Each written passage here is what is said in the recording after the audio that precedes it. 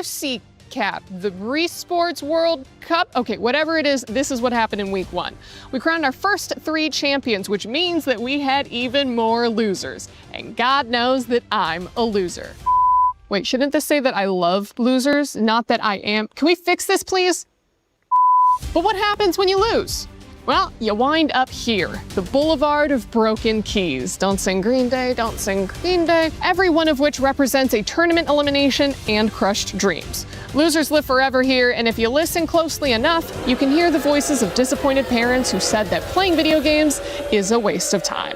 On the Valorant stage, 4 of 8 playoff teams were EMEA, and they managed to get 1 whole win. So move over, Europe, because the finals was 100 Thieves and NRG. That's right, all American, baby. These colors don't run, they soar. The Battle Royale of the Apex Legends final featured 20 teams, and no surprise, Team Falcons won. Wait a minute, no, they finished 8th. Sorry, it was favorite Team Liquid who... No, they finished even further back at 9th? Oh, because it was actually 2024 champion Alliance who... Oh, come on, who won? Unlimit? Sorry if I'm saying it wrong, but like most people, I've never heard of them. They beat every top contender to become the first Japanese team ever to win ALGS. This will also help them on the road to winning the club championship. Nope, never mind, that's their only team, and they're not even registered for the club championship. Still, my Japanese heritage is proud that we can produce both esports winners and heated toilets. Dota 2, or Dota Duh, as it's called here, started its first week of play with solid competition from... Sorry, actually, nothing of note yet. I'll have more on that next week. And finally, things were heating up on stage at Fatal Fury Wolf City. And I don't know if you're picking up on the theme here, but Dark Angel fought his way out of the losers bracket to top the regional favorites and get another win for North America. If only the Football World Cup had been so kind. Well, guys, what is happening? 3 tournaments and 3 new champions, no title defense, no favorites able to compete, and all underdogs at the top? I'll tell you what it is, because I've said it before and I will say it again. This tournament is about the losers. See you next week. C'est la vie. Such is life. In the land of dawn, such is life when all that remains are dreams. We don't expect the loss last year, and the result is not like what we want. I know that we were capable of more.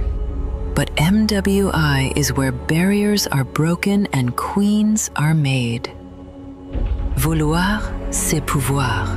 To want is to be able. MWI is a chance for ladies to represent themselves because there were no opportunities in our region back then.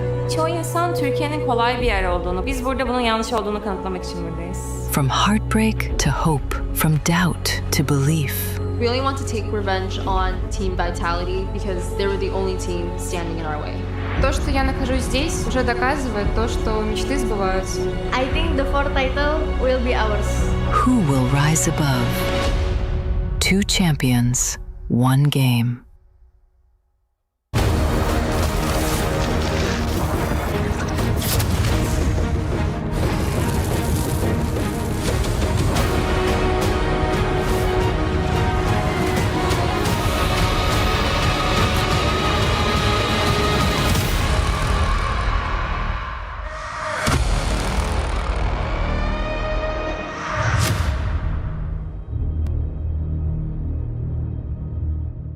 Hey, oh wait. Hey, hold on. Hold on. Hey guys, hold on. While we're playing this, I just gotta say, based on day 1, I feel bad for the team that gets Aurora, man. How is it that in Stream A and Stream B, only 1 win each? I mean, like, Hirara's cool, it's fun, but it don't get wins. What's going on? You know who didn't get a single win yesterday? What? Tournament favorites, Navi PH. They are on the brink of elimination as they face off against Falcon Daisies, who, by the way, I love as well. So today is a very difficult day for me. My heart is breaking, LaFell. I can't believe the previous champions are going through eliminations. I mean, like, we'll see whether they can make it through. But for now, let's actually check back on the recap of what happened yesterday. Hold on. God, bro, what? What?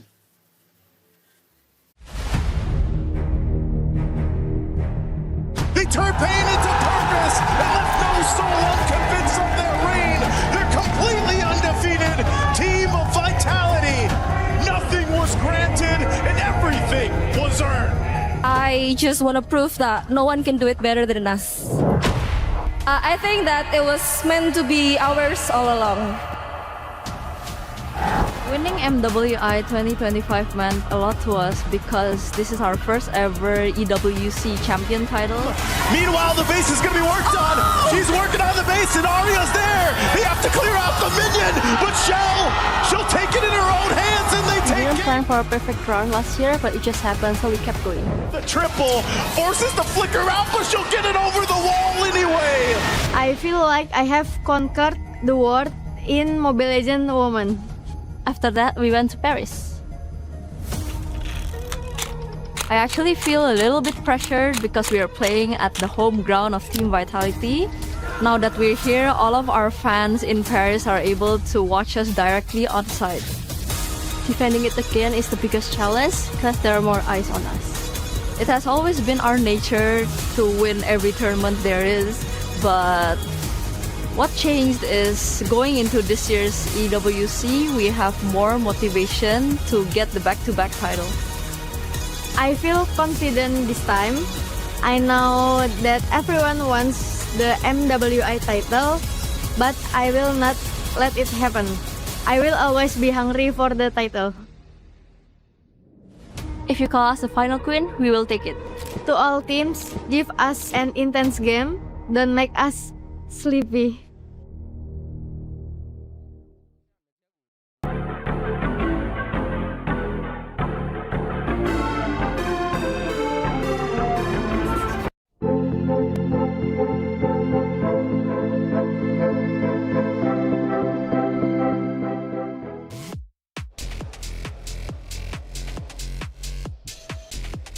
Welcome, ladies and gentlemen, to the Esports World Cup here in Paris, France. Today is day 2 of the MWI. We're talking $500,000 on the line, and most importantly, protecting your key. Today, 4 teams get eliminated, but if they don't, they continue to move forward to claim that very trophy. We have the biggest personalities here at MWI. These women are ready to play, especially what happened yesterday. We've got Genji, we got Vitality going head-to-head, and even better, 2 up-and-coming risers. Seda is looking insane, even though it's their very first time at an international tournament, but we cannot forget about Galaxy Phoenix causing the biggest upset so far here in day number 1. But with upsets comes the true reality of the tournament. And that reality is that 4 elimination matches are going to be happening today, ladies and gentlemen, after everything these ladies have gone through, from their preparations, from everything that led up to this moment. Unfortunately, here on Stream A, we will be seeing 1 elimination match. And luckily for us, we aren't going to be the ones to say goodbye to 3, because that's going to be happening on Stream B. That's right. I'm Taylor Reflections Noble. I'm getting Q. And I'm Eterna. And this is day 2 of the MWI. Day 1 was insane. Welcome, guys. This is the Bear Bros. We're from Stream B, minus Fell. Alongside me is Leo. Yesterday, we had 3 2-0s and 1-1, man. The only stream to have a series that went all the way. That's how we do on Stream B. Here's the thing, man. Stream B, nothing's locked. The meta's open. Maybe except for 1 or 2 heroes. But, dude, today, we got 3 elimination matches, yo. These are world-class athletes. These ladies have worked so hard to make it here to Paris. But, again, the truth is, the knockout stage, we only get 8 teams. So now you guys better stay tuned to Stream B to see who actually makes it through to the next stage. $75 million, 25 tournaments, over 200 clubs, only 1 club champion. The club championship is the beating heart of the Esports World Cup. Over 7 weeks, Esports clubs send their players to compete. Every placement, every win, every podium earns points for their club. At the end of 7 weeks, every point counts. The club at the top walks away with $7 million and the title of Best Esports Club in the world. It's not about being the best at one game. It's about being the best across all of them. Depth, versatility, consistency under pressure.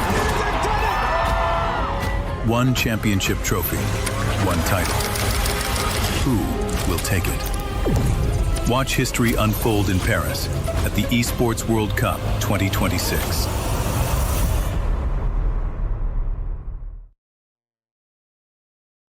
Play is in our DNA.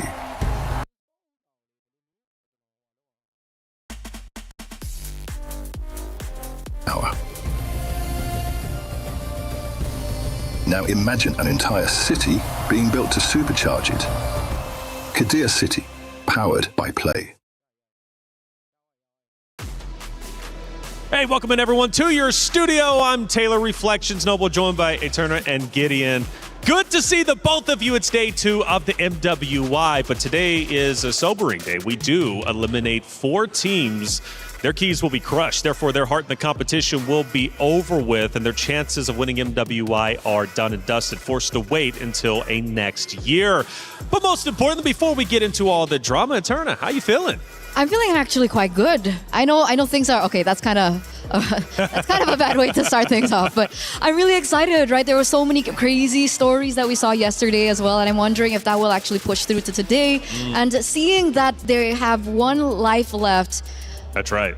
It's going to be heartbreaking, but also warranted. That's it. It's heartbreaking indeed, but warranted. Now, Gideon, the good thing is for our stream anyways, we've got several teams moving forward. However, for at least the B stream a little bit later on, we will have teams being eliminated. Talk me through some of these matchups. Yeah, I'd love to talk about this because after watching yesterday's game, Seda Esports is looking really, really good. And of course, I have an unfortunate personal bias, and I don't usually have those in a professional scene like this, but Team Ray Young, I personally know one of their players, which is why I'm rooting for them, but Seda is not going to be easy. But then we look down, Team Falcons ID versus Aurora Gaming, Genji Esports versus Vitality, which I think everybody is like, who's going to be the mother of tanks at the end of that game? That's right. We're kind of curious, who is the mother of tanks? Does Ashley even still want to be the mother of tanks? During that interview, she said, well, maybe I want a new role. But then again, if she wins, I'm thinking she's going to have something to say about the mother of tanks at the end. This is going to be Stream B, and this is where things really get serious, Eterna. Absolutely, absolutely. We're looking at,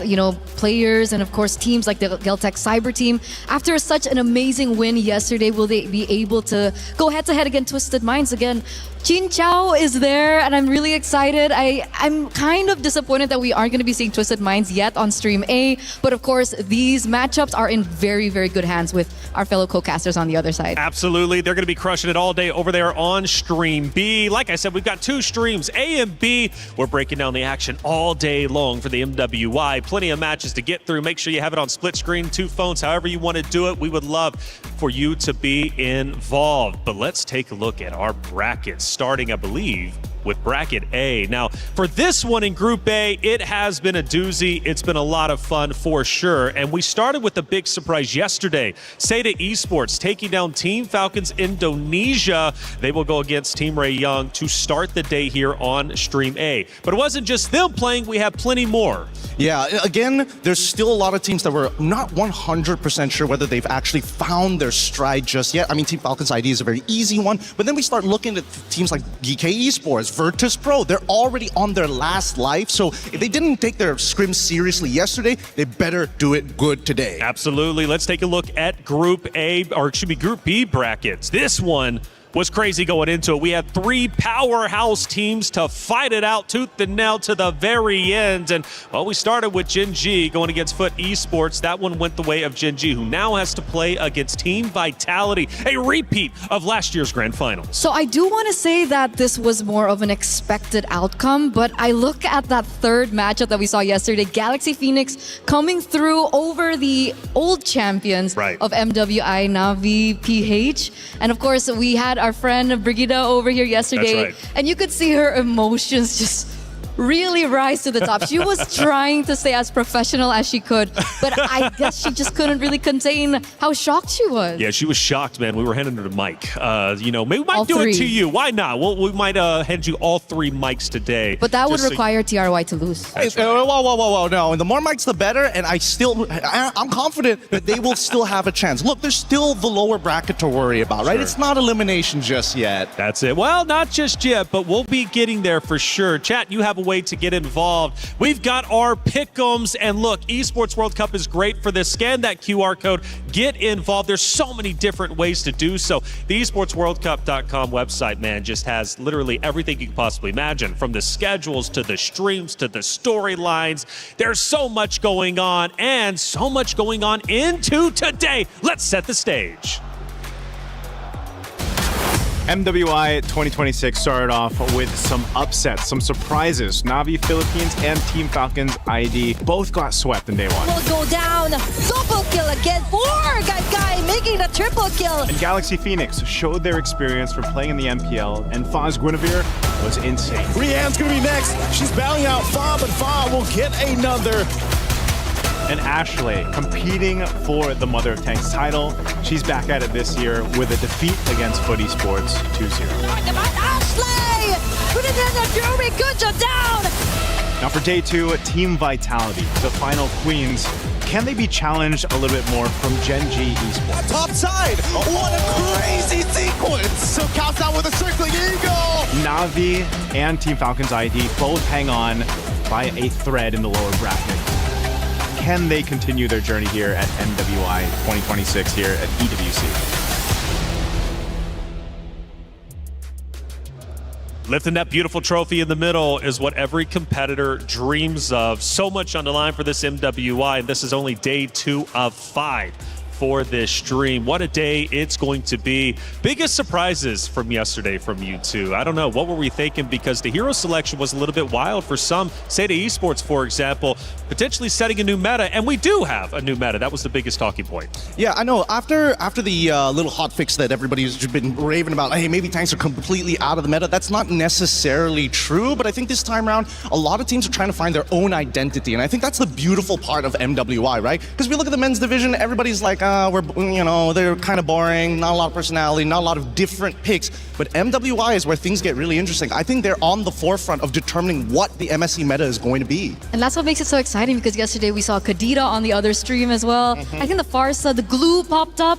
So I'm excited to see whether this will actually become the meta like you mentioned, or it's just a part of the MWI, flavor or flair. I'm okay with that flavor though. Everybody needs a little flavor in their life. And Rose, by the way, was walking in and just happened to stumble across some of the players about to step foot on that stage. Bonjour and good morning. So as we guys can see, the girls are just arriving at the venue for the second day of MWI. And you know what? As they're coming out, I think it's right that we catch one. Hello, girls. Hi, how are you guys? Come here. How are you? I'm fine. Are you excited for today's match? Yes. Our team is very confident and ready for this game. I love it. You guys did amazing yesterday. Good luck. And good luck. Hi, GK. Hello, girls. Come. Okay, I'll take you. I love your hair. It's red. How are you? Not good. Not good. After what happened yesterday, huh? So how are you prepared today? I guess well. You prepared well? Are you kind of nervous? No. Not nervous. Not nervous. I love it. I hope you slay today's game like how your hair is slaying. Good luck for today. Thank you so much. Guys, I think we see here that some girls are more excited than some. And of course, yesterday we saw a very awesome match. So I cannot wait for today. With that, let us throw it back to you guys at the studio.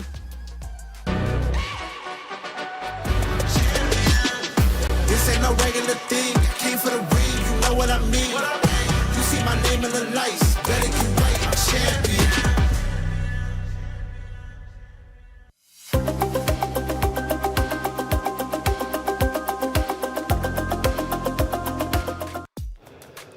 Thank you, Rose, for catching up with the players as they walk in. It always brings joy to my face to see the smile on the competitors, right? They're ready to go. It means a lot for them to be on that very stage competing for what could be the best trophy, right? The MWI trophy, after all. A lot of pride behind that, but let's talk about pride. Vitality. My goodness, as you can see, it is getting serious. Gideon as well. Look, talk to me about it. It's Vitality. It's Gen G. They face off a little bit later today. Yeah, so here's the thing about these two teams, right? After looking at last year's final, you would assume that maybe things are going to be the same, but I actually think the opposite. With how much the meta has actually moved, I really think that we're going to see a lot of great plays coming out from Vitality's side. I'm actually looking at Gen G. How are they going to adapt to it? Because there's a lot of similar plays, but they have their own flavor, their own style, most importantly, their own identity. That's what I want to believe. Like in an ideal world, I know VT is from Indonesia, and of course I want to see them triumph once again. But what would be the story if Gen G are able to find their revenge today, right? That would be the number one thing everyone's looking at. And I think though, I would actually argue something different. I think Gen G plays quite similar. You know, despite the change of Nicolette, obviously Rui has been stepping up as well in the jungle, but I do still think that one of the core members of Gen G, which is Ashley, still plays very similarly. Now, I think that is something that Team Vitality can actually rise above in this next matchup. Well, this is in fact our Crunchyroll story of the day, the grand final rematch, Gen G versus Vitality. Now, going back, getting into yesterday, Vitality played against MIBR, lost, and that second game was a doozy, went 26 minutes. It was the longest game that we had. But it did bring questions. Even though Vitality won 2-0 against their opponents, should that match have gone 26 minutes? Well, I think that unfortunately it had to go 26 minutes because the way that MIBR Loss's composition is designed, it's heavy scaling. It's all about the later the game goes, the stronger that I become. And unfortunately, Vitality was a little disrespectful towards the mid to late game, which extended the game inevitably. So I would say if anything, Vitality, they got to stay sharp here. Some of these teams, they're not going to let that happen. Well, Gen G yesterday also went toe-to-toe with their opponents, and I gotta say, Eterna, for Gen G's perspective, when I was watching them, I was impressed by the way they controlled the battlefield, and their games weren't nearly as long as that second game for Vitality and MIBR Loss. That's why they are a decisive team. They are a decisive team if they're able to get their hands on their comfort heroes, right? Obviously, Panda on the carry. We see Sayori also doing really quick work on the Valentina. But again, the one person that I'm still highlighting over and over back in Gaming Gladiators now as Gen G is Ashley.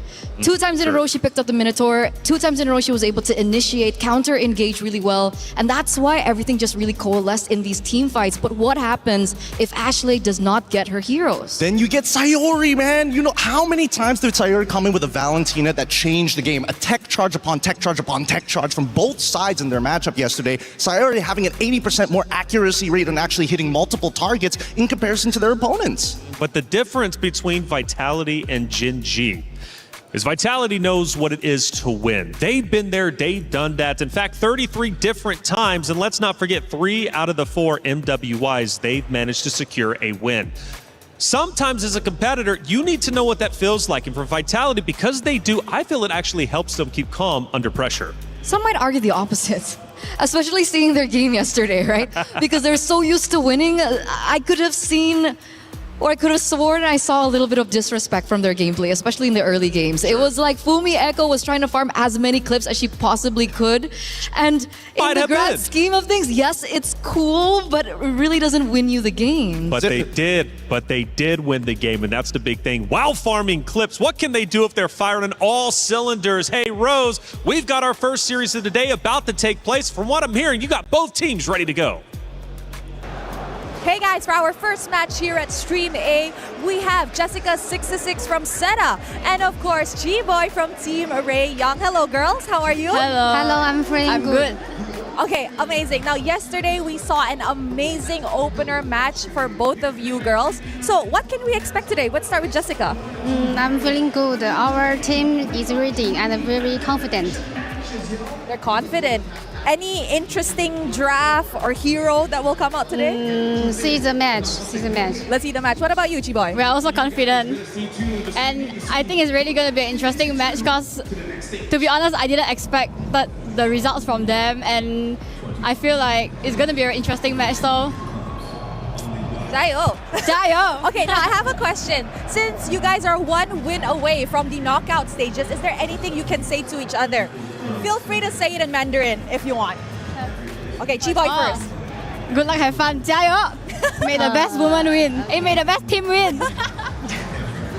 Yes, Team Ray Young is very strong, so we need a fight. So, 加油. Jayo is like fighting or let's go in Mandarin. So you know what, Chiboy, Jessica, I know a lot of the fans back at home are watching. Perhaps a words for the Malaysian fans and of course the Chinese fans. You can go first. I'm really excited now. So we want my team keep steadily and show my good performance. So my English is not good. I'm sorry. Let's see the match. It's okay. Good job, Jessica. You, Chiboy? Don't forget to watch us live at TikTok, YouTube, or anything. 6 p.m. Malaysia time. And Don't forget to support Team Ray Young and pray for the best. Pray. All right, good luck, girls. I'll see you guys later with that. Throwing it back to you guys at the studio. Bye-bye. We were there for every click, every clutch, every respawn. We were there for the years of grind, and we're here. Now, the proud founding partner of EWC, powering the biggest event in gaming, shoulder to shoulder with the world's best, making history. Greatness deserves a stage. Lenovo Legion, reach your impossible.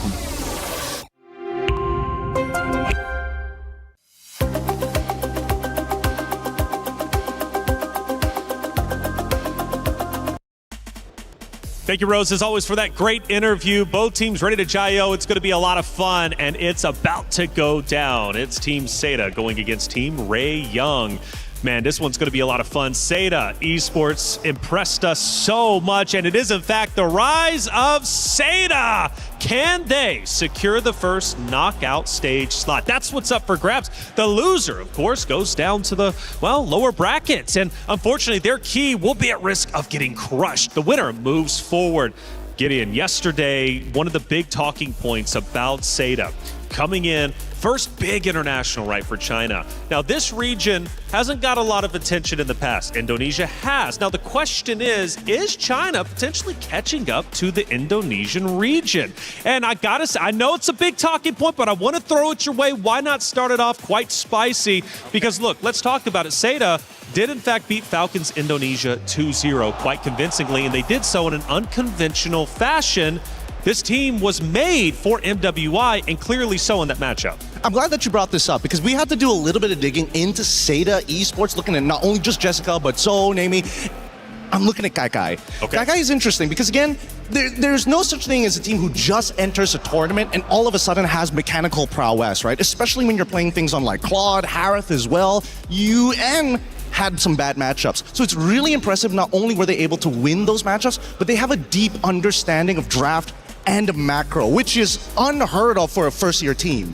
Absolutely, and a first-year team making big waves, and that's what excites me. Seda Esports is looking great. And you know what's also interesting, Gaterna, they did it with their sub, right? Which is Miss. Miss wasn't there. Fanwa filled in and happened to be the savior. The question is now, who do they actually go with in that regard? Well, I don't know, but it's time to get our first matchup started. It's Seda Esports versus Team Ray Young. So many questions left unanswered. Welcome to Mobile Legends Bang Bang Women's International here at the Esports World Cup. Yesterday, what a show opener it was that stunned us all. In their international debut, Seda grounded Team Falcons Indonesia, a team quite literally put together to challenge the throne. Over on the other hand, Cambodia, we see Galaxy Phoenix with their international debut as well, taking down Navi PH, former MWI 2024 champion, proving why Galaxy Phoenix are the first all-female team to compete in MPL Cambodia, and they're not here to mess around. And finally, the team that everyone was chasing was Swift, Silent, and Precise. With that taking 2-0 off of MIBR loss, they proved that that was just another day in the office for the Beehive. And now, yesterday, nothing was granted. Let's see what's on today. But remember, we're here in Paris, the city of love.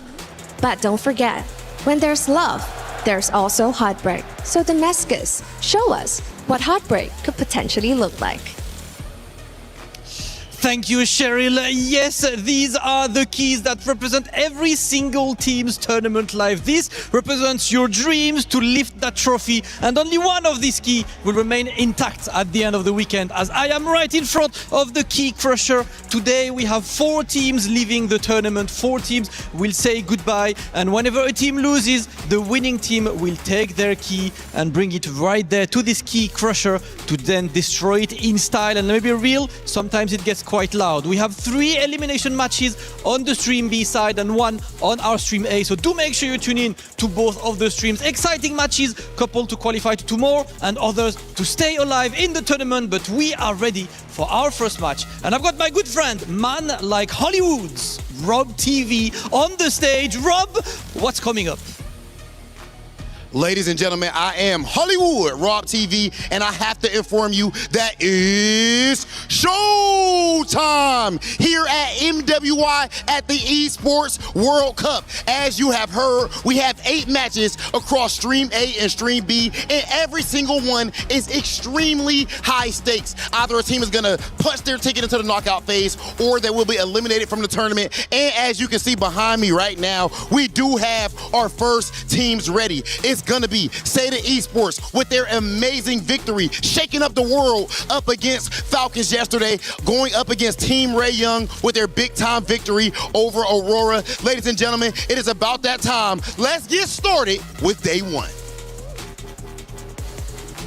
Can I just say, our stage hosts are absolutely incredible. I'm pumped up, I'm ready to go, and so are the ladies on that very stage, doing their last checks before we get into our pick and bans. This matchup means a lot.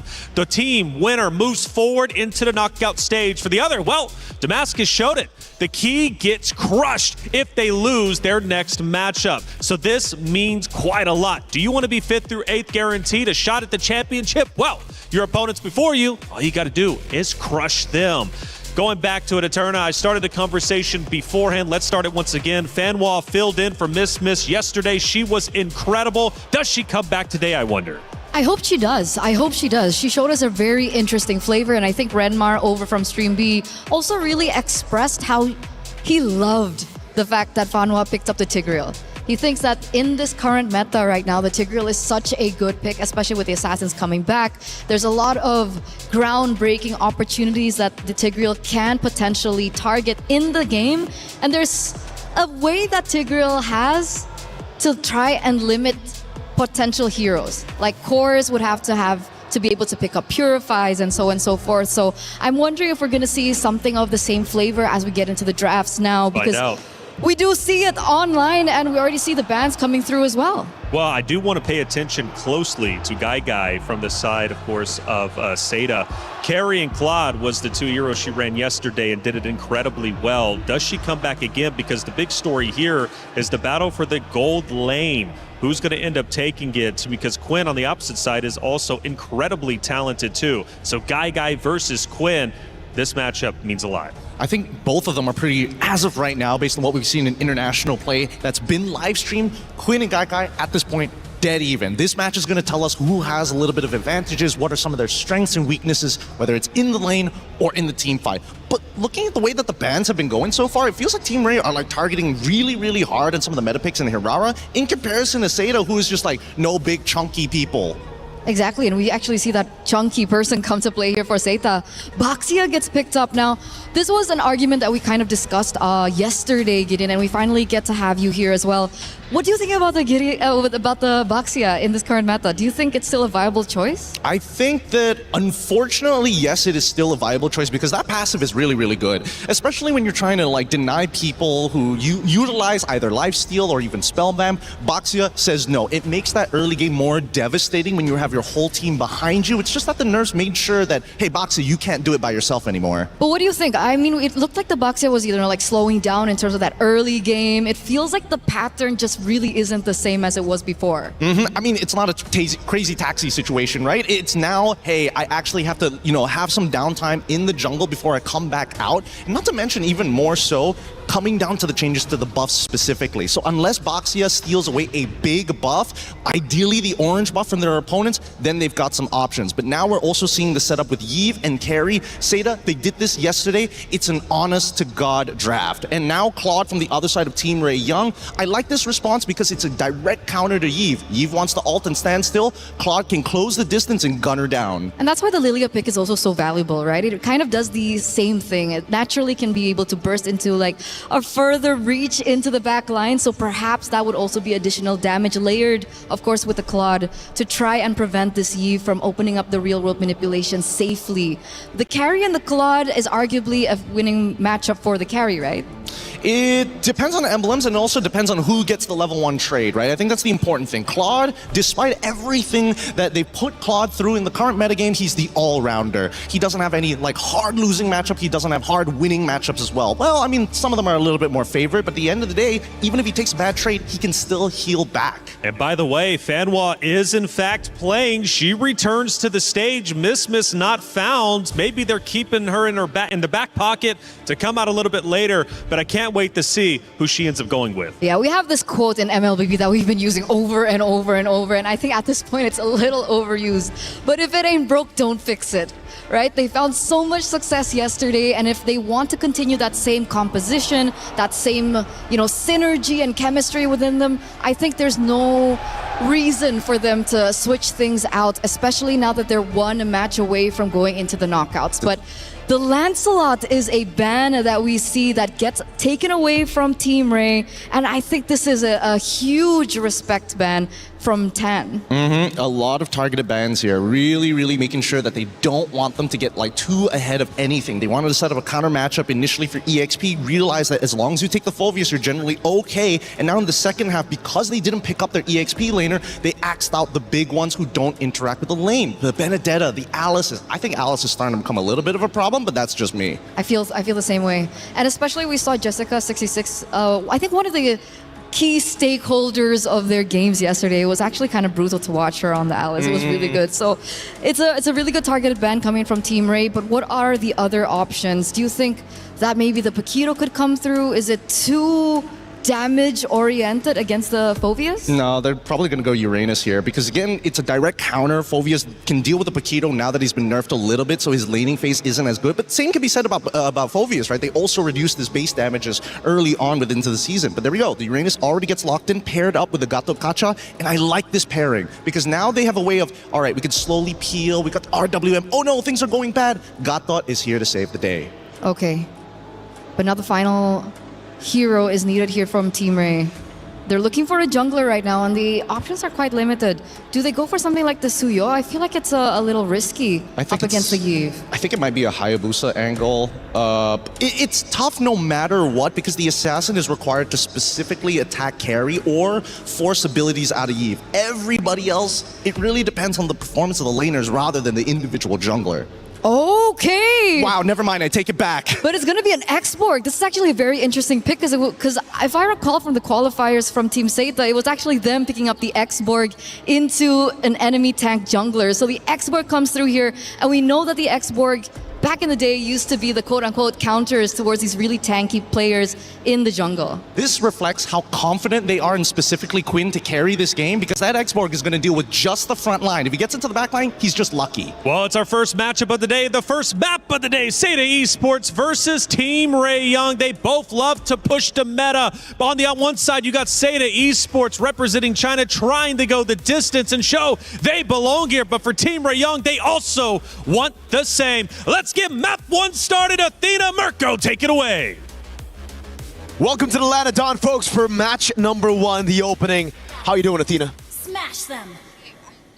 My name was actually Athena until today, but I'm willing to be Athena for today because it is going to be an intense series of matches, and I believe she experienced it firsthand yesterday. This time it's pretty much going to be the same. It's an upper bracket semi-finals to start off this day between Seita and Team Ray. So far, looking at the drafts, honestly, it's solid. It's just so interesting to see that both these teams, they were able to get a win yesterday. Obviously, for Team Ray, it was in Stream B, and now we get to see them in Stream A go head-to-head. Seita, obviously, taking down a Titan in Falcon's ID just yesterday, trying to bring the momentum to replicate the same result today. Yep, everything that happened for Seita yesterday felt so fast-paced, and it's a surprise to think that they were able to accomplish that against a team from Indonesia who for the longest time have been very dominant in terms of the female MLBB competitive scene. Quick check on the emblems here. The Bargain Hunter for Name. Just want to snowball all the way. It's all about the poke early on, especially on the Yves up against Tan's Exborg. It's a risky choice, honestly. They're going to go all in on Fanhua, it seems. Yep, they're trying to go for the early invades. Now it's Fanhua who's slightly low on HP, gets knocked back, but there's Revitalize to help him survive. The last Insanity, though, is not going to let him through. That's first blood for Team Ray. It looked a bit odd at the start there, and then a double Revitalize came through, and then maybe you could see a little bit of what they wanted to do. So Actually still wants to find more. It's Tan who they're possibly trying to target for the trade. But I believe that he is going to be, or she is going to be okay before this first turtle starts. Seda have pretty much positioned themselves around it though, despite that early loss. Big resource burnt out already. Jessica unable to get the XP crab. So that's tempo given over to Team Ray Young. Yep, it's a great start because Jessica was one of the standout players too yesterday. The X factors for Seda before or as they were able to secure that win, but now it's going to be Zoe on the back to Shield Unity. They're trying to look for targets, taking out the shields from Fanhua, and now they actually get to secure that ultimate, but the real world manipulation dropped down too. Team Ray, they do not seem like they're in a position to actually contest this confidently anymore. They're able to bait abilities. They were able to take one down. I think right now it's all about the reset, coming back to it again. Because you really need to rely on those cycles, right? Especially on the Expo. Once your Faraga armor's down, once you use that last Insanity, you cannot be in the fight for long. And that's why I thought it would be very difficult for this Xborg to play around this game, especially early on against Name on the Eve, who's been so oppressive in lane. With the Bargain Hunter, that poke will certainly do quite a bit of damage to the Faraga armor and to the main win con. But so far, so good. They got 2 kills at the start. It was all through the last Insanity, that blow up on the tanks. And the double Revitalize has only given the Xborg more time to build. Stacks over for that full last Insanity damage. Yeah, they just gotta prolong this a bit more because they definitely will be back real quick for this reset if ever they'll accomplish that. Though it'll be tough, especially if Seda do decide to rush it, and based on their gameplay since yesterday, things have been working out pretty fast for this team. They're not hesitant to just really go in for the immediate conversions, for those fast rotations, and that's why you also see them just so quick to attempt to go for the early invades, even though they did, or it did cost them one casualty at that specific moment. But as we are still awaiting, we are trying to sort things out before we resume the official gameplay. It does seem like there is a bit of an upper hand for Team Seda before that first turtle. They were already able to position themselves. They were also able to take down the Faraga armor. So if you're just tuning in, this seems like it's pretty much set up for success for Seda as of the moment, but nothing is guaranteed just yet. There is a chance that we still get to see them somehow prolong this dance before Team Ray, and being Team Ray, could actually still try and attempt to go for the contest. That's true. So it was a bit odd to see that early invade coming in from Seda. They're trying to utilize the fact that, really trying to punish the fact that there was no ult on the Phoveus yet. But it wasn't enough, really. Yeah. Even with double Revitalize, they just also lacked a ton of damage. And I think it was also the lack of synergy, because Jungle Man wasn't there. Boxer was too far away. Only got 4, then started the Shield Unity, and then got in there late. Was able to get a camp out away from Tan, but other than that, it was just actually just a waste of Turtles' Poissons over for Turtle number 1. Now, we do have a pause, ladies and gentlemen. Please do be patient with us. We're going to, solve this ASAP. Let's talk a little bit about yesterday's games, though. Both of them were very impressive, right? We did, the panel did mention, no miss, it's Fanhua who's taking the helms. And so far, Fanhua's been fantastic. Yesterday on the Tigreal as well. There's been so many crazy moments that Fanhua's been able to get against Falcon's ID. Yeah, and I think it was also one of the first few games we actually saw the Gatot Kacha eventually come back, because it was also mentioned a couple times that it's not like the Gatot Kacha was really out, but we barely get to see him played anymore in the roam. But I guess there were several changes that took place in the recent hotfix. One of the first few users again being Fanhua, but even to this game that we're seeing right now, we're seeing it picked up, and a lot of the more tanky options too, since I feel like there has been so much attention towards how they really wanted to limit the assassin jungler options. Now they're being forced to see the likes of even the Xborg in the jungle, which again, so far we do feel is a bit difficult to pull off, considering that even when it looks, or even if you look at range, there will be a lot of ways for them to just poke and take away the Faraga armor. But so far it's Tan with 2 kills. So it's been working out relatively well for the jungler of Team Ray. And I think this is where we get to really see the buff, or sorry, the nerf rather, on the Baksha, right? Because usually at 1 minute 30, you already have the Baksha at level 4. You already have Zoe to actually rotate with you. The fact that an Expo can clear faster than a Baksha shows you exactly why the Baksha maybe lose a little bit of that, you know, pick priority later on in the stages, because Joe was just late every single time onto these fights. Yeah. Because it really seems like for Seda with a double revitalize, they wanted to go for the early fight. They wanted to take all that action onto Tan before the last Insanity was available. And that's why Name postured up so aggressively to a point where Nami actually had to leave a few waves. Yeah. That's why she was in 3 for such a long time there for Turtle 1. It's such a huge responsibility on Name now. If they just really want to keep that kind of aggression going in terms of the invades. And at that time, that position they currently were in felt like they had no choice but to just really commit to the bit. And I'm not sure if that's the way they really want to go for, because again, things have slowed down a bit, especially for some of the utility junglers. The Baksha seems to be more split between joining these early rotations and just securing the farm early on because of the changes that took place, and just so they don't feel as behind. And I guess that's also on top of the fact that they already had a slight advantage in the EXP lane, so maybe they were expecting a bit more to come in from Jessica26. But again,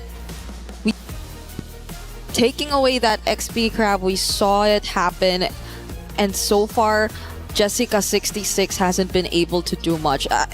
Given, of course, it's a Uranus, so maybe you would not expect that much of the showy setup plays similar to when she was on the likes of the Alice or the Esmeralda even. Maybe closer to the Esmeralda though, because this is a very similar hero to the Esmeralda that she played yesterday. That's true. The Uranus is Esmeralda with less steps, I'd say. He literally floats around. Even in this matchup down below, by the way, something we haven't touched on, it's actually just really level. I thought Guy would actually be able to get a lead, and that's something that Seda can play with. Again, if you look at Seda, the way that they're able to win, it's not just through these team fights, it's not just through one win condition. They have multiple win conditions set. They have multiple plans as well. If they lose out on these first neutral objectives to Team Ray Young, you can expect them to look to play around that winning matchup in Guy on the carry against Quinn on the Claude. Yeah. Especially with the flicker here. You burn it out once and then the RWM catches you. The rest of the team can just follow through with the Baksha under turret even. Yeah, and it's not like Chipoy could just go for the surprise setups either. Nora maybe could be the closest with a flicker dark wave. But reaching Guy is going to be one of the toughest tasks, I feel, for Team Ray, if ever they do get to funnel majority of their resources to this gold laner. That's why I'm just pretty sad right now. Why? You have players like Fanhua and Chiboy. Okay. But it's Beleric and Gatot Kacha, you know, like, you want to see more explosive picks. You know, give me the Tigreal from yesterday. Give me an Atlas. Obviously, it was, unlucky. Obviously, there are some heroes that were banned that you can't play, you know. Marcel's been 100%. I want to see a Marcel. I don't want to see Gatot. I don't want to see Beleric. Yeah. But it seems like Marcel's one of the first few roamers that you just see gone. It's always banned first. You can't let him through. Yeah. And I feel like that's gonna disrupt so much because majority of like the female teams that we've seen at least play in the first day of MWI 2026 have been very heavy on team fighting. Like even now, even in this game, you see them really start strong with an attempt to just go for the invades and the disruptions, and eventually you do see early deaths and early kills here and there. So I feel like it would really disrupt so much of what they really want to accomplish. Yep. We are taking a bit of time, but we want to make sure everything is set before we proceed, because this is no joke. It's an upper bracket finals. It's actually a qualification match if you think about it. It's a qualification match.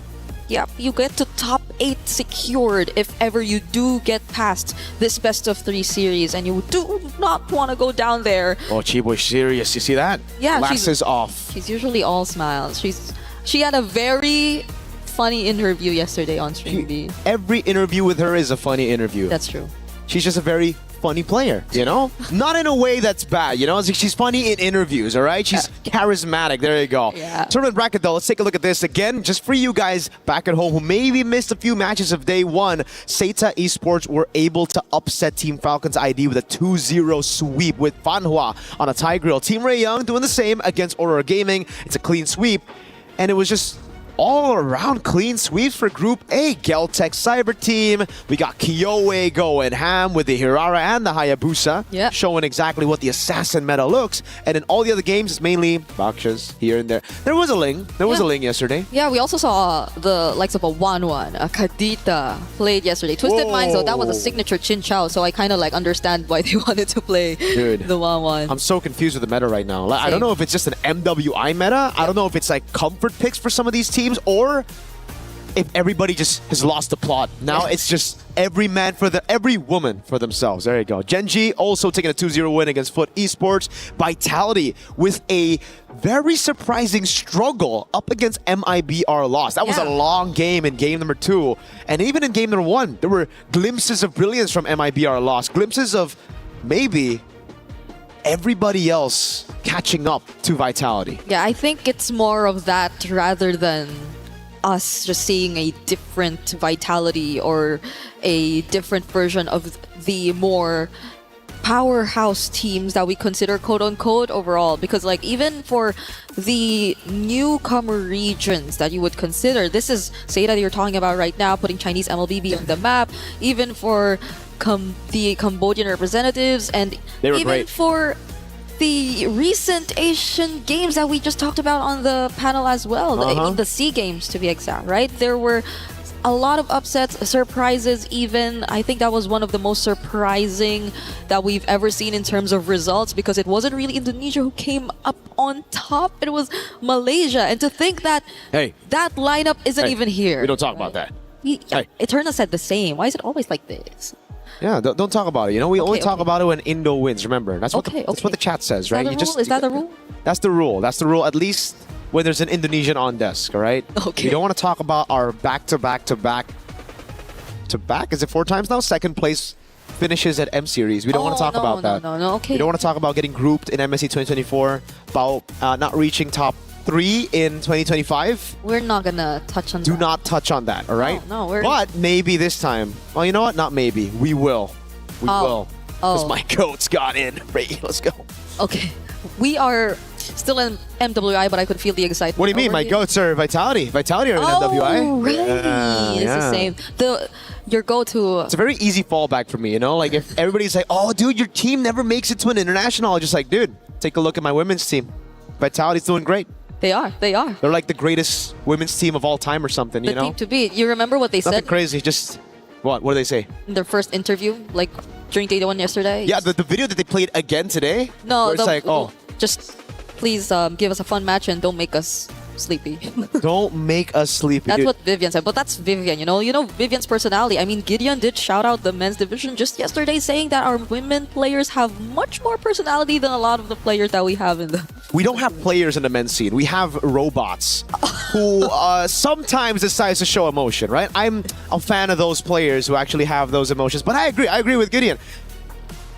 The women's scene, way more progressive in interviews compared to the men's scene. Yeah.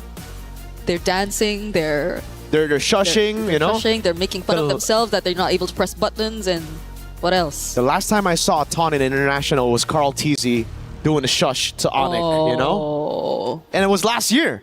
Maybe it's so just EWC. Maybe EWC creates an atmosphere where you're like, yo, you know why? It's because they're face-to-face on stage. Oh yeah, you get a bit more of their personality. Yeah. And they literally are facing each other, because even if you look at their setups currently on stage, they're like slightly diagonal, but you see who their lane matchups are. Yeah, like you face see, after maybe making a play, maybe a solo kill, you can scream Sokolil over your opponents. You could be like, hey, I got you. We saw so many of that yesterday too. And even the frustration, or even how they get to celebrate their opponent's wins, especially for MIBR loss. Like, that was one I will not forget, because I saw La La Land. By the way, we're all happy to see her back. She finally gets to return to the MWI stage from way back, being part of 2024 DreamHack, but she was clapping her hands for Vitality. And very much so, they deserve to just smile after that game because they showed up such great performance against the team to beat here at MWI. Like, they got the record for longest game, I believe. I don't know if we're able to ever top that here in MWI. 26 minutes and 48 seconds long. You timed it? No, I checked it right here. Oh, I thought you timed the pause. Sorry. Okay, it's the game time. My bad. My bad. I lost track of thought because I was looking at the conversations that Team Ray Young were having, dude. Chiboy got her glasses back on. She's locked in earlier, and now she's locked back. Do you think off. Is it a lock in when she takes it off, or when she puts it on? That's my question. Because there are players who also tend to do that in the Philippines, like Super Friends. Like there are times he. You know what, Super Friends, the glasses are like for show. It's like a fashion thing, you know? You think so? Yeah, he's drippy. I think they are graded. Maybe we can double check. Maybe you can ask him. Nah, it's always better to assume. Okay. Therefore, in Athena's words, swag. She said swaggy play yesterday, right? Shoutouts to Athena. She said swaggy play? Yeah. When was this? Match 4? It wasn't with me, no? Probably match 4, yeah. Because in 2026, swag? Yeah, we told her. Eterna loved it. She loved the term swaggy play. I think it's a 30-year-old thing, you know? Maybe if you're 30, you like swag. Are you saying she's 30? No, I think it's... Maybe. Dude, am I... She's pointing at us right now. I don't know, man. It's very scary. We're talking about Athena. We're talking about Athena. Not Eterna. Not all right, Eterna. Athena. She's pointing at us. I am scared. No. You're scared. It's okay, right? It's him, not me. Not me. We're friends, okay? Oh, she did it. She did a band gesture. That's a band gesture in MLBB. I can't believe she just did that. We're still waiting, ladies and gentlemen. Please do be patient with us right now. Chat's loving it. At least chat's loving it, you know? Loving what? The banter. Oh, really? You're on MLBB Esports. See, I'm on MLBB. Oh. I see you guys here a couple times. Interacting with them. Like even Eterna one time, I saw her just chatting with the people in chat. That's so unprofessional, bro. Chatting on broadcast. No, she wasn't activated then. Oh, well, you know, I would never. What the heck? What? I just said you did too. Oh, no, that's like my moderator, dude. I got Cloudy working double time, you know, at home, just on chat, YouTube chat. Hello. She's downloaded my personality. Now people are questioning. Okay. Questioning what? Hey, don't read it out loud, please. I do not want to see that gesture. It's a question. You maybe guys want to open up chat. It's a question, you know? Don't read it out loud. Don't read it out loud. I'd love to. Someone said, yeah, right, Miracle. At this point, we're reading chat, bro. Right? I mean, someone said hi, Brig. I don't see it in my chat. We need. What do we need? We need Casters Brawl. I mean, this is literally. Wait, they're doing rock, paper, scissors. Wait, what are they doing? Rock, paper, scissors, shoot. I can't see the other one. Okay. Yeah, same. I wish we could see both sides. So we could like at least cast. That's true. Yeah, but why is there someone in the middle though? That's a ref. That's the ref right there. Okay, they're slapping each other. See, in the this hands. is what you say when you talk about personality, right? Dude, none of the men's team have this. They're all so locked in, and like one guy's obsessed with King Bob or something. What's the most we've seen from the men's during a pause? Like I've seen one of the players like from MSC. I think he like messaged some other streamer in game, and that streamer opened the chat while streaming, and she was surprised. Oh, I think the message was ALABYU. None of you guys know. I thought we were talking about like pauses, like things players do during pauses. Oh, during pauses. Yeah. All right. Our players just they joke around sometimes, you know. Do they? Yeah, in Indo they joke around. They have a blast. Some lean back and sleep. Can you close your eyes during a pause? Wait, is this a three-way rock paper scissors game? Because they're doing it now 1v. I swear it was a 1v1 earlier. Now it's a 1v1. Like it's a no, but they're doing free-for-all. something else. Like they're putting their other hand down. Isn't this like one of the? Dude, I got no clue what this game is. You know what this game is? Because we have some versions of this in the Philippines where you like put your hand down or like You smack tap it, the you hands? smack it when you lose, or I'm not sure if that's the same or Is they this have what they something. did back without phones? I just play MLBB. Same. Same. I mean, I love that Gideon's. Dude, I'm just constantly looking at Gideon. That guy is my Were you guy. expecting dude. an answer Dude, from no, them? I just want to see a reaction, and I always see a reaction from Gideon. That's my boy. That's why he's my father. He made me in a vat, by the way. Long story. Long story. Yeah. You have a lot of like fathers here. No. Is Naisu not? Naisu is everybody's father. That's true. He is Father Naisu. So many. Okay, now it's a three-way drop wait, paper it's a- scissors. It's a 1v1v1. Oh, she has to be out, right? So After that, how does that work? If you're the only one who's different, then you what? Do you need one, just one, to counter you, or both to get out? I have no idea. We have to ask them. Chat, maybe chat. knows. Chat. Does anyone know? Mirko's also a what? What? I had no idea you were planning to do a Hirara cosplay. The Claude is a pretty good pick. Against the carry, it's all right. Yeah, weak side. You know, you can just play around. You can just go over and rotate around. Lilia is really good at playing in mid, just clearing it out. You know what? All of a sudden, I want to stick to the game. Just be professional, Brick. All right? Let's stop. Do we stop? Do we stop? There's suddenly. Be professional. The phobias. Talk about the picks. Talk about the picks. You know.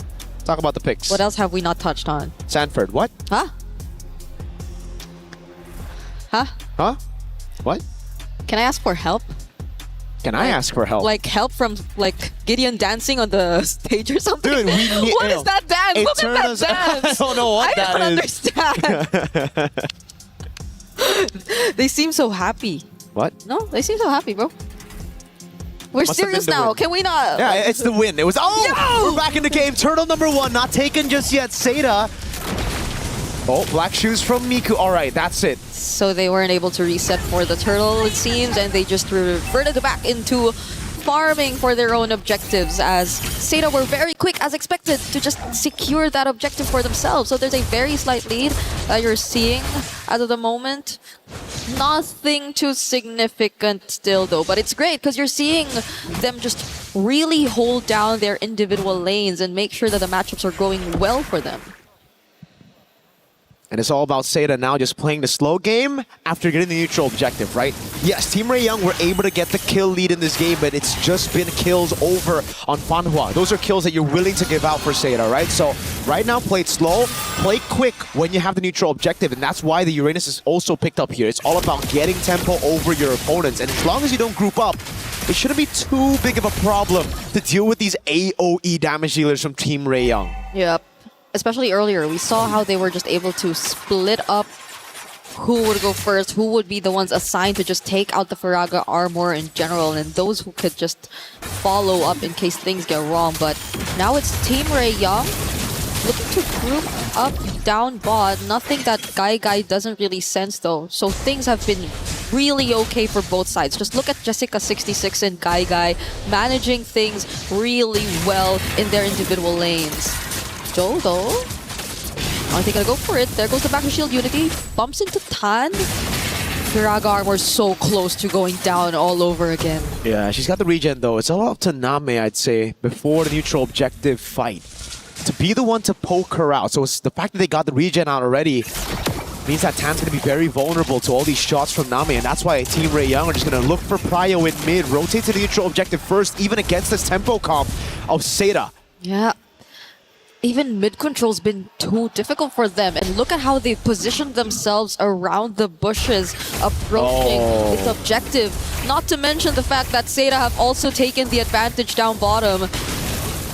Okay, that's the trade. That's going to be a trade.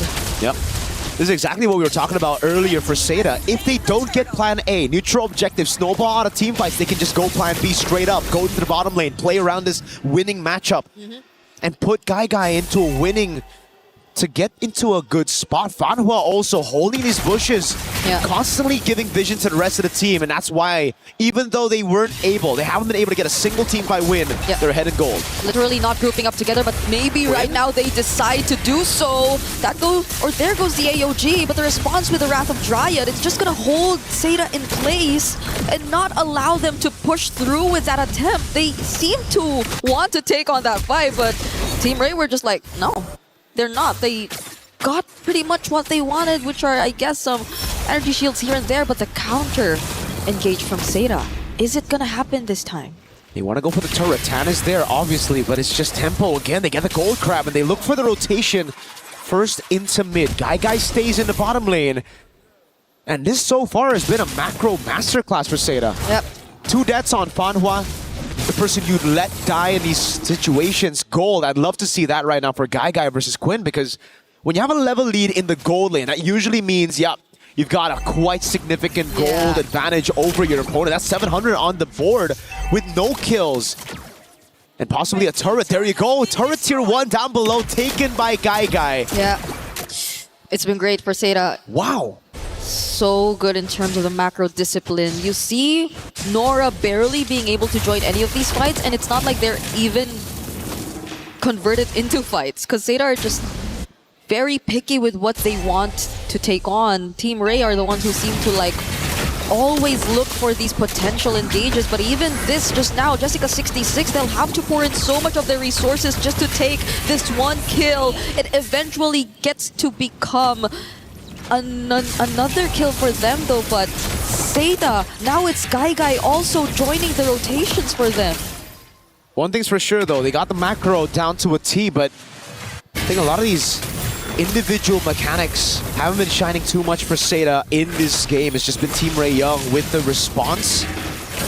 And they get turtle number 3. Final turtle of the game, 2-1 in turtles right now. As Seda look to just trade across the board, but Team Ray Young have closing that gap in gold already. It was around a 1K gold lead for Seda. It's just slow again. Jessica, I'd say, a bit too rushed on some of those resources. Consecration popped way too early. I think the Revitalize as well. And for Name, spamming a lot of the poke, but not really respecting when she should recall. She's staying a bit too long in the lane. Had no mana to respond to that Team Ray Young rotation, but now it's Seda looking for tier 2 down below. Okay, creating space right there. Name and Fanhua doing their best, but it seems like Quinn just goes in with the blazing duet. Not sure if enough stacks were in it there yet, but they just wanted to allow Guy do her thing. Not that they were able to take the turret, but you could see how much they're trying to play around this gold laner. Seda have focused majority of their attention towards Guy, and Name doesn't seem to be as behind anymore. I mean, Do doesn't seem to be as behind anymore. They're already both level 10, even though Tan has all of the kills Team Ray has been able to secure so far in this game. They've got that better safe than sorry at the approach, Seda. Even earlier, Revitalize and the AOG utilized straight up after they saw Chiboy and Quinn walk up. Now for Team Ray Young, it's a turret down below that they want to take, but Seda have already sent enough members. Name recalling in the mid lane. They won't have the help of their mid laner. AOG! Oh, they're the ones who actually go in first. The taunt lands onto Chiboy, but he hasn't used the Wrath of Dryad just yet, and they do not need to in order to get the kill on Fanhua. Real world manipulation also laid down, but Joe unfortunately could not survive. That's a lot of resources, but still Seda couldn't find a single kill on their side.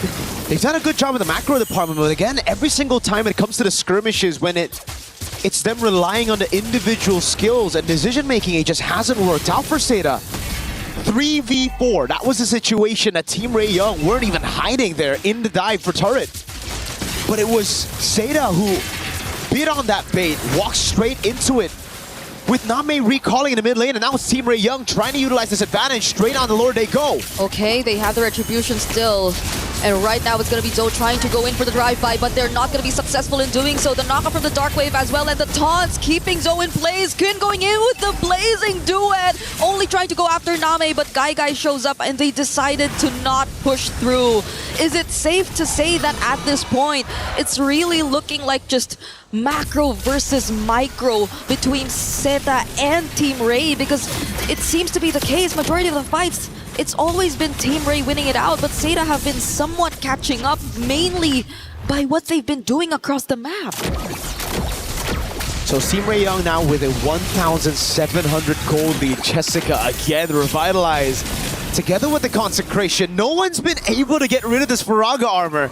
Tancer's having a free day on this Expo. Again, the revitalize has only helped Tan to get even more stacks. Oh, they're going for the sandwich play. RWM and the AOG doesn't land onto anyone. Flicker up from Nora as well, and it seems like they're gonna be okay. The last Insanity 2 is gonna push them out from trying to go for the chase, but the Lord is still up. They'll have to deal with it. Finally does go down.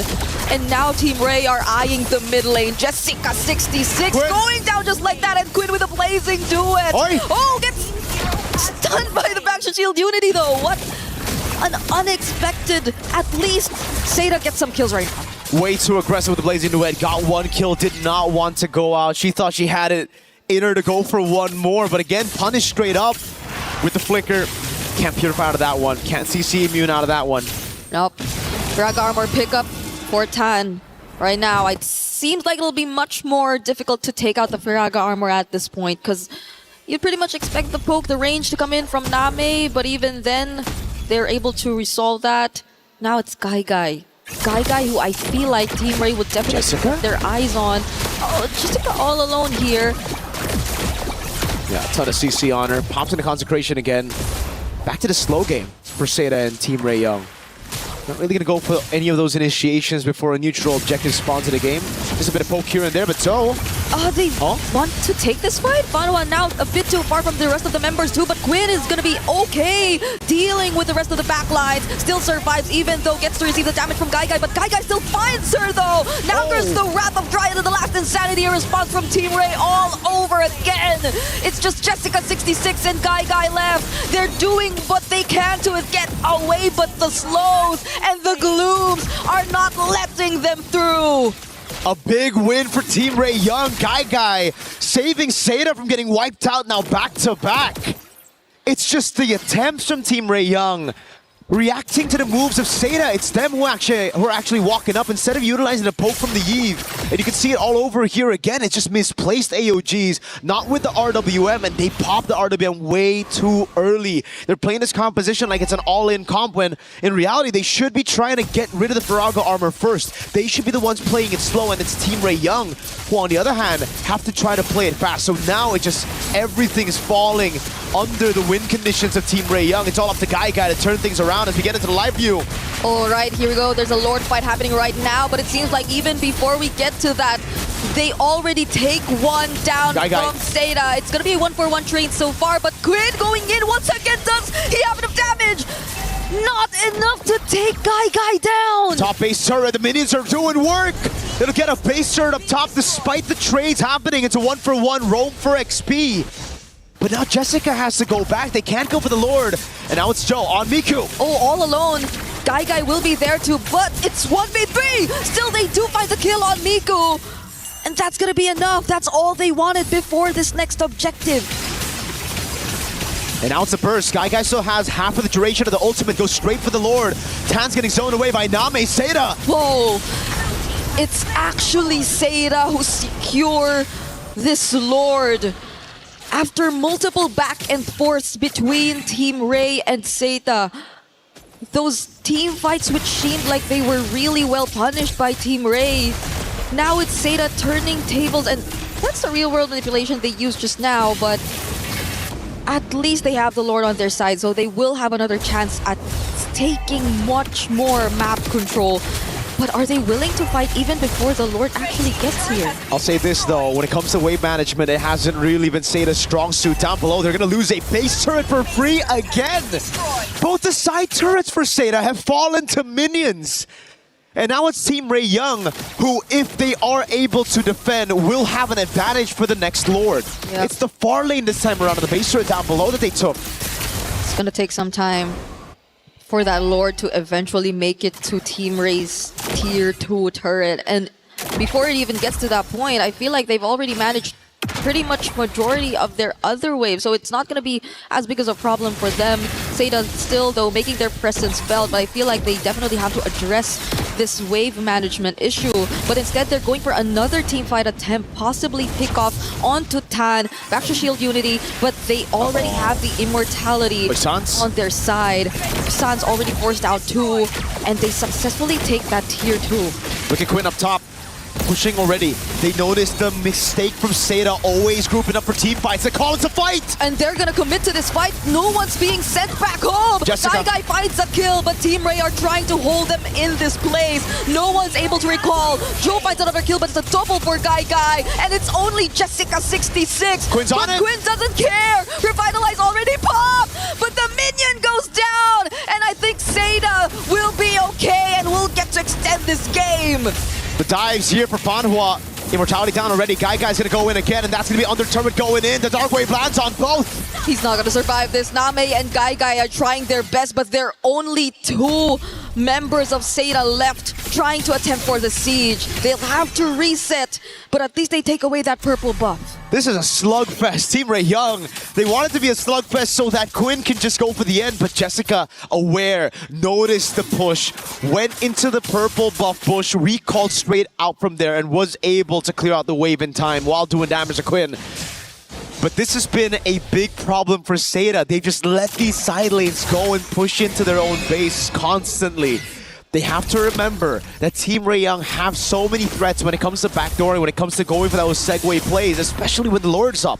These waves are going to be building up. It's a base turret. Even if you deal with it like the way that Jessica's been dealing with it, it's still going to be pushing back towards your base. So you're going to have to constantly send some people down, or you burst the Lord before Team Ray Young can utilize this advantage. Honestly, Jessica26 will have to do so much given that. Random Giant forced out. Keep on getting bursted down. Nami actually picks up the kill, and they don't fight any trades whatsoever. Look at Quinn. All over again. Jessica has no choice but to stay in base just to anticipate these kinds of attempts. It's a 1v1 every single time. XP versus Gold inside of the base. The minion's already down there. Seda, go on Lord. It's a desperate rush towards the Lord for Quinn, but I don't think she can get there in time. It's a free Lord over to Seda. They're not going to be able to contest. Name gets left behind though. There's going to be Nora going in with the Infernal Pursuits, but Guy's just throwing a bit too much of damage. Quinn is back, but Jessica is here to guard. Sandwich maneuver. Joe's trying to go for the pick. Quinn, no flicker. Oh. Do they know where she's at? That's the question. No, they don't. Quinn gets the recall safely. And again, it's Seda who are able to secure the Lord, but Team Ray Young still have control over the side. I don't know, the first time, I like what Quinn was doing. It was unexpected, but doing it 2-3 times, Jessica's gotten the read, and the team desperately needs a damage dealer. Without Quinn, it's just Mikuli left to deal damage alone, and you can already see how it has impacted the rest of the team. Chi-Boy hasn't had the best of times, just being a frontliner, taking the single target damage of Guy. Yep. The burst was felt. Look at her now once again, and the real work was the AOG! Laid down together perfectly, but it seems like Team Ray are able to fight this under the turret. They're not afraid to take them on, and that's going to be 2 kills over to Team Ray. Very unfortunate for Seda. They had the Lord, but they were baited into a fight by Team Ray Young. And a quick punish followed. Now it's Team Ray Young looking to knock on those base turrets. The final one in the mid lane, but they have to still respect the Lord. It's Miku sent below to deal with this Lord. She should be able to deal with it as the rest of the team just goes for the Grand Theft Purple. It's Guy actually, no? Okay. Okay, she got it. Yep, they're gonna be okay. Tan has her own purple buff in her hands, and the Lord is gonna be dealt with in just a bit by Miku all alone here in the bottom lane, but things have been a bit weird for both teams. I feel like it's somehow getting to them too, that we're reaching the 20-minute mark, and a lot of things are going to be much expensive, especially if you get taken out at this point. You will be having longer death timers. You see multiple immortality pickups too, but what is going to be the main task at this point for both Team Ray and Seda? Tan will not be as easy of a target to just take out the Firaga armor from. Guy too is 603 and doesn't seem like the best possible option if you just really want to go in for those pick-off attempts, because you really have to fight them head-on through team fights if you're looking at the composition from Team Ray. So at this point, Guy's just completely online. On top of the fact that Namai just picked up that holy crystal. It's all about the late game now. Equipment built up, and we know when it comes to the late game, it comes down to how they're able to also utilize the macro. Though it's strange to say, Seda have shown really good macro this game. The fact that they've left open those waves in the bottom lane, that's an exception. But now it matters the most as to how they deal with the waves incoming. If Quinn... wait a second, Joe just went in. They're fighting it here, not even near the Lord Pit. The Revitalizers are being forced out yet again. The AOG Quinn. just nearby, already forced to pop.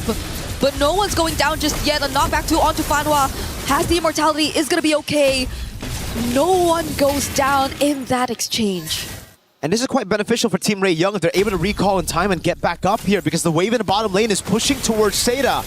And we know a common trend, Name getting the poke down on Tan, and she doesn't want to recall. What? Wave up top, pushing in, wave down below as well. This is where Team Ray Young make their move. Seda are already starting the Lord. Oh, flicker forced out of Name. Mikuchu going in alongside Quinn! But he gets bursted down. Fortunately, has the immortality, and the rest of the members of Team Ray are going to catch up. Black Shoes already popped by Miku as well. But near the Lord Pit, Fanhua falls down first. Last Insanity coming in from Tan. Name still alive and fights Nora, but goes down too. Next, after Guy pops her own immortality. And it's looking to be a near wipeout for Seda. And Team Ray might not need the Lord anymore. They had to fight that one 4v5 because Jessica was sent to deal with the waves. Bot and top all pushing in. Now you add another wave in mid and 4 Team Ray Young members. It's a 1-0 in favor of Team Ray, closing out that game after 20 plus minutes of back and forth between macro and micro and team fights who did not look like team fights, but eventually they still got the win. It took them a while to get that though. You gotta respect the minions. We're gonna throw it over to Damascus to take it from here. I mean, absolute insanity in our first match of the day. You cannot make it up. That was back and forth too.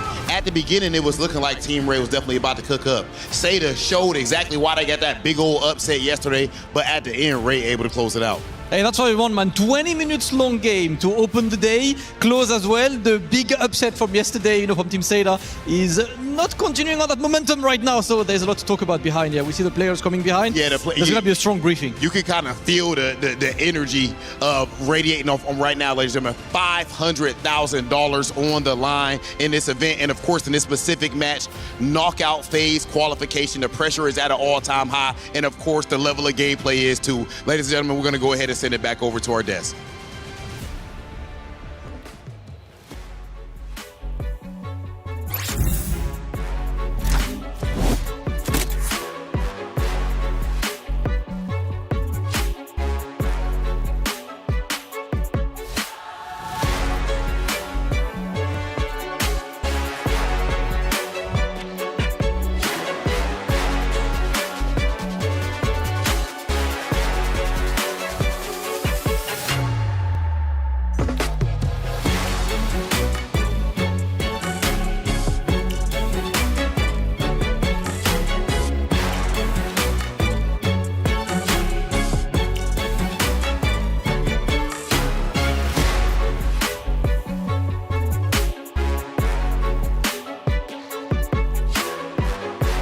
Is in our DNA. Whenever we let it out, it becomes our superpower. Now imagine an entire city being built to supercharge it. Kadir City, powered by play. Hey everybody, welcome back into the studio. Map number 1 has concluded, and what a map it was. Seda Esports gave it their all, but Team Ray Young, too strong. A lot to talk about, a breakdown. Let's start. I'm Taylor Reflections Noble, Eterna, Gideon. Nice to see you both. We watched that. I'm learning as we go. Gideon, thanks for the instructions. You know, Seda Esports, early on, you could tell they were in trouble. But mid-game to late game, they did start at least having some life. I think a lot of it just comes down to Team Ray Ray not being a little decisive here in certain moments, and I think that's a little scary on my part because my bias is leaning towards them. But at the same time, I think that Seda also needs to recognize, right? This is not the same Seda that we saw yesterday, and I think a lot of it just comes down to comforts in the draft, right? I think they had a plan in mind. It did not go the way they were looking for, and I think the laning phase is what really messed them up. And I think to add to that is, I think Seita maybe tunnel vision so much on these team fights and these objectives that they really forgot to stick to their fundamentals, which is housekeeping of the minions. Multiple occasions we saw that Quinn was able to look for opportunities to look for a backdoor. Sure. Unfortunately, she was unable to get them, but the fact that that opportunity was there in the first place, it's a big question for Seita coming game. And you know, let's go through some of these moments and take a look at the first one, because I want to piggyback off of what you just said in just a bit, especially with Seda versus Falcon Indonesia. But looking at this first point, Gideon, we are now 12 minutes in, and we've got a battle for the Lord. Yeah, a lot of these problems come down to, hey, who are the trigger men, right? And in this case, it's going to be Namin as well as Fanhua. They have the most important jobs to have the RWM and the AOG combined together to get this really big impact. The problem is that a lot of the heroes on the side of Team Ray, it really boils down to the draft, right? Hey, what are you going to do when Lilia just black shoes away? They just flicker outside of the RWM. There's not a lot of winning scenarios unless they're able to catch not only the Claude, but also catching the X-Borg. And I think that was the hard part. And let's go to the very end of the match where Team Ray ended up taking it for themselves. They end up pushing through, doing so after, I believe, close to that fight that we just witnessed, and then ultimately taking over the base and winning the rounds, which was, again, just a battle until the very end. Eterna, we're now 21 minutes into it, obviously getting towards the very end. A big team fight is won from the side of Team Ray, and they take advantage. And that's the thing, like we were talking about housekeeping earlier, and you can see that this team fight wasn't really in favor of Seita at this point because they were in a 4v5 situation, because unfortunately Jessica66, which has been the main backbone, I would say, to most of the team fights, most of the games that we saw yesterday, was not even there to help. Like, she was forced to do housekeeping, she was forced to be back in the base to try and clear this, and unfortunately it was just a disadvantage for Seita in that position. And I want to go back to what you said just previously. You mentioned Seita Esports pushing fights, getting aggressive, at times probably even getting a little bit desperate. But if you go back to the commentary from Team Falcons Indonesia when Seita Esports ended up beating them, I felt Falcons Indonesia was doing much the same. I guess so. But for Falcons Indonesia, I felt like it was more so on like the execution, the troubleshooting that they were unable to look for inside the game. The adaptations weren't there. And I think for me personally, the targeting was still very questionable from Team Falcon's ID. That's actually exactly what I wanted to bring up, right? It's target priority here, right? Not only is it at a high level, it's a lot more difficult to do, but I think the interesting thing where we see these teams in particular play, it's not just about pushing, it's the constant push and pull, right? It's constantly adapting and changing on the fly. Hey, I may have an opportunity to backdoor. If it doesn't work out, maybe we force a fight. They need to make those decisions quick because, as you see, if Quinn is walking back and forth, nothing is happening. Yeah. Well, hey, there was a lot of team comms. Obviously, you got to communicate well if you want to get the victory. Let's listen in to some of the team comms in map 1. Kurang orang, Cak. Ni. Aku cari nawa. Aku cari nawa, guys. Carry. Nice, bro, guys. Thank you, guys. Kita boleh menang. Main. Bodoh, nice, team. Thank you, Rotan. Thank you, Rotan.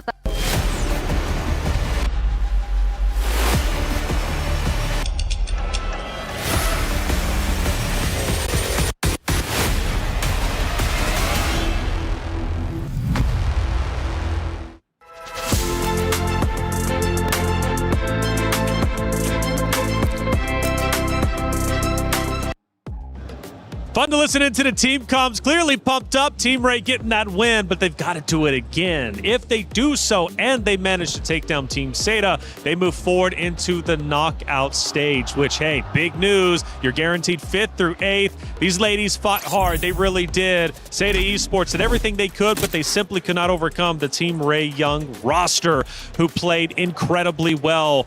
Talking about shortcomings, again, learning a lot from you, Gideon. Let's go through some of the shortcomings from the side of Seita Esports, because the commentators, they ended up mentioning, look, the macros were actually quite well for Seita Esports. So what ultimately ended up falling apart? I think what ended up falling apart is just, unfortunately, the combination just needed to be executed more cleanly in the early stages of the game. Like, we see Jessica here getting run down in the middle lane, has to pop not only the ultimate, but also at the same time, her battle spells.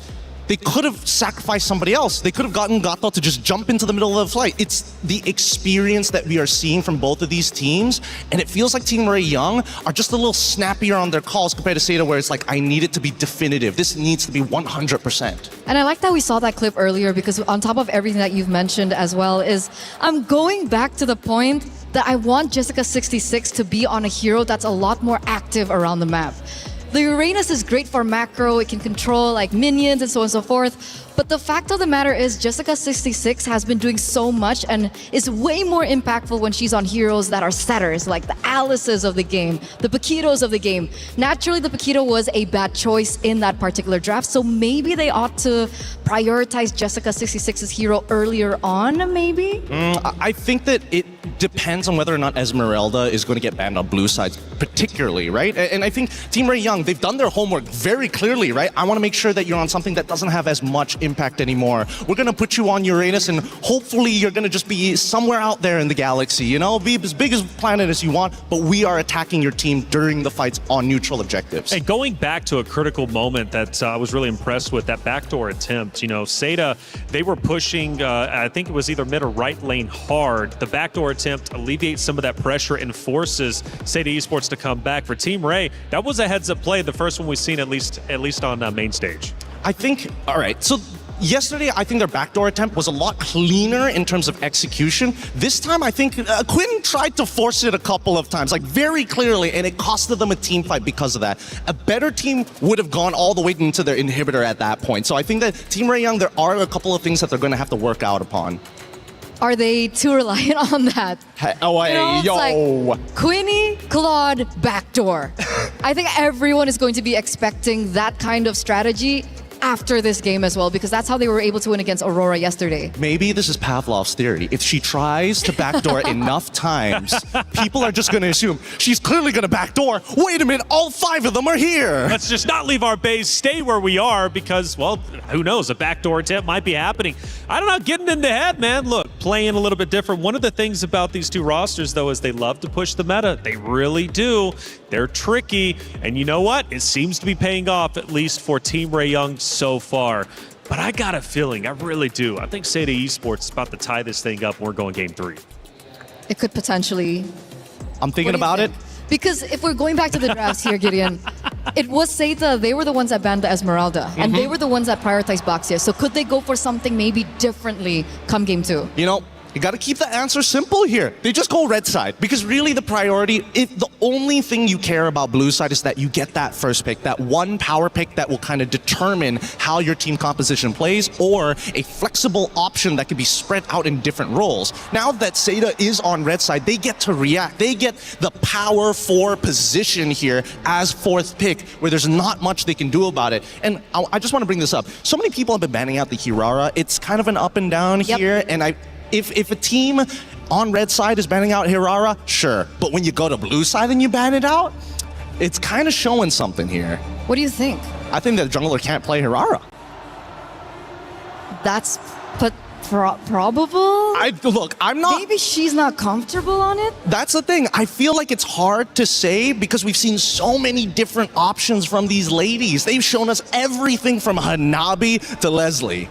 Okay, I mean, if that's the case, where we are going to have to just work with it for the moment, because the Boxias now is going to be banned out. There is still an opportunity for that Esmeralda pickup. We've been talking about how powerful the Esmeralda has been, especially in that EXP lane after the buffs.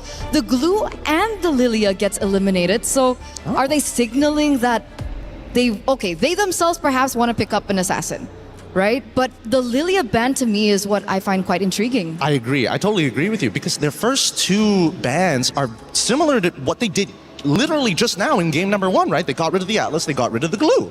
But they decided to change it this time because Hirara is already gone, and Zushin is going to be the first pick, followed up by Yves on the opposite end, and they're still thinking about what else to pair it with. Are you looking for supports here to guarantee your mid-trio, or do you want to show your jungle early? I mean, if they want to go back to the same thing that they did, earlier on, they could go for maybe another setup with a Yves, with a Gatot Kacha as well. There were moments that it worked, and obviously maybe game one was an adaptation period for them. So if they do want to work with that, they can. Or perhaps they want to prioritize their gold lane, right? We've seen that becoming, the fundamentals, especially in the first phase. Maybe a Claude that they want to pick up first, take that away from Team Ray. Actually, that's a really good idea, considering that Quinn has been like the main driving force of these backdoors and major decider of damage. I'm surprised that they actually go for the Khalid this time, but the follow-up is fast, super quick from Team Ray. They get the Esmeralda. Not a lot of counterplay to her, especially if you're thinking about Phoveus and Paquito. Getting the carry as well, just to make sure that they don't have another way to kind of deal with the heavy tanks. Absolutely. I think this would show like maybe another, a dead lane. Do they want to go Esme-Uranus matchup? But then that's more, well, I guess Uranus eventually outscales her, but for like the most part, Esmeralda is going to control that side of the map. Which definitely is a problem here. And of course, Jessica26 really needs to get her hero down, and they are still going to leave her hero into the second phase. The first three picks coming in from Seita, I don't know, with the Khalid and the Yves as well, it's signaling to us that they really want to play that mid. They do, but what jungler would make sense? Like, they could set up for so many different things, right? In this position, based on the next two bans we see for either of these teams, for Seita, I'm thinking the classic Fredrin Arlet type situation. But again, you know where Esmeralda is going to go, and Arlet is going to struggle a little bit, so they might need to have a little bit of force up on that EXP lane. So maybe that's what they're going for, right? Like, okay, we'll play that as a weak lane, and then they utilize that later in particular team fights afterwards? Possibly. There's many different angles that they can go for, right? I feel like the Fredrin makes a lot of sense now that Baxia is gone, but then there's still Akai as a potential problem. You see the Belleric actually getting banned out here. Looks like Seita putting a lot of respect. I feel like it's an assassin. In the jungle for Seita. Like a Haya? That's the thing. We don't really know so far just yet. She's picked up the Baxia in the past. She's picked up the Hirara in the past for, Zoe. And both of those are actually banned out. You know by what? Team Ray. I think let's just make it real easy here, right? If we're going to guess jungle picks, all we really have, you are dead right about this, Eterna. With the Kaja ban as well, it's got to be an assassin. But what assassin? I'm thinking it's got to be one of the ninjas, right? It could be Nolan, though. Nolan into this? I mean, they have a strong duo mid in Yves and Khalid. They can work with that. Nolan clears very fast as well in the enemy jungle. I think they can save it for the end. I think they don't have to show their jungle pick here right now and wait until Team Ray reveal everything, because you can immediately take an EXP counter matchup against the Esmeralda. I'm thinking just throw them off the scent a little bit, put in a Yuzong and say, hey, we have diving capabilities. What are you going to do now? What do you think about the Terizlas of the world? Might be a little tough, actually. Mainly only because there's carry on the opposite side. That's really the determining factor. Ooh, Yi Sun Shin. Okay. Semi-assassin. That's, I think we saw a YSS in Stream B. Is that going to be enough, though? Yi Shin, yes, is still able to kind of outmaneuver a large majority, but now Team Ray can technically respond to this, so they're sacrificing the jungle. Yep, there we go. Instantly, they have something that goes into the jungle to invade, to punish the early game and the Nolan. So you called it here already, Eterna. Okay, but on the opposite side. The Nolan does come through, and luckily enough for Team Ray as well, that they are playing on dangerous grass, so the Hilda is going to be able to be a lot more aggressive. I love the Hilda-Khalid matchup in particular for the mid. It's going to be a very interesting matchup, but the last pick now, it's going to be for Jessica26. It's going to be as vital as ever for this to be a power pick for her too. This last pick, again, are you liking Team Ray's composition so far? Do they have your favor, or is it the Seita side now that you see the Phoveus? I like the Phoveus against the Nolan. Okay, because for me, it's going to be down to the junglers. I don't know about you, Taylor, but I'm looking at either the Korean commander of their naval army or the time traveler. I'm thinking time traveler. Time traveler for sure, man. You can do a lot if you could travel in time. You could do that, man. You could get the winning lottery numbers. Check it out. It's going to be a big matchup for sure, and a big comeback needed for Seita Esports. Will they be able to do it, or will we have 2-0s all again here on Stream A? Well, let's see what Team Ray Young has in store. They are one round away from moving forward to the knockout stage and potentially securing a championship later on. Brigitte, Mirko, let's get it started. Thank you so much, panel. Yet again, man, we are into the matchup. And just as Gideon mentioned, or asked around the panel, I would like to know your opinion. Brigitte, whose draft do you like better? I will have to go for the Esmeralda. Mainly because it's been such a great time for her, and I like how they've been trying to resolve the issue of scaling for Seda head-on through the Hilda Jusin mid duo that you're starting to see right now in the hands of Chipo, just making that Joe is not going to have a great time farming in the early stages of the game. Fortunately, has a bit of help from Guy, but that's where I'm really going to put my eyes on. If they're successful enough to keep this early game momentum going, then it's going to be tough for Seda to scale into a position where they want to be. I agree with you, especially considering, again, this Nolan pick is just so good at invading early. Nora's already got the prio. Bottom lane, they go for the dive, but there's damage reduction under that turret. And if you look at Nora's emblems, it's a bargain hunter. Team Ray Young know that they'll be ahead in this game. They'll be the ones with the snowball. So they're trying to go for the throat as early as possible. Tando takes the golem away. Already a camp stolen. 15% change. And that's huge for Seda, who definitely want to speed up things a bit because they do have to scale. They're both on a double marksman. They're on a double marksman setup, so they definitely need as much as they can. But fortunately for Team Ray, they've been controlling majority of their lanes so far, and the carry Claude matchup is pretty much something you've seen happen time and time again. It's been an okay lane for them. Nora, two games in a row, early game, has controlled the lane against Jessica, who we are not really seeing the setups from just yet. The same level of aggression we saw from her yesterday against Team Ray this time. And even the minions in the mid have been under control by both Miko and Chiboy. So this next turtle is looking to be like a huge advantage for Team Ray, considering that Nora's up level 4 too. Yep. They're not actually going to utilize this level E just yet. Zoe gets level 4 with the Lizard down below. Nora up top against Jessica. Both level 4, but again from Miku. She's going to be delayed a little bit from getting that level 4. Very soon, though, she'll have it. And Nami is actually still behind. This looks great for Team Ray Young. Tan is just going to focus on the turtle as Chiboy and Miku are going to be in charge of zoning out Fanhua. Joe could not even approach the turtle either. Mountain Shocker already committed, but they've already gotten the turtle. And Nora, look at what she's able to do against Jessica 66. Yeah, those buffs on the Esmeralda are really showing. Those nerfs on the Phobias really showing as well. This matchup wasn't really a good matchup even before the patch, but after the patch, it'll really be a lot more difficult for Jessica to go 1v1. She has to just participate in the fights, going in for those dark waves instead of going 1v1 against Nora. Especially with the Bargain Hunter, man. Nora, if she gets more of these golds, if she's able to participate in more of those fights, almost a kill in mid with a fracture on Name. And now they're going to be looking for bottom lane for sure. They already have this winning matchup that they didn't have last time around. Chiboy's cutting.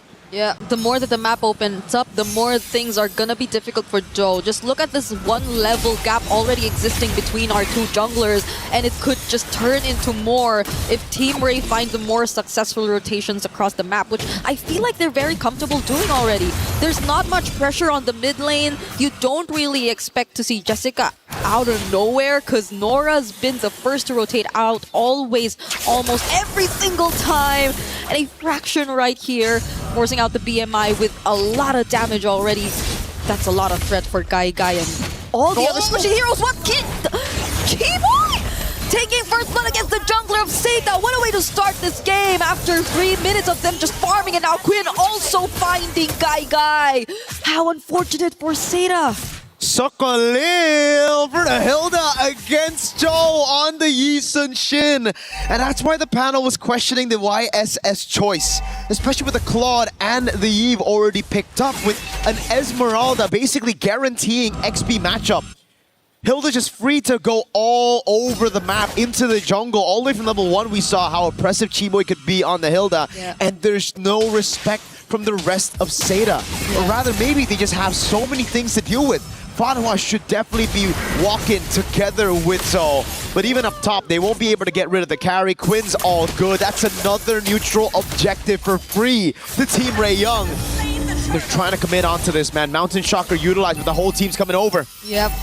That was a trade attempt, but then you clearly see how quick the responses are from Team Ray. They already decided to switch lanes, and yes, things have been really fast-paced for Team Ray at this point. Just Chiboy not letting go of Joe.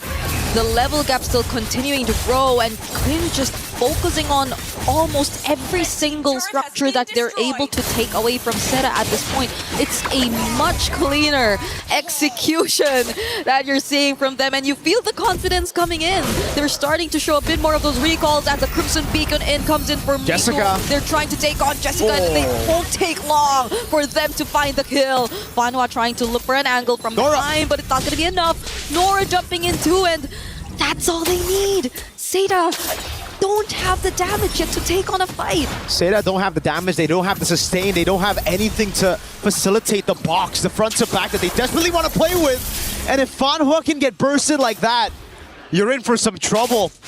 That's the main frontliner. If the fracture combo lands on Zoe, Name, or Guy, it's gonna be good night.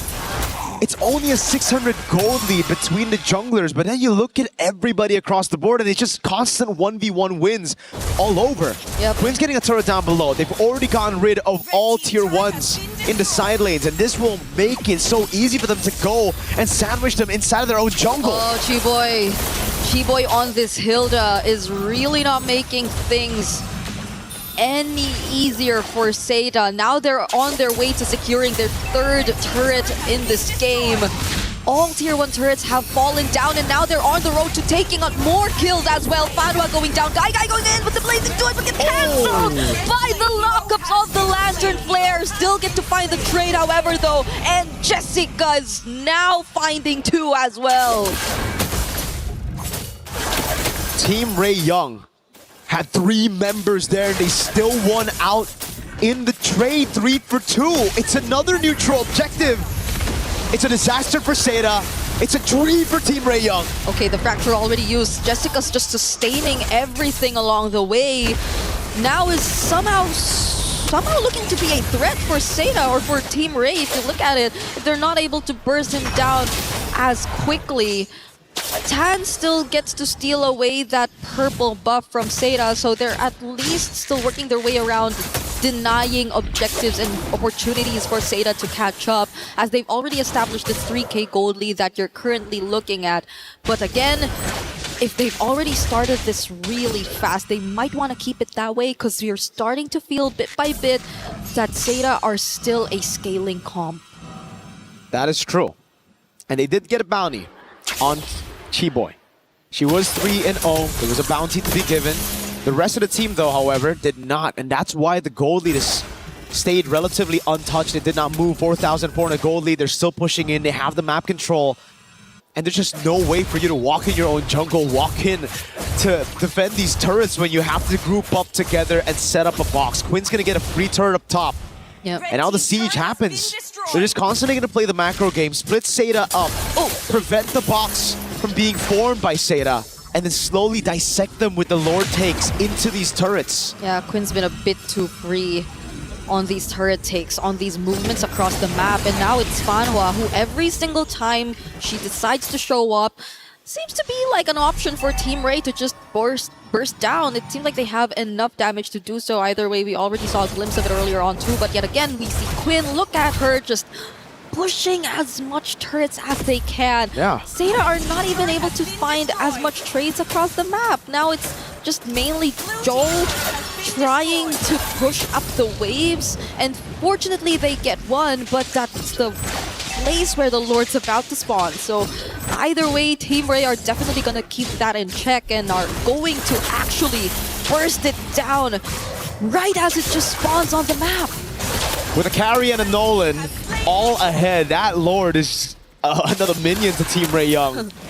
One thing's for sure though, even if Seta scale into the late game, their frontliners don't. Jessica, Fanhua, they're on heroes that just don't scale into the late game, and the fact that they're just so behind early on. Look at that level lead. Jessica to Nora. Oh my goodness. Yeah. That's a 3-level lead between the XP lane. Nora's just having a blast in that lane. And if we even look at the roam right now, it's a level advantage for Chiboy. Every time I think I've seen Fanhua Raging Sandstorm out away, it's been defensive. It's never been aggressive. Yeah, never been aggressive. Sorry, I made that mistake. They can afford. No, it's okay. People make mistakes. Yeah, they can't afford to. You can't afford to. We're waiting for a perfect opportunity for them to actually either isolate a member or not just really get counter-engaged enough by Team Ray, because Chiboy, everyone else, Quinn are just all too free to find the targets that they want, and now they've synced up all their waves and are on the verge of taking out all these holy shields from Seda just 10 minutes into this game. They also have incoming waves yet to come in the mid lane. Seda are just really forced to play defensive at this point. They can afford to make plays later on. They can start things off with either Fanwa or Jessica26, but do they have enough resources? Because at that point, we just saw it now. Fanwa was struggling to stand in front of Team Ray for more than 2 seconds, but Jessica actually tries to go in! Whoa. There goes the real-world manipulation, but Chiboy actually still finds the kill.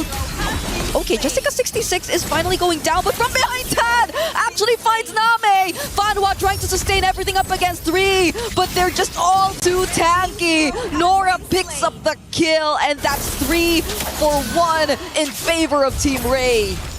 Again, Team Ray Young, they look for the fight, they get it. Quinn died. Again, this time Fanhua able to connect on the Raging Sandstorm. And everything just played out the way they wanted. Unfortunately, there's still no bounty, and that's the thing. Team Ray Young can constantly take these gambles, can constantly go for these sieges, and they'll go and take these desperate fights from Seda because they know they have the lead. They have the win condition as well. As long as they don't fight under the RWM, they are good. As long as they're able to break the box, or rather play around the box, it's A-okay. And Seda, we know this. They have good clear. It's about how long they can extend the game, how long they can delay the end. Yeah. Because if they're able to get to, let's say, 16, 17-minute mark, that's where their composition should shine.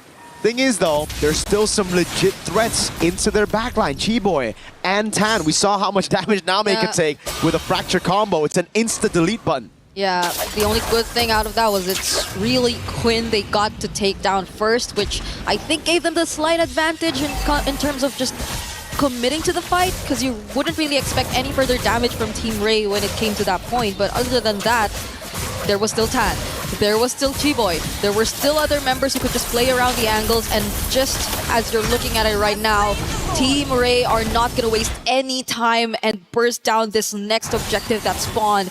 It's an enhanced Lord that we're seeing in their hands with no energy shields left, so it's looking grim for Seda in terms of their remaining base turrets. A quick item check as well. Look at how far behind Jessica actually is in terms of gold.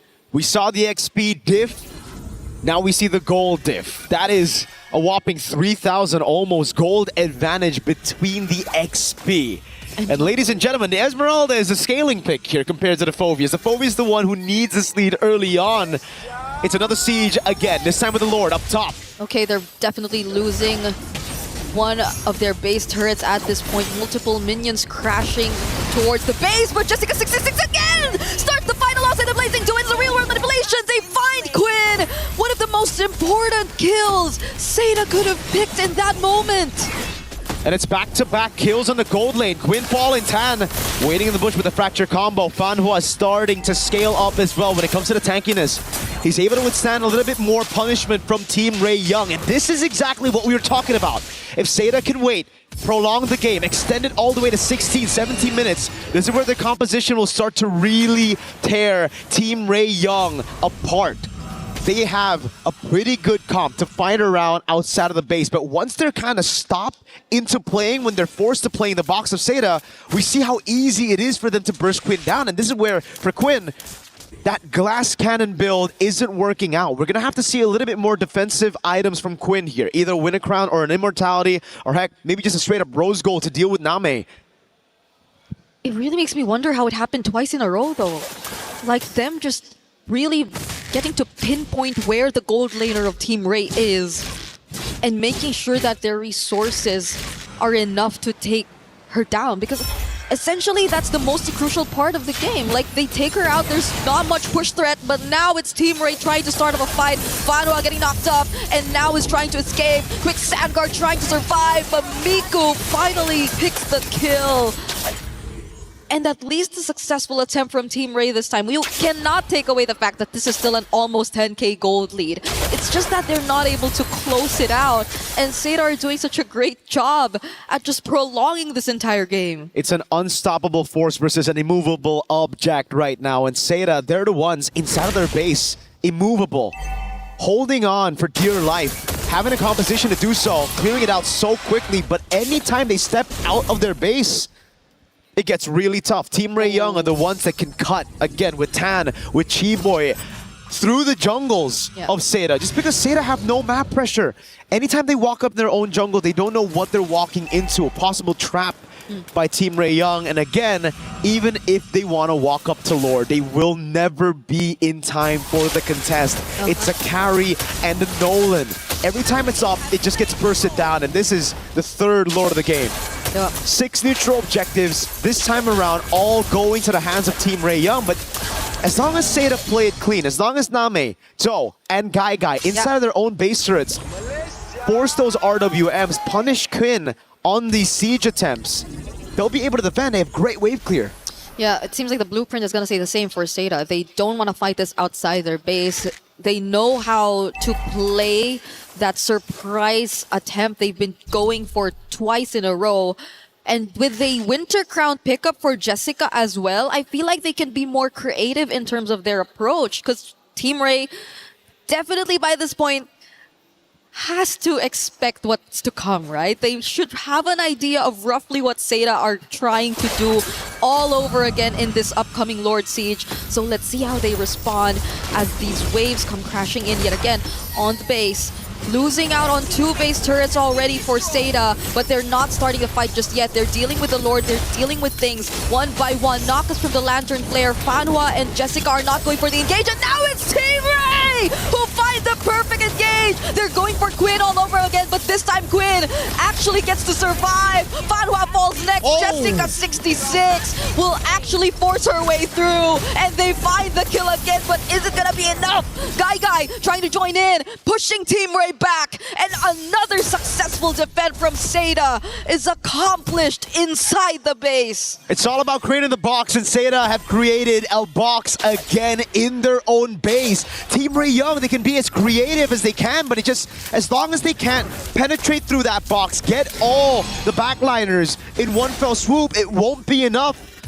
So at this point for Team Ray Young, they're going to look at the Evolve Lord. That's the only way to end this. They need a damage reduction from the Evolve Lord to just go straight in and brute force their way into getting the crystal. For Seda, it's now or never to contest. They've extended the game to a point where this should be their win condition. Heck, Joe, Joe, gotta be careful there. He doesn't have a way out. The Lantern actually escapes. Not using the flicker for Fanhua though, but that was close.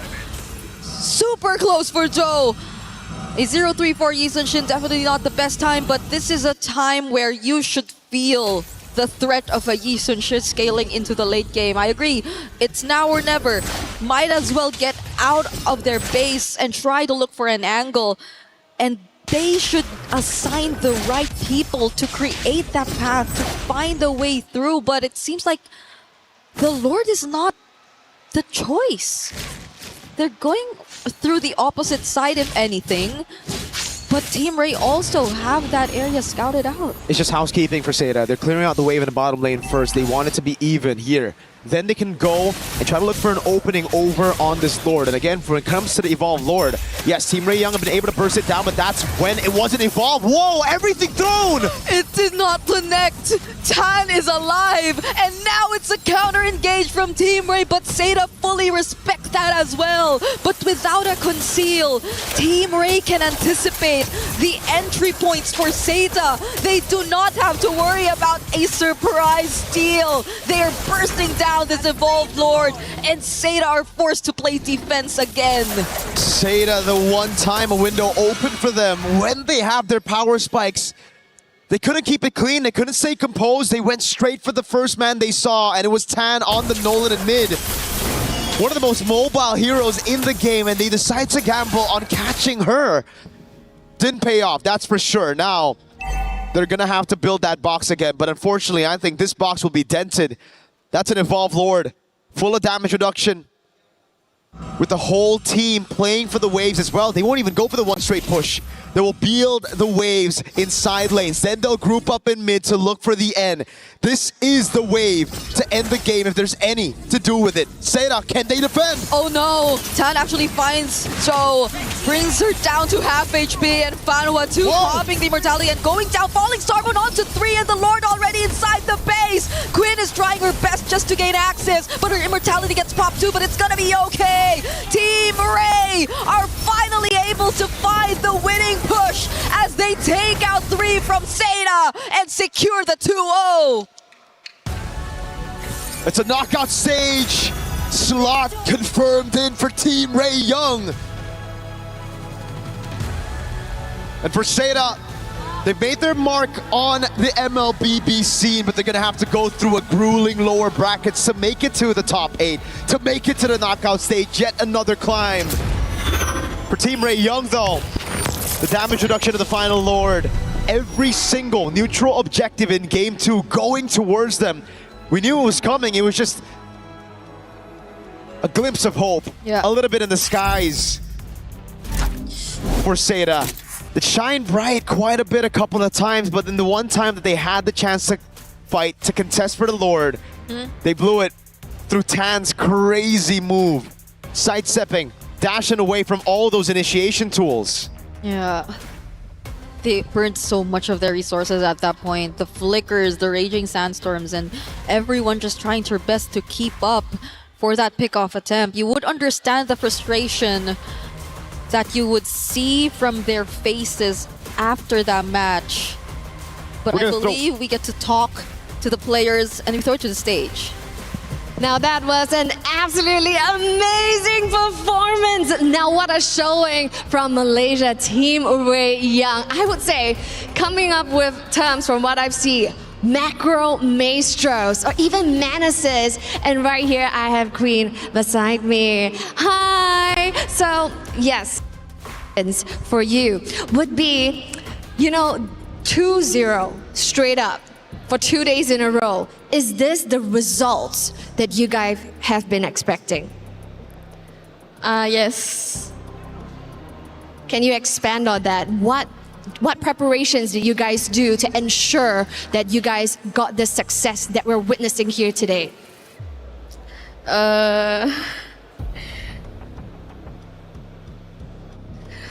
Like, what do you guys prepare? Before you guys prepare, we Was there a lot of scrims?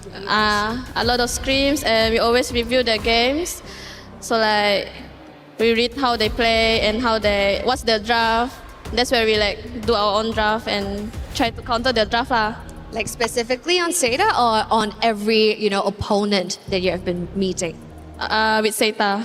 Oh, with Seda. So a lot of homework has been done. And taking a look at our venue here, we're very excited. Damascus, we do have a question for Quinn. Yeah, it's been fun to watch, of course, people supporting the regions. You have plenty of fans at home and people all the way from Malaysia as well in the venue. Do you have any words for the people who are supporting you all the way from Malaysia?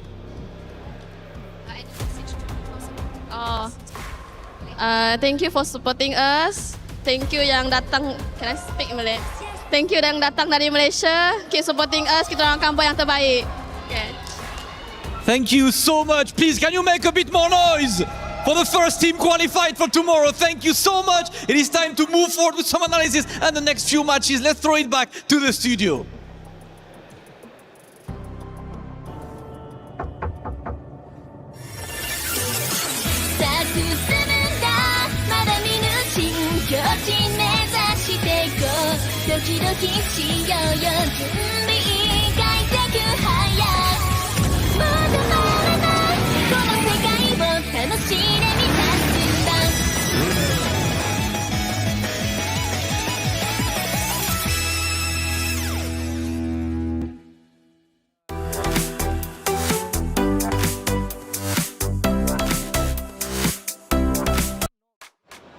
There it is. Our first game on stream has been done and dusted with. Of course, it was Seda Esports putting up a tremendous fight, and they really did. But Team Ray Young gets the victory. They push forward and are officially our first team in the knockout stage. Hey, welcome back into our desk. I'm Taylor Reflections, Noble Eterna, Gideon.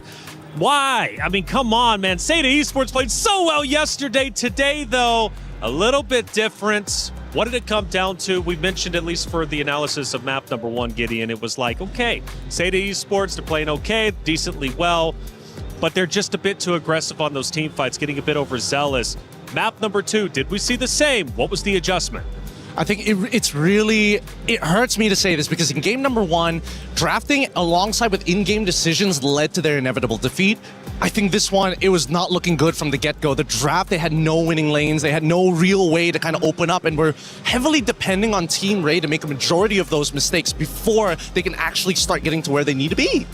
Well, let's take a look at our first play of the game and break it down, right? Because game 2 wasn't as long as game number 1, but still just as exciting nonetheless. And as we take a look at our first moments overall, I'm curious what you guys think because, you know, early on, there was a big battle for the first turtle, and it was Team Ray Young who was able to get that, setting them up early on.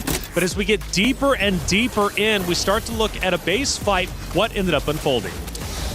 I think that the hard part about it is just as this base fight, it's kind of unwinnable in a lot of these cases, mainly because of how much money that they have, right? They have such an inflated economy and so many more stats. However, if they all make the big mistake of walking into that RWM, they're just asking to die. And I try to, you know, the rule of thumb, 10K goal means? It's over. It's an instant GG. It's over. 10K means it's over. And that's why I really agree with everything that Gideon said. It all came back down to the drafts. The fundamentals, again, is what's really shaky about Seda. We were talking about fundamentals in terms of in-game from game number 1, and in game number 2, the fundamentals of the drafts just really weren't there. So that's something that they really can bring to their next match tomorrow. Well, as we start looking at our second moment of the game, tells a bit more of a story as to why this ended in the way that it did. I believe it's going to be a little bit deeper on. First, we were 16. Now we time travel into the 20-minute mark in Eterna. What are we looking at? I mean, at this point, I'd really want to hope that 10K gold gap just really didn't mean anything. But at the very end, it felt like the firepower just really wasn't enough. They tried their best to try and defend the base, and we can even see that Gai is doing her best to try and clear out that lane as fast as she possibly could, but with so many on top of her already, it just felt like it was way too much. And to Seda's credit, Gideon, they did push them back at least once or twice when, of course, Team Ray started to push up into the base. So Seda did put up a good defense. Ultimately, in the end, though, they were just too far behind. I think it's about also ticking the right check boxes, right? It's like, yes, there is the 10K. They made that one defense. Had they done it just one more time and were able to actually trade back in terms of inhibitors, maybe there was a good 50% chance of actually winning that game. But at that point, especially since their composition doesn't have enough wave clear, with no inhibitor, Lord pushing in, it is just too thick.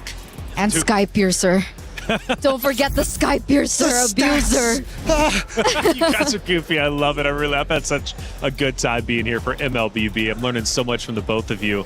You know, Seda, I just felt like it was just a story of comebacks, trying to come back each and every time, and the frustration obviously being shown on that stage. I wanted to root for them, I really did. And let's face it, they do drop down to lowers, so they still very much have a chance, and they showed us a lot of promise against Falcons Indonesia just yesterday. But for Team Ray Young, we didn't have a chance to watch them, at least on A stream yesterday. They were on the B stream. But man, they played well, and clearly they know what they're doing heading into the knockout stages. Because look, I believe they go 4-0. They don't drop a single map. That was one of the main things that I heard from Stream B. Like, they kept talking about the experience coming in from Team Ray. Over and over, they kept saying veterancy, veterancy, veterancy. And we finally get to see it here as well. There are so many moments in the game when you can see that they can adapt on the fly.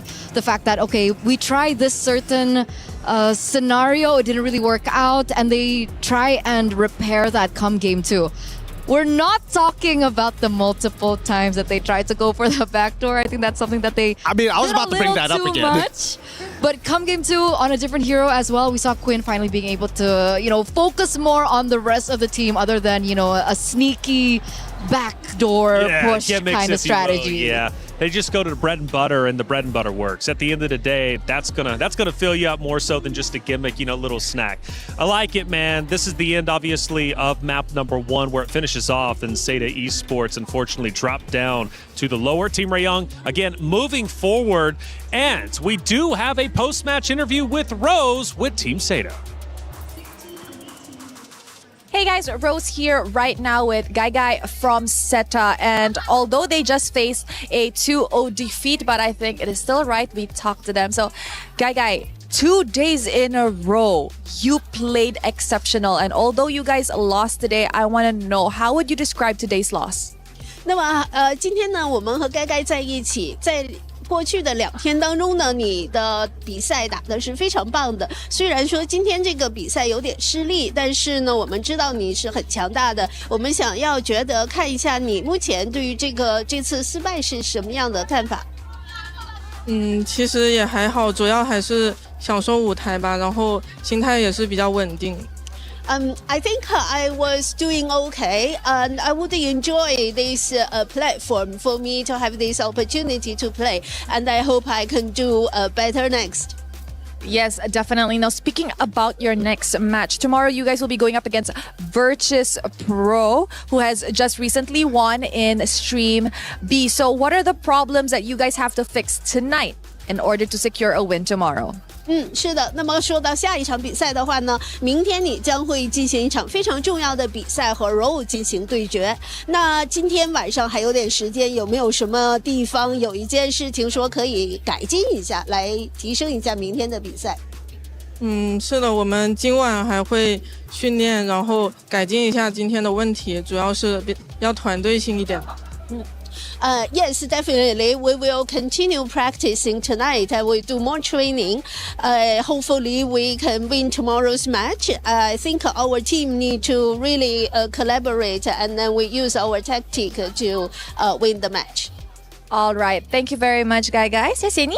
And with that, throwing it back to you guys over at the studio.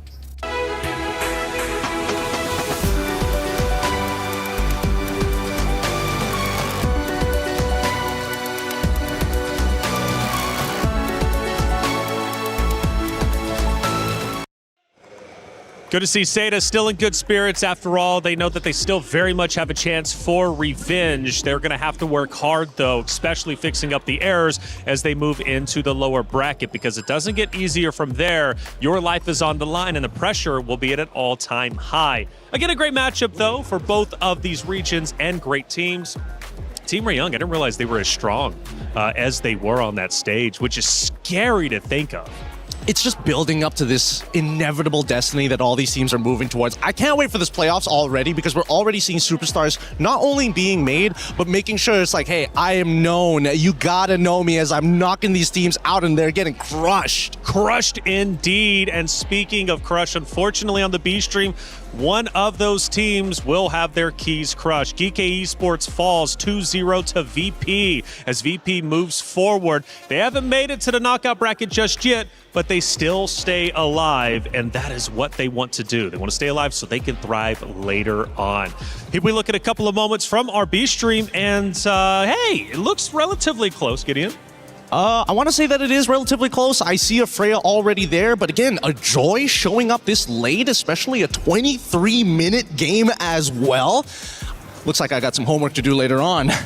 I think we all do, especially after the new meta. And you talked about it, though, Gideon. I mean, look, you love MWI because you get to see a whole bunch of different team builds you normally don't get to see. Eternal, was that... Did I just see Ling for a second there? Yeah, I think they subbed... we've been seeing a few Lings actually on Stream B. Really? Interesting. The games I casted, I didn't get the opportunity. I know. It's so uncanny. I really want those assassin plays here in Stream A, but we haven't really been getting them. But I'm actually really surprised about this, and I feel like it's a huge loss for GK. I mean, they did so well against Geltec. I know that they lost it 2-0, but despite it, I could see the moments and the brilliance that they had, the potential that they had as well.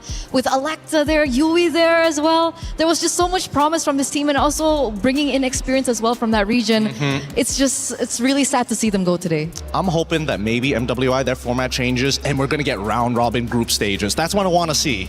Well, maybe next year. This year, we're just going to have to deal with our groups, but it has been fun nonetheless. For Virtus Pro, that is a big win, especially in regards to the Club Championship Trophy, which is fought very hard for not only the competitors, but also the orgs themselves across multiple different esports happening here at the Esports World Cup. We're talking 24 different games, millions of dollars in prize pools, and that Club Championship Trophy is definitely worth earning for your org. I mean, we're talking millions of dollars going in player development, team team houses whatever you would like to do. It's definitely worthwhile. For Virtus Pro, they need those points. It's only week number 2, but the weeks are going to catch up fast. It'll be week 7 before you know it. It's been a fun time, and it's going to continue to only increase in the fun. Let's talk about our next matchup. It's coming up quickly. Falcons Indonesia versus Aurora Gaming. This one, much like B-Stream just witnessed, is going to be an elimination match. There is going to be a player losing their key, much like you just lost your cue cards. Yeah, I'm losing. I'm losing everything. I'm losing everything, and I might be losing a representative here. Team Falcons on the brink of elimination, and I actually got to talk to another coach that's in MWI. He's the coach of Falcon Daisies, and we were also both wondering, like, what happened to Team Falcons ID, because it feels like very different to how they performed in the qualifiers. Well, let's talk about it, right? Falcons Indonesia coming in was a true contender for the crown, and we were definitely hyped up to see them. They go against Seda, Gideon. The series, it's rough, though. Doesn't look good at all. And we question Seda Esports, especially the setup for them that we just witnessed, and even yesterday. They love to push the meta. It's a new meta. What are they going to throw out there? Maybe it threw Falcons Indonesia off a little bit too much, because even going into round 2, their hero pick, and I think it was Brigitte mentioned, like, look, this was just thrown all together. Their heroes were looking wild, like they were wanting to win a best of 1. But I mentioned the club championship. Trev, what's happening with it? Hey guys, Raimundo here from Team Falcons ID. And as we enter an elimination match today, how are you feeling? A little nervous? A bit. Okay, so Raimundo, I think I'd like to ask you, how is the team's mindset approaching today's elimination match? Because this is the last match, right? If we lose, so we will play as best as we can, because the yesterday is, I think it's so bad lah. The gameplay so bad, our comms still bad, so yeah, we will do the best today. Okay, now I gotta ask, if you said yesterday the comms were bad, the gameplays were bad according to you, so what did you guys do at night in order to kind of fix the problem? We talk with each other, and we fix every comms, every miscommunication from out game in game, and so I hope we can do the best today. All right, you know what, Raimundo, I'm pretty sure a lot of the fans back at home are supporting you guys. Is there anything you want to say to them? Thank you for supporting us until now. So I hope we can do the best today and show you guys that we can do it. We will in the final. All right, semangat Raimundo. Yeah, thank you very much. And with that, back to you guys at the studio. Is in our DNA. Whenever we let it out, it becomes our superpower. Now imagine an entire city being built to supercharge it. Kadir City, powered by play. Rose, as always, thank you so much for the interviews, catching up with Falcons Indonesia before they head into the matchup. And it was a great interview to kind of get a bit of an insight as to what went wrong yesterday. And Gideon, it seems like team comms right now are a little rough. Yeah, I think understandably so, you know, having not only to fly all the way here into France, and then afterwards you just have to acclimate as soon as you get here. This is why when I'm looking at that format, it's so brutal. You only have 2 opportunities to try and qualify to the playoffs.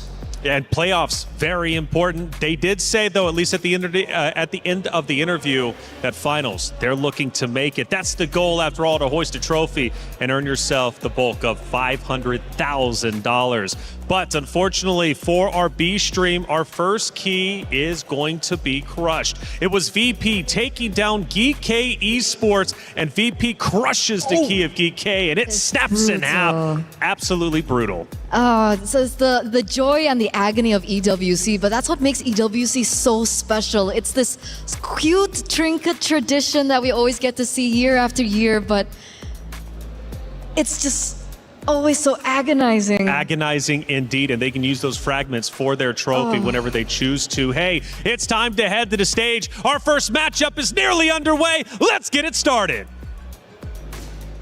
Thank you, Taylor. It is time for our first elimination match here on the stage on Stream A. Sorry, as Stream B already had their fair share of keys being crushed. But right now, one of the dreams is going to have to go to bed. And one of the teams here on the low bracket, a surprising one with Team Falcons taking on Aurora Gaming. Now that's absolutely right, Damascus, because Team Falcons Indonesia is actually known to be one of the favorites right here in this competition, potentially contesting the throne from the Indonesian counterparts. And they find themselves here in this position today. Whereas over on the other hand, we see Aurora Gaming. They had a loss yesterday, but they went down not without a fight. So, can Falcons Indonesia actually clean up their act, clean up their communications, because they need to do it stat? This is a do or die. Or Aurora Gaming, over on the other hand, light up the skies and light up the exit path over for Falcons Indonesia. Let's get to it and let's head back to the studio.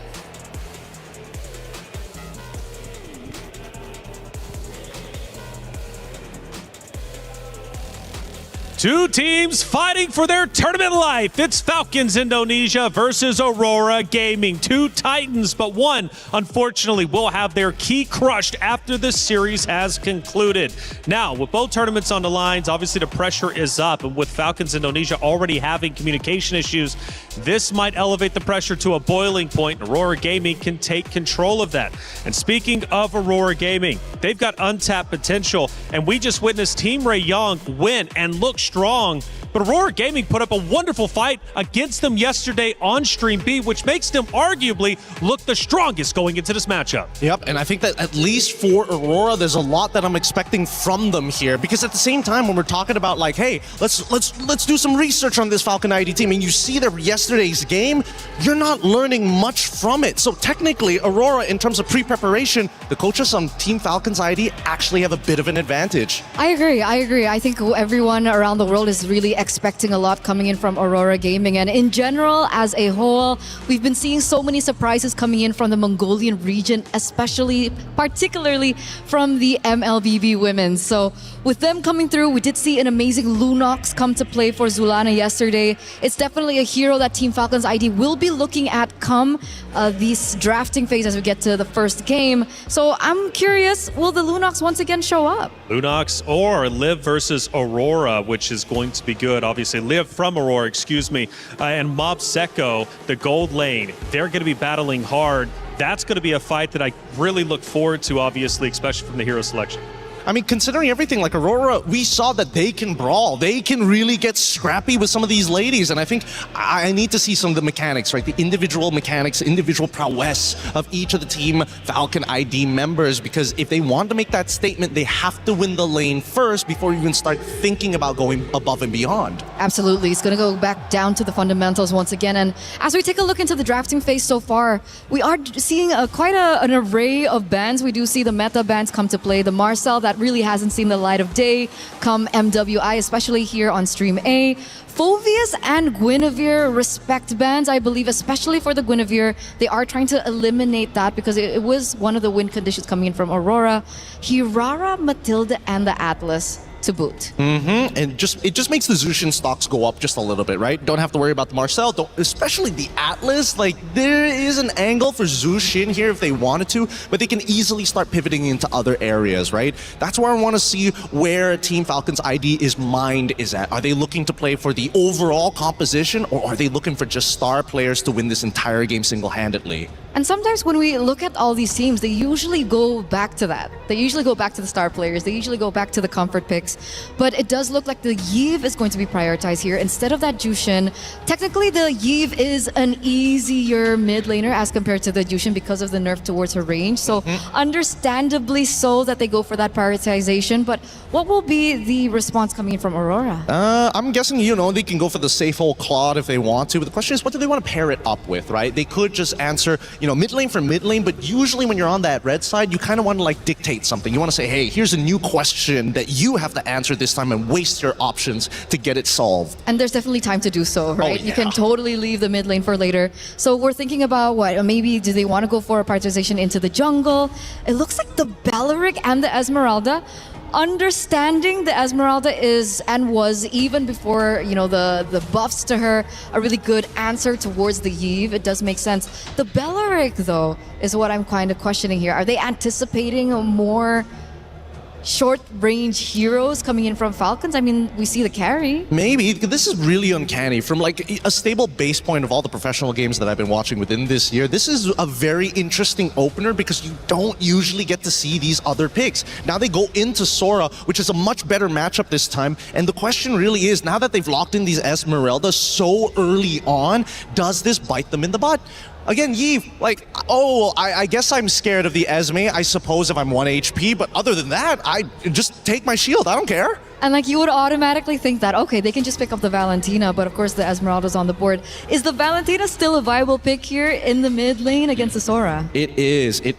Especially since you already have 2 good ults, it might force Team Falcons to say, you know what, we have to overload this Valentina with ults. So again, big influences on either side between Lucky Boy as well as Ethan, but they decide, you know what, if we have to choose one, we're going with the Claude. They're covering their basics. They're covering their fundamentals here. They want these winning lanes to come through. Sure, the Claude isn't as great, so we are going to see that the Claude is going to be the losing lane compared to the carry, but at least they do have the Esmeralda in a sense. I'm still thinking about this mid lane matchup. Technically coming into phase 2, Team Falcons do have the potential to start limiting that down. It's worth punishing. I think that it's very easy to punish here because they wanted to show or blind pick the Esme alongside with the Belleric as their opening. So again, they're still feeling the repercussions here in this second half, or ideally assuming that Team Falcons ID are going to start targeting the mid lane. Glue, banned out from Aurora side, not a bad option. Are we expecting a weird pick? I feel like you already have something in mind. You're giving me that face, and I am now intrigued to know what this weird pick could be. Up until this point, we've only seen Aurora in the jungle for Anu pick up the Hirara and the Gwyn. Both of these heroes have been banned out. But we did see something crazy like the Hanzo yesterday. I was going to mention, actually, the Hanzo. But it was for Team Falcons, and I don't think they're in a position that they really want to, you know, take that out of the box just yet. Maybe let's read into this a little bit, right? Because Gord, on the other hand, just got banned out. A good mid lane pick, but particularly good at dealing with big, beefy boys. The more health, even better. The more stats, even better. I deal true damage. I don't even care about it. I think that Falcons want to get more beefy boys on their side. All the quote-unquote anti-tanks aren't really there, and you're going to have to wait until Claude gets the 3 items before he can actually deal with the tanks. Yeah, so we're thinking maybe like heroes like the Akai, we've seen it yesterday. Fredrin and Baxia are still potential heroes that can be picked up here. And seeing that the Lilia was also banned out, it might actually lean that way as well. Wait, are they not going to get rid of the... maybe in their minds, the Jushin is like, it's a non-factor now. Too short range, Yves is going to win the lane, just get a good support. The mid duo should do that. Get most of the job done in the early game, right? Exactly. So what's the call? I'm guessing... I thought Kacha was banned out earlier. Is it just to, you know, take away the combo with Sora, Gatot, and the Yves? Possibly, but there's also an opportunity here for Aurora if they're looking to try and like shut down specifically Carry, who's really, really short range compared to the other marksmen that we have in the game. Farsa might be an option here. Oh, but they go for the Valentina instead, so they are willing to sacrifice the early stages of the early game of the mid lane. So what lane are they going for? And maybe are they making it up with their jungler pick? Ooh. Let me think about that for half a set. Maybe there's an opportunity, but that kind of depends on whether Team Falcons are going to be like playing for carry strong side, right? They might be able to diversify. So what's the diversity here? I would say they can get a Cho, a possibility of Cho on their side, just to kind of like speed up what's happening down in the mid lane, force Claude to start taking purifies and things like that, and maybe you have a better opportunity, right, to set up for dives on the bottom side of the wave. And I think it would be quite characteristic, right? I mean, Raimundo is a player that really loves, you know, the invader roamer. She likes that heavy set heroes. It's quite weird that we only have seen her, I was about to say, on the Hylos. And the Hylos pops up here with the Nolan. Not the hero that I was expecting, but naturally you do have the assassin here, which maybe warrants why they banned out the Lilia instead of the Jushin that you mentioned. Yeah, makes a lot of sense as a matter of fact. Again, really well done for Lucky Boy alongside with Ethan. They clearly have a plan in mind, and they're trying to adapt that plan. Really try and dough it through, you know? Gotta adjust it constantly. But this last pick is so important, and I don't think there's like an optimal pick. It's really just to pull the comp together Fredrin makes a lot of sense here. They could go, could they go a little bit further than that? Could they go for an assassin themselves? We have Lancelot, Hayabusa, Hirara's banned out, so that's not an option for them to go for. They could potentially go for something like a Harley to try and snipe the Yve here and there. Well, there you go. They got it. Okay. Interesting.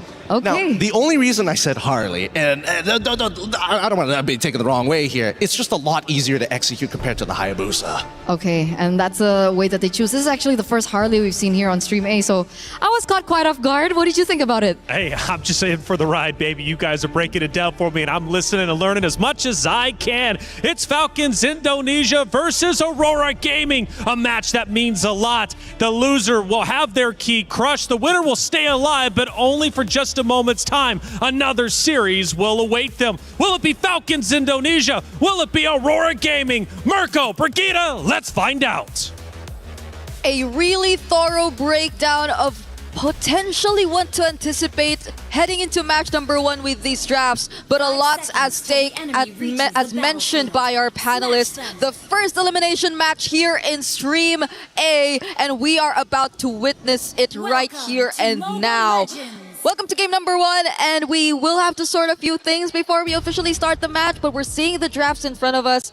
It is indeed the first Harley game we're seeing in Stream A, but against a Nolan and this composition in general, how are we feeling about this Harley pickup that Aurora Gaming decided to go for? Wow, wow, wee, wow. Wow, wow, wee, wow. Yeah, that's the first thing I gotta get out, for the for the Harley. Harley's good, against the carry. If she steps a bit too far in this winning matchup, we've seen, tendencies for gold laners when they're in a winning matchup to go in, they want to bully harder, and they end up getting punished. So the Harley can actually take advantage of that. And I think it's the same for the mid lane. If Eve walks up way too aggressive, you're going to get punished by the Harley, so it's all about that. Meanwhile, though, if you look at Falcons ID, it really seems like, you know what? We're going to go back and play the simple game. Yesterday, we saw them try to, play very difficult, high skill ceiling compositions where they need to do everything perfect. Now it's down to just win these lanes, utilize those winning lanes with an assassin in the jungle that has been great, even in the losing games. Falcons ID, Chev has always been great against Seita. Suyo and the Hanzo both were, I think, the 2 shining picks in that series. So the fact that now she gets her hands on, I think, a more meta assassin, especially compared to the Hanzo and the Suyo, who both didn't do too much. Yeah. It's going to be great. We saw exactly how a Nolan could take control of a game last game. Earlier, Team Ray Young, Tan, fantastic performance on that Nolan. Yeah, I like it. I like how they are no longer over complicating things and keeping it simple. Yep, simple is best. Simple is best. Like We've been TLPH. talking about this yesterday. Their drafts are very, very... I wonder now, though, that we have a new patch, how much of that will change, especially in terms of their jungle. But yeah, now it's a bit easier to expect what's to come from this draft that we're seeing right now. I mean, even generally keeping it safe, the high loss, and just a more systematic approach paired up with the Eve. So I think it wouldn't be that hard of a task to even just looking at the matchups, right?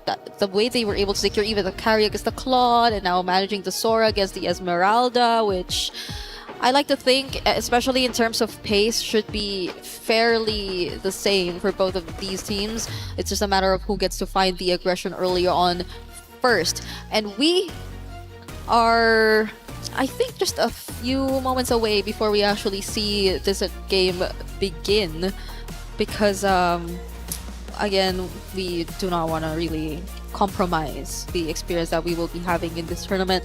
So please stay tuned for and hold on for a bit. We are going to get in the game really, really soon. There's a lot at stake, especially as it's an elimination match, so, Yeah. It's a big one. You're going to have to pay attention to this one, folks. We already have one team eliminated. Earlier, we saw their key crushed. Unfortunately, it was in Stream B, and now for Stream A, our first and only, I believe, elimination match. All the others will be promotion matches, and all the other elimination matches will be found on Stream B. So if you want to check out Stream B, there, I heard they got some other casters there. Those are their names. Stream B. I think it's Reptar and a young man from the Philippines, Leo. But they say Stream B does stand for B as in better stream though. So Could also stand for the boys. The boys. Because we do have some, or bears. Bear boys, yeah. They call themselves the Wee Bear Bros plus LaFell. So you don't count LaFell as a bear I bro? think Is he it just is because? counted now. No, you excluded him from the group. You're like Bear I'm Bros used- and LaFell. No, 'cause Like, I'm LaFell is used just the okay. I'm used to seeing Okay. the Bear Bros as 3. Yeah, definitely not If LaFell. you add LaFell, that's 4, but we can add another one. Nah, you should have added the other one at the start. Now it just feels like a pity slot, you know? I'll have like to explain myself to him again after this. I'm gonna tell the story to LaFell. It's like gonna the get Bear him. Bros and LaFell. This is side character. He's But a what side if it's one piece. of the Bear Bros who said that? Then it's okay? They would never. How could they? How could they? Why would they do that? Okay, I will explain. But it's over the Bear stream. It's GCT versus Twisted Minds, if you guys want to check that out. And we got a Hanabi, so yo. And an Aulus. And they are doing okay. No, they're down 5,000 gold. Why don't we cast Stream B right now? I mean, I have it up actually. I don't know if we can pull it up, but No, we can't pull it up. But yeah, a Hanabi and an Aulus in the same game. Which one? MWI. MWI. It's fun. At least it's not a Popo and Koopa jungle. We've seen a lot of that. Here. Yeah. When we've been playing in the EU server, yes, a lot of the Popol and Koopa jungle. I'm trying to recall what other pick we've been seeing a lot. I think it's no, it's mostly just the Popol and Koopa, really. Like they really like playing it in the jungle or in the roam, wherever they want to do. But now we are officially starting game number 1 between Falcons ID and Aurora. Yep. So it is, again, as previously discussed, a Nolan versus a Harley, which currently is being... Okay, he got to steal that camp, at least before they got to him. This is one of the good points of having a Nolan on your team. You can invade so early on to a Lizard take, or even, again, in the Golem. It's very surprising he was able to snatch the Golem away out of all the different camps that you'd expect. Anu, though, won't be too far behind as she gets her hands on the lethal. Will actually try to go for the invade herself. Spot Sev, but Sev knows it too. The Bargain Hunter this time for Luette just seems like it's the common choice for the Esmeralda now. We saw 2 back-to-back Bargain Hunters on the Esmeralda. They have the exact same emblem as for Live, though. Roamers. Live as Mystery Shop. On the carry, interesting choice. The PYT for Zulana as well. I wonder what ultimate they'll mainly prioritize to as the Valentina, right? Considering the lineup that Falcons currently has, you have either the Shifting Skies or maybe even the RWM and the Glorious Pathway.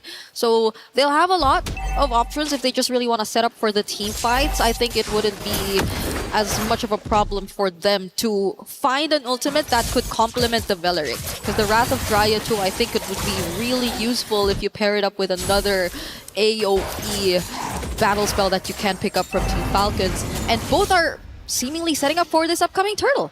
Yep. Good position held down by Shev here.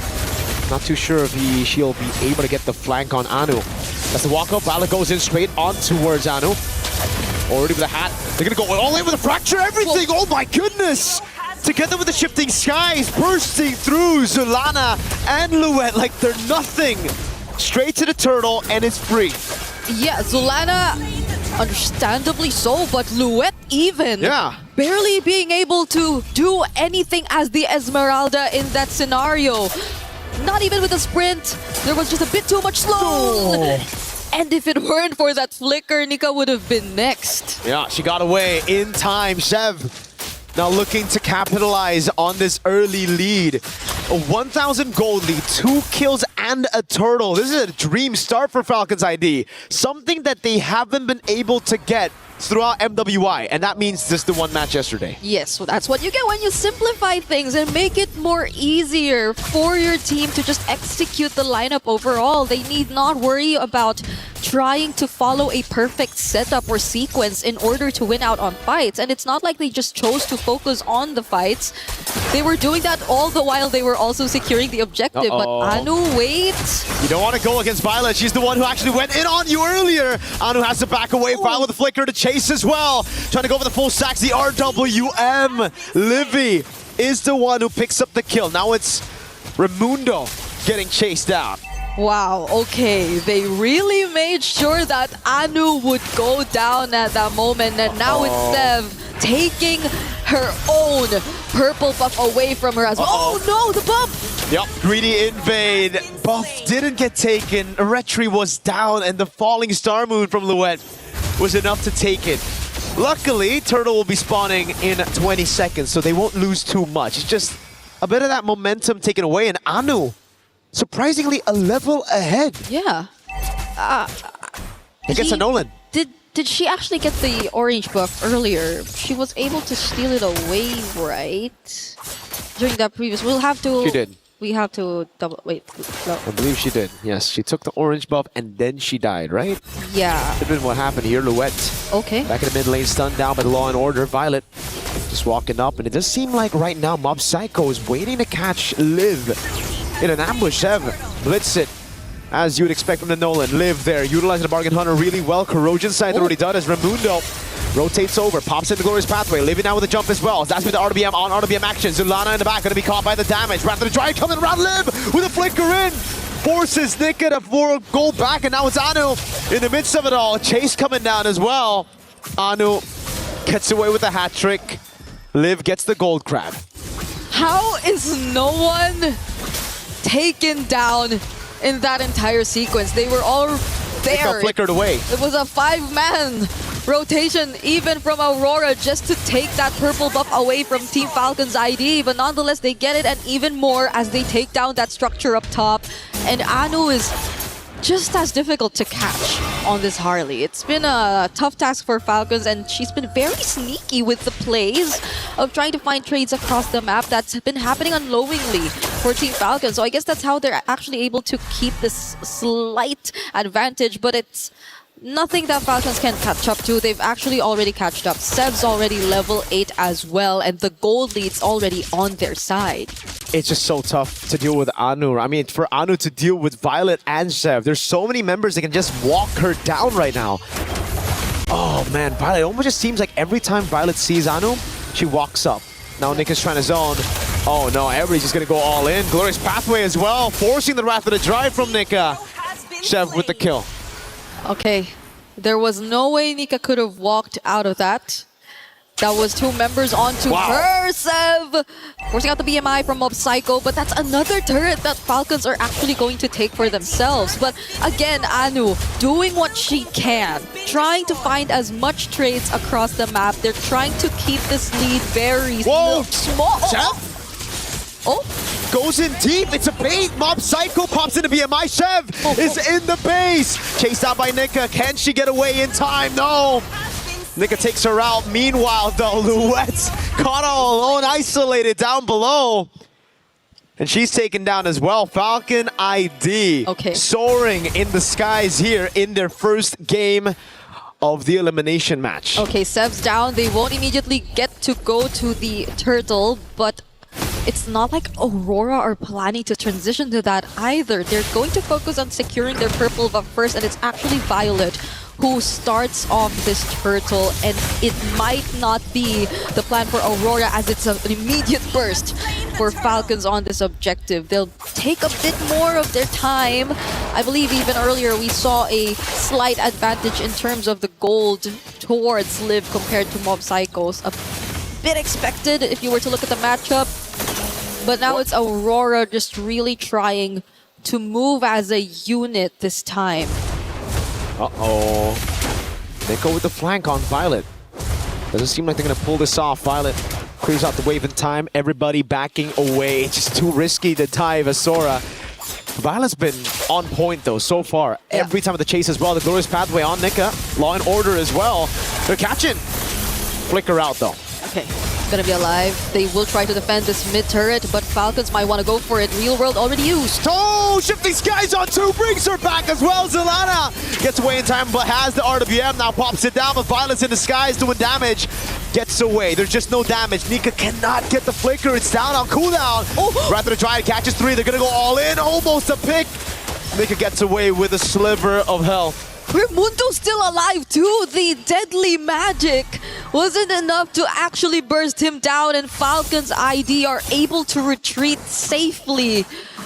Imagine being able to force them under even your tier 2, but them still eventually getting away. I mean, everything that Aurora did as a response felt very defensive too either way. Even the clutch pickup on the real world.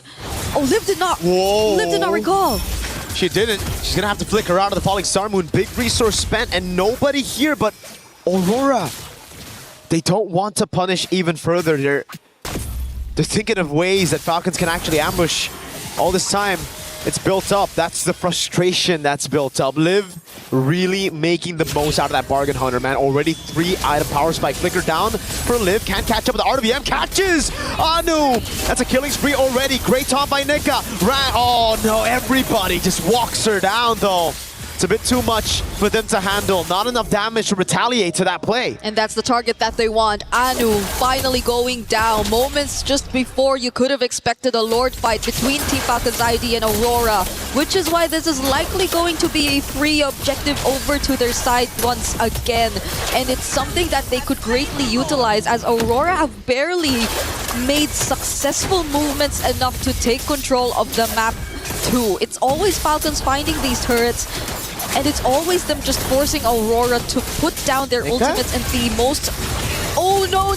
Okay! She just got back. Oh my god. Raimundo with the Law and Order trying to catch her. Won't be able to get it down. That's kind of crazy though. Now a siege up top. No Lord just yet.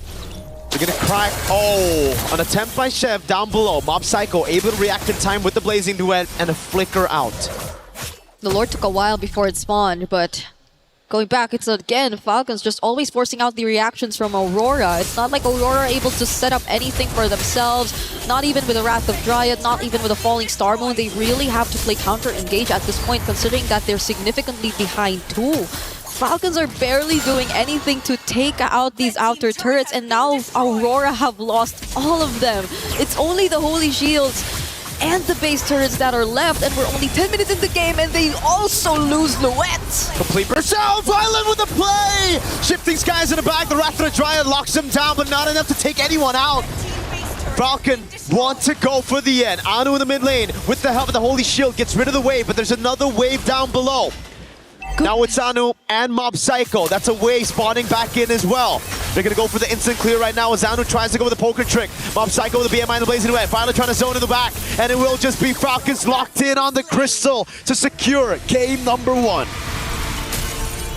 Violet on the Sora has been insane. Those last minute clutch setups, the shifting skies, and her targets have always been on point. If it's not Anu, it's her finding these 2 to 3 man setups that are very much crucial to the team, and that is also one of the biggest things that led them to securing this relatively quick game. It's only been 11 minutes of gameplay that we got to see between Team Falcons and Aurora, and it's looking very grim as they've secured match point and Aurora are on the brink of elimination. They'll have to find and do what it takes in order to equalize the series later on, but look at this setup from Violet. It was crazy, and Violet, that's why I've just been highlighting her all throughout the match. Every time when she sees Anu, she goes in for the damage. When she sees everybody already there,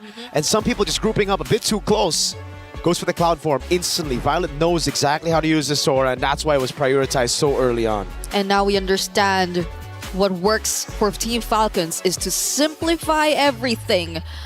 And execution-wise, it's not a problem for them. Now let's throw it over to a quick break before we jump into the next game of this series.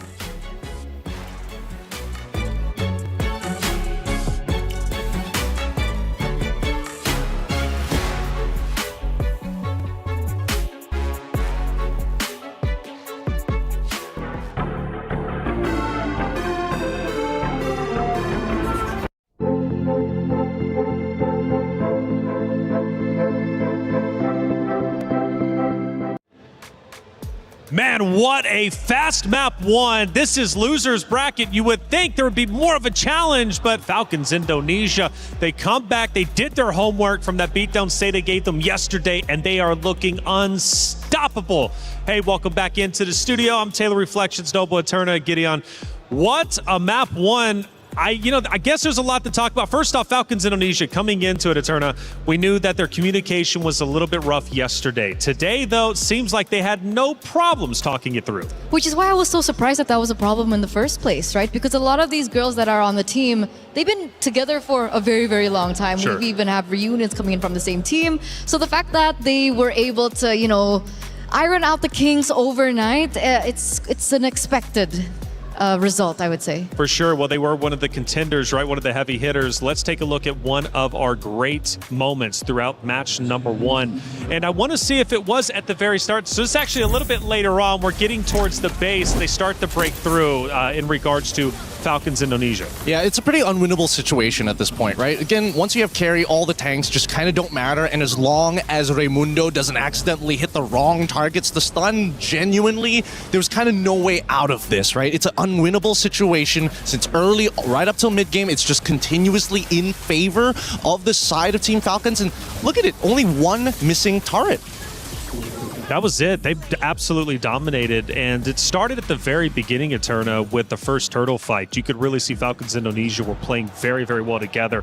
Violet with the Eve was just unstoppable, trapping everybody in, and they did not waste any of those moments. And this is the moments that we've been waiting for since yesterday, because I think you were the one to hype her up, right? Violet, one of the backbones of the team. She's been around for so long. The experience is definitely behind her, and we finally get to see her shine. And I'm so grateful for the coach as well. Finally, they were able to find a draft that can really accentuate their gameplay, and therefore being able to be as dominant as they were from the get-go.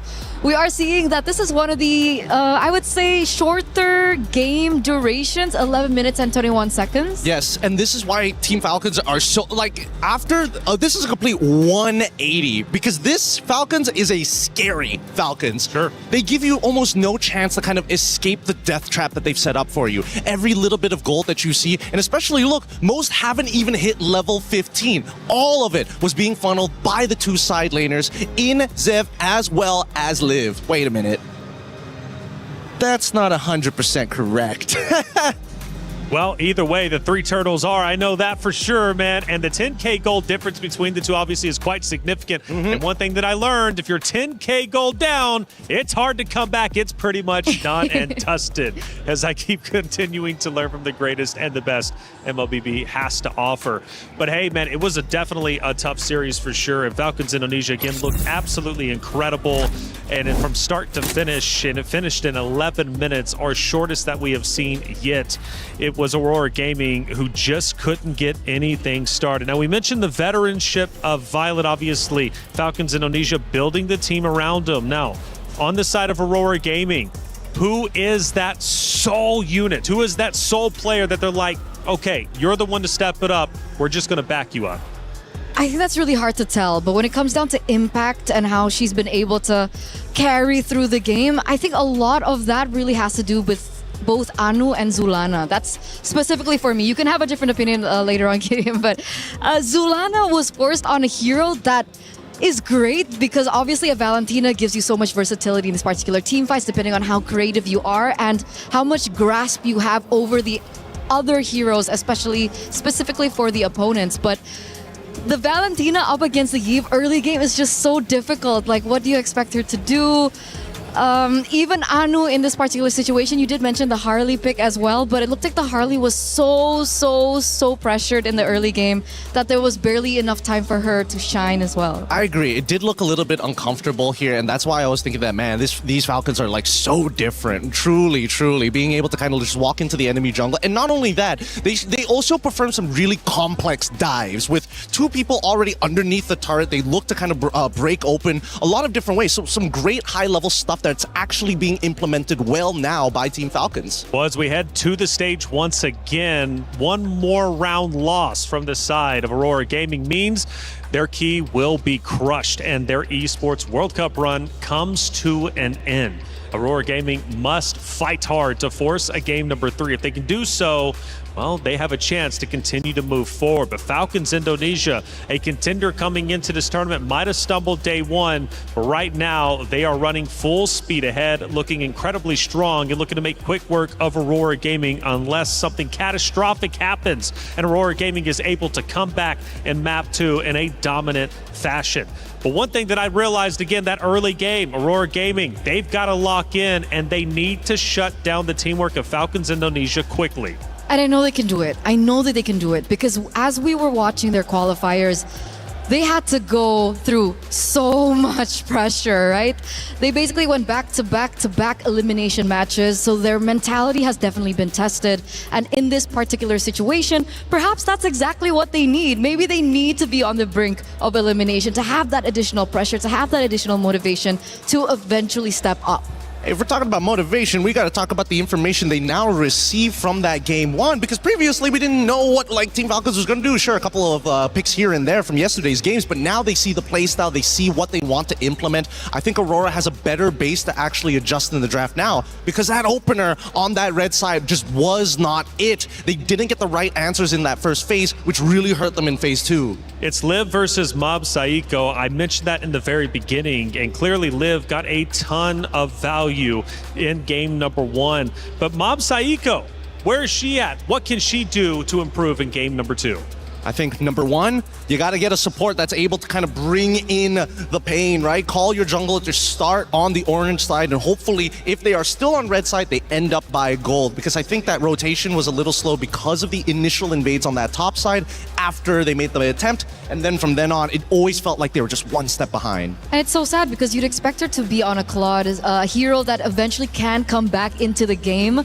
But there were just no opportunities for that to happen. And I think at that very end, we did see her really struggling to try and clear out the lanes. Maybe a little bit of panic set in, that the ultimate that she utilized just really wasn't on point as we expected her to be. Well, we start going into our map reveal, and then ultimately the hero selection.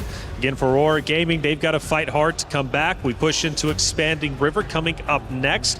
One thing though, Violet has been on fire. Her Eve was phenomenal. How does Aurora Gaming deal with it going into game 2? You know, the easy way is to ban it. I think that's like the simplest solution. Make the mid lane just a little bit more volatile in that case, but they gotta have some secure picks if they're going to make that motion. Secondly, the fact that we got Expanding Rivers, we might even see a repeat of draft number 1 and how the game ended up, because again, those big conversions off of neutral objectives is something that Team Falcons has shown that they are great at.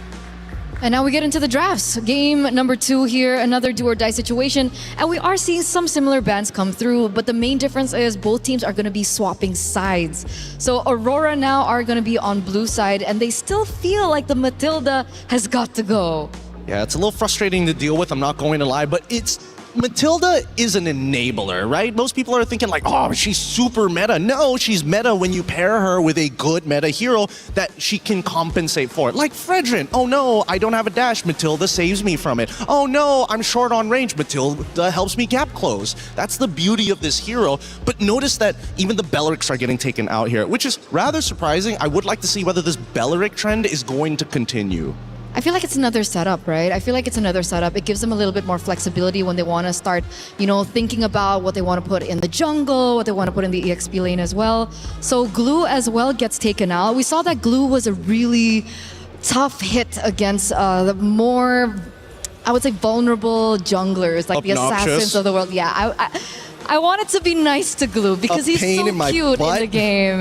What do you mean he's cute? Patrick! Okay, fair enough. Right? I can't argue with that. Okay, but he does get taken out, so it does give a little bit more leeway for Team Falcon's ID to kind of think about it. Freya and Guinevere and the Hirara also gets taken out. Now, do Aurora this time around want to solidify that mid lane? Do they want to pick up the Eve themselves here in the first phase? No, because Marcel is open, and they would rather... Don't worry about it, because they would rather say, you know what, we take Marcel, and we'll let you decide what we get. Oh, are we going to get the Jushin? Are we going to get the Eve? Because no matter what, I think that's going to be the big trade-off here until we see the second half of the bans. We finally get the Marcel, though. Yes, finally. I am excited for this one. So what do we usually match up against the Marcel? Because we've always seen the Marcel banned out in the Land of Dawn. Are we thinking about heroes like the Hilda and the Khalid? That's the thing, right? Because there's also the argument of like, if you get the Marcel, should I necessarily take the Valentina so I can steal the golden hour, right?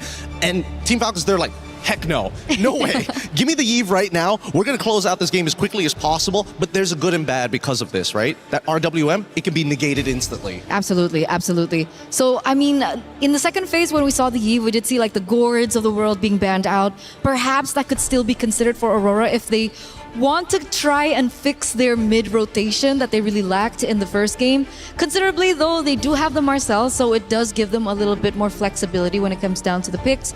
But the carry early here, again for Falcons. That's a very, again, just a hard read here. Make them feel, make Aurora feel just a little bit uncomfortable, and at the same time, just tell them, you know what? No tanks for you. Yeah. It's limiting. It's limiting. It's about keeping them within the box without actually having the Eve apply it. And at this point in time, would you just focus on picking up the Claude here? Actually, I would, because we saw what happened when it got to the second phase, right? And then, you know what? The direct answers that they had initially gets axed out straight away. Looks like we're going to go on a bit of a pause here. Hopefully, our marshals, of course, best in the world, they're on it straight away. But it looks like the Eve is back.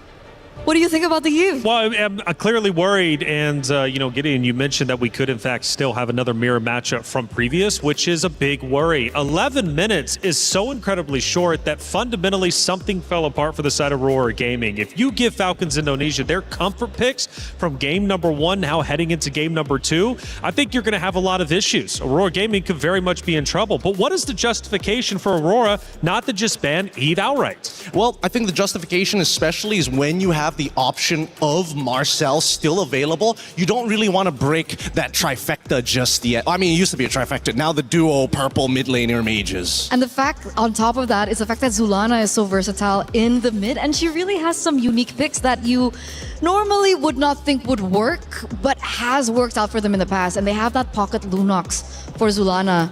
So that is also still an option. I know it's kind of weird when it comes down to meta, but again, it's MWI. No, but I think that there is an argument for Lunox. My problem right now is that after seeing game number 1, I thought maybe we got a very clear reflection of what the meta is demanding from us as the player. Hey, you snowball fast, you deny resources, you are going to win this game within the next 10 minutes. Every other game that we have seen here today, 1 or 2 turnarounds nets us maybe 20 minutes, maybe even 18 minutes. But do you think that has actually shifted? Is that a meta effect? Because I think when it came down to the wildcards, when we reviewed their games, it felt like despite being able to control so much in the early game, one mistake in the latter portions of the game loses that entire, gratification point. Yes, that is also true. It puts you out of that 10k GG zone, right? It keeps you within the 6Ks where you're just a full component down, and then you just have to compensate it by waiting for 5 minutes. That's usually the case here.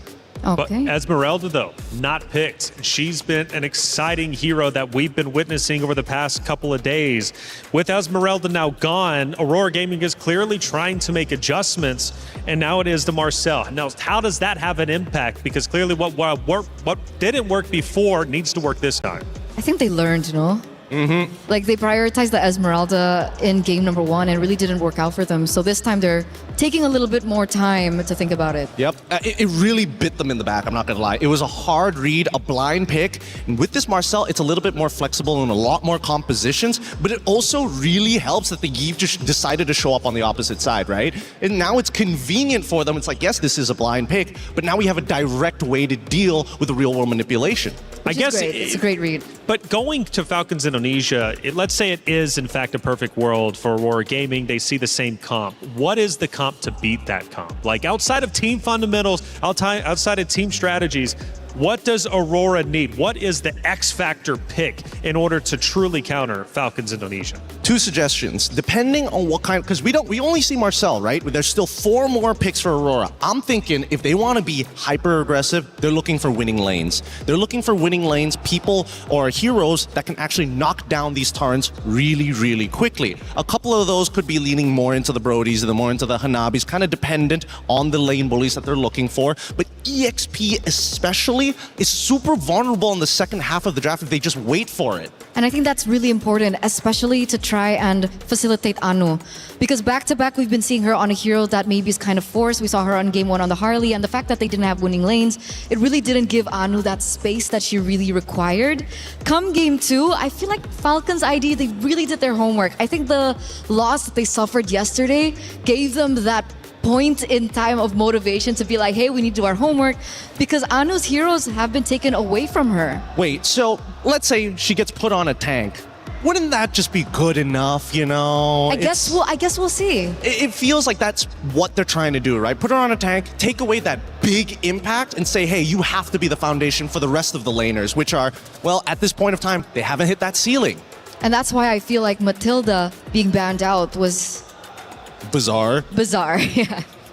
So I guess for Violet's sake on Falcons Indonesia, how do you isolate her and get her out of there and get her away from the team fight? Because Falcons were wolfpacking together so incredibly well. For Aurora Gaming, you could tell there was bits and pieces where they wanted to isolate, but they just simply could not find the opportunity.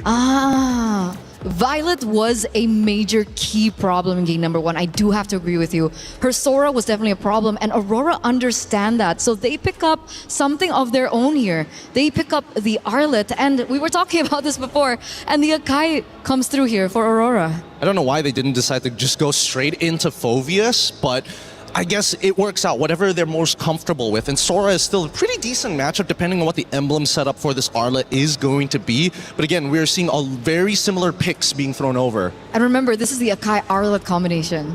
That's kind of disgusting. It's pretty good, I'm not gonna lie. It's still pretty effective. So as long as the Arlet kind of survives that lane, generally speaking, and knowing that it's Sora, it's not that hard. You're not gonna get punished too badly. Which is why I think Team Falcons ID recognize that, right? They don't want to give Arlet the space, so they ban out heroes that are very notorious in the mid lane to kind of counter those rotations. Lilia gets banned out. I think that's a smart pick. The Minotaur gets taken out from Team Falcons as well.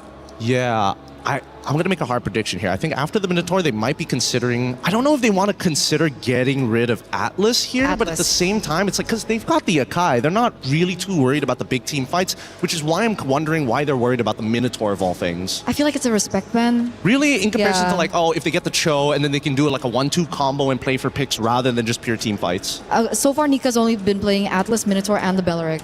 That's a good point. That's a good point. All right. So that means with Gord gone, Lilia gone, it's really just making sure that Aurora can't just naturally wombo combo with each other, but they also do get first pick on red side on the second phase, and this is by far the most important pick. Could be, I would assume they're jungler if we're going based off of track record. Oh wait, no, that was when they were on blue side, actually. So what are they going to go for here?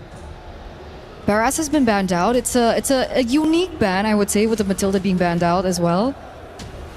Yeah, to my knowledge, Raimundo would be the roamer, so I don't know what she thinks she would be rocking. Yeah. Does she want to go Hylos again? I'm thinking that. I'm thinking a way to either counter-engage or enough utility to kind of bail them out of the situation. But first, they're going to go with the Harley. I don't mind this as much, but the big problem with Harley right now is that Arlet will mess you up if you're just a little, a little happy with your tricks. Yeah, that's the problem. That's the problem. There's a very small allowance for error when it comes down to it because of the drafts that we're seeing from Aurora, and that's kind of a good sign, right? We might be seeing our first best of 3, who knows? But next 2 picks, however, Claude. Oh, Hanabi, right off the cuff here. Okay, Hanabi. What are they going to pair it up with? Because again, when I'm looking at like a team fight composition, I want to see the traditional styles of setters. And so far, the Akai, sure, you can disperse. Marcel, maybe not. But they get the Valier as counterplay knowing that Atlas is available.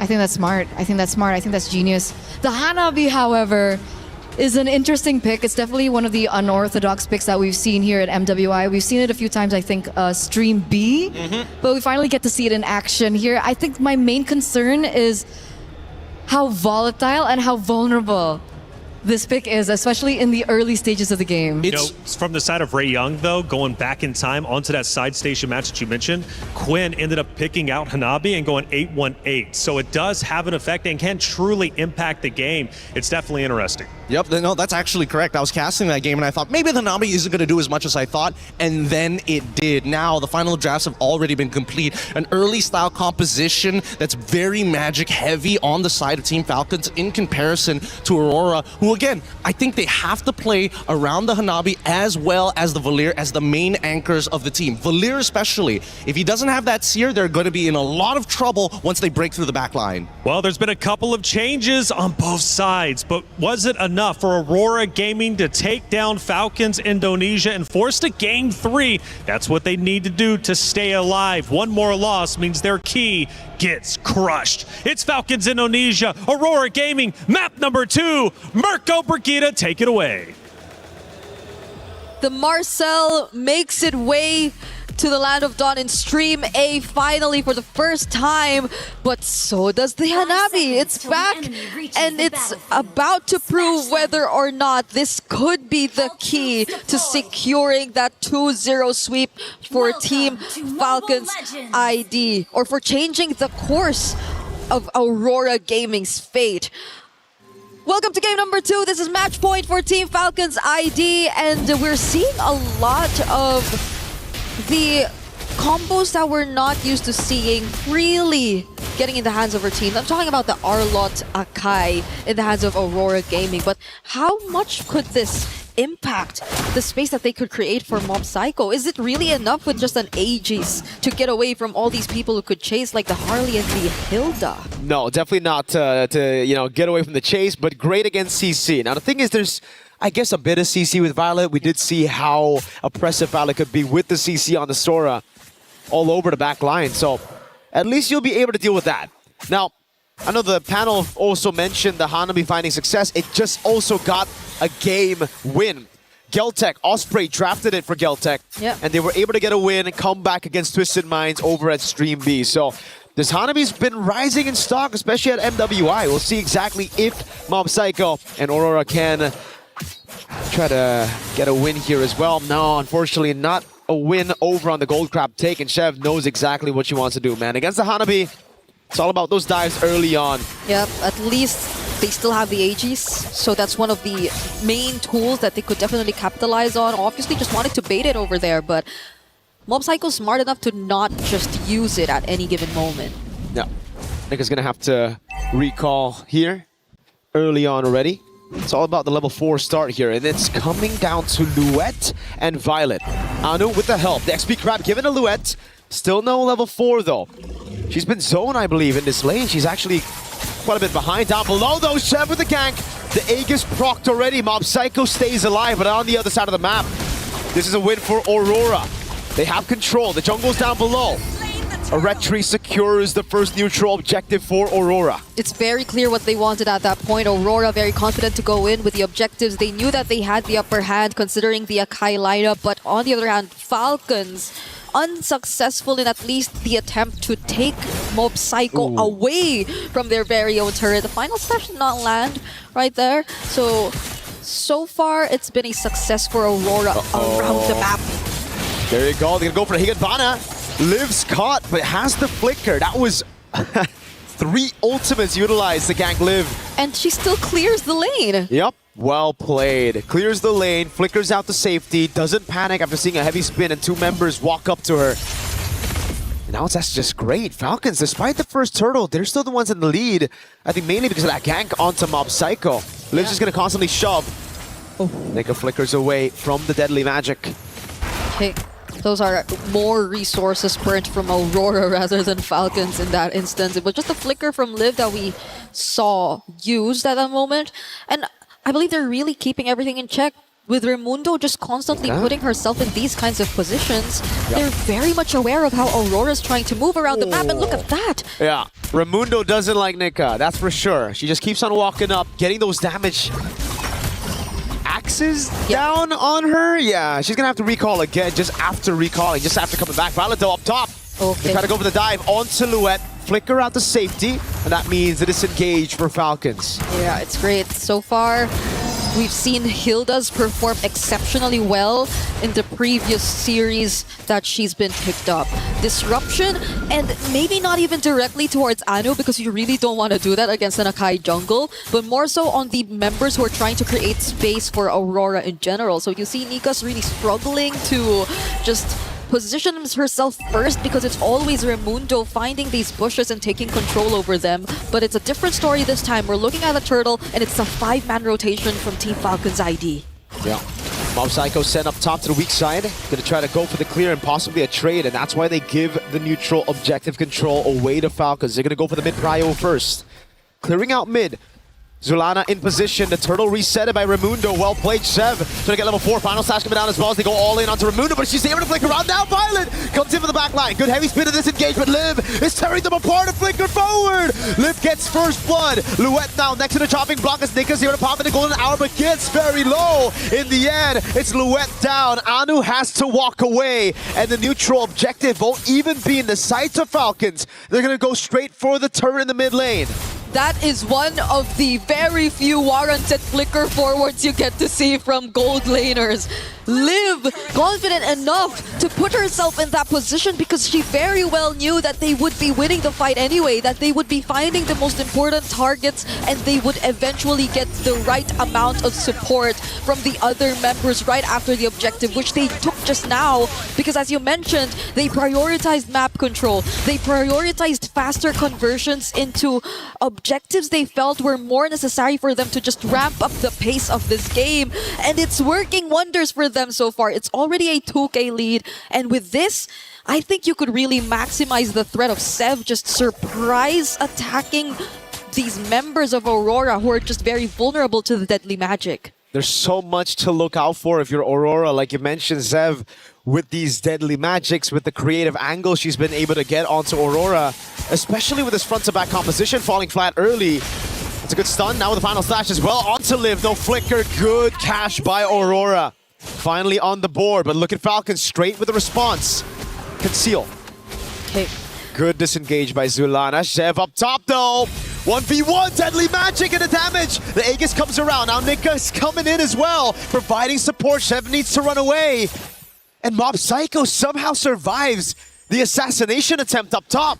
That Aegis is actually making a difference, no? Like survivability-wise. I didn't expect that. It's really helping Mob Psycho keep herself alive, even when Sev just found the perfect opportunity to potentially take her down. So it's a bit unexpected. And yes, if it's just that, then you don't really need to worry. But Raimundo! Final slash and the max range of that skill 1 to get her stunned, forcing the flicker out. But Falcons again are the ones proactive on the map. They see Aurora making moves to get a gank, to catch a member. Falcons go straight for the objectives. They're gonna go and get another structure, so all tier 1s down for Aurora. It's actually Raimundo's handling the sides, no? Okay, she may be in a very dangerous spot there though. In exchange of maybe a bit more control on the other sides of the map, courtesy of her teammates. But then, Aurora, at least bit by bit, they're finding kills here and there on crucial members such as Liv and even Raimundo. They're still going to have to dig deep, though. They are a game behind. This is an elimination match. Nika's walking up, trying to open up for Anu, but she's going to get chunked down now. Oh, even through the heavy spin, CC immune.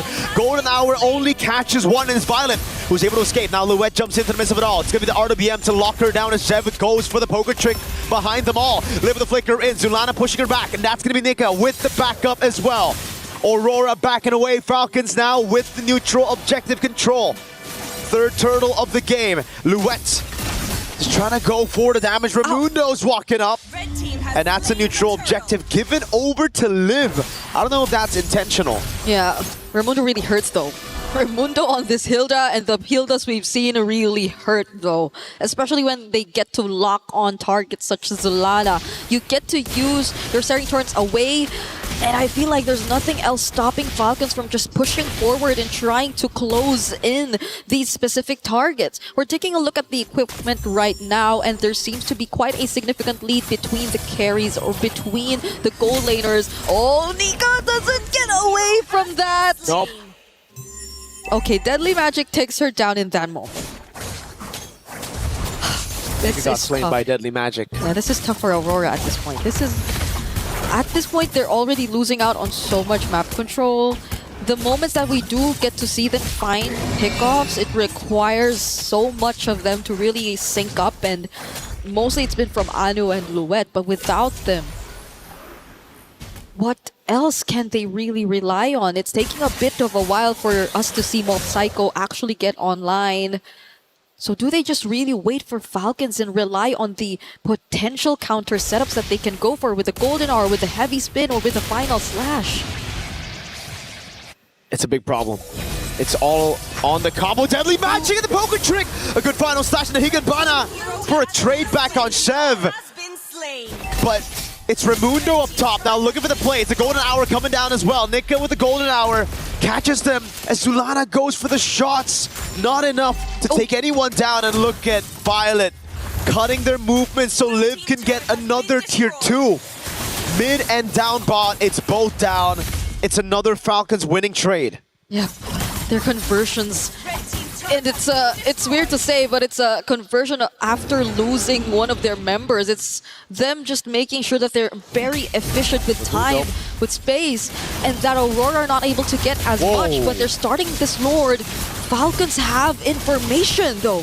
Anu has a heavy spin. They might be looking for that. Now it's going to the Shifting Skies catching 2. Heavy spin, pinning her down right now as Nika's still able to survive with the Deadly Magic sticking down on her. That's the rest of the team. Kiting back on Luet as Nika's still able to survive right now as that's going to be Violet on the skies. Nika's waiting in the bush, gets the hit in the end. Liv flickering forward, getting onto Mob Psycho as Zulana gets caught by the poker trick, and it's the Void Blast of Livy to claim a double. And it's just Nika left alive. One member, it's the roam. There's no chance of a steal. Falcons are gonna get a free neutral objective on the Lord. One of the most aggressive carry games we've seen this entire day long. 2 flicker forwards which did not put her in danger. Livy and Seb. Oh, Deadly Magic! The fadeaway, Nika gets into the fountain in time. Just barely away from the Deadly Magic. They're gonna be okay for now because there's still a Lord that's about to spawn, and that Falcons are looking to utilize to take as much as they can. There are no Holy Shields left in mid, and there's a significant lead that you're looking at between, again, the junglers, and even the gold laners. At least there's additional layers of sustain for Mob Psycho. Also has the Magic Blade, but will that be enough? Falcons are looking to just dive all in. Charge down, final slash, only find Raimundo. The Shifting Skies there, cancelled out with a heavy spin as Raimundo gets pinned down. Violet Comet Higanbana goes into the skies onto Luet. Again, it's Liv looking for those shots. So far, Zuliana's been the one on the board. 2 for 0, but for a base turret as Falcons try to go for more. Yeah. Shoving up top. Livy looking for the zone. Nika walking up, getting the frozen moments. Now Luet with the charge in, Deadly Magic, and also the final slash, but she's gonna get bursted down by the Deadly Magic. Taken out instantly. The wave below is chunking that base turret. The first part of that team fight looked really good for Aurora, but it was a bit too obvious that they wanted more. That final slash forcing Falcons under their turrets instead of them willingly trying to go for the more calculated engages made things a bit more favorable for Aurora. But the aftermath, the way that they still tried to push forward despite Sev being there. Liv! You mentioned the aggressive carry, but she's just baited 4 members out of the base. Now they go straight onto Mob Psycho with the Deadly Magic. Golden Hour saves her for a bit right now. The Deadly Magic isn't enough to take her down. The photo doing work. They're cutting away right now, but it's going to be Violet with the skies. Up top, taking her down. It's Luet against 4, and Chev picks the kill. It's only Zulana and Nika who are assigned to defend this base. They're trying to end it here, but can they? Deadly Magic Liv with the flicker, the killing spree. Zulana shoving everybody back. She's trying to defend, but at the end of the day, it's Falcons to move to the next phase of this round. And it's unfortunate, but it is the end of the road for Aurora Gaming. They put up a much closer fight. It seemed like they were starting to find their way around things, but Falcons would just not slow down. They do not want to hand over these opportunities to Aurora Storm, and this is where it ends for the Mongolian representatives. GG, well played to both of these teams, but advancing to the lower bracket semifinals are Team Falcons Vega ID. What a way to redeem themselves after that very unfortunate sweep they've had to go through yesterday against Seda. And who knows, there might be a chance that we get to see them go against each other again, as they will both be fighting in the lower bracket. But we get to find that out as we head into the knockouts, as soon as we get everything set in stone for our top 8 teams. Because as of the moment, we are still yet to find out who are the other teams to complete our lineup. But we're taking a quick look at the replays. And if we said an aggressive carry throughout this game, this last sequence showed aggressive everyone. All these flickers, and even from Violet, even these space escapes from Sev and Liv. Just such a perfect way to show and exemplify how to utilize the carry. And it's a bit unfortunate for the Hanabi in this game. It's a bit unfortunate. She was technically the in-game MVP, but it's just tough right now. We're going to have the key moment. Yeah. It's one of the saddest parts. Your heart, your key. You will have to hand it over, and it will be crushed right in front of your eyes. This is a moment we have to watch, so let's throw it over to Damascus. Yes, this is the moment. Our first key crushed here over on stage A. Team Falcons bringing the key, and it is time, of course, to delight into pressing these buttons and absolutely shattering the opponent's dream. Unfortunate for Team Aurora Gaming, unable to match the pace that was set from Team Falcons. First key on the stage A. Ooh. The sounds of dreams absolutely shattered. Team Falcon still alive in this tournament. We'll see them playing more and try to qualify to this stage 2 of this MWI. Falcons saving their life right now. Another chance coming later. Let's take a look at the highlights.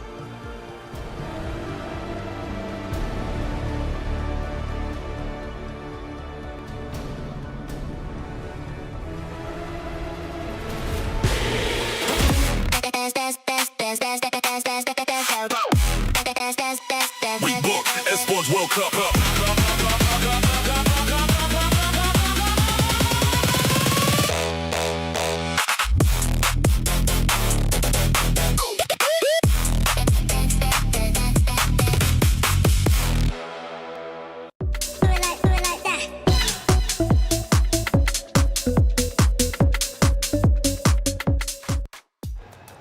Well, in the end, it was Falcons Indonesia getting the quick win over Aurora Gaming. And you heard the snap.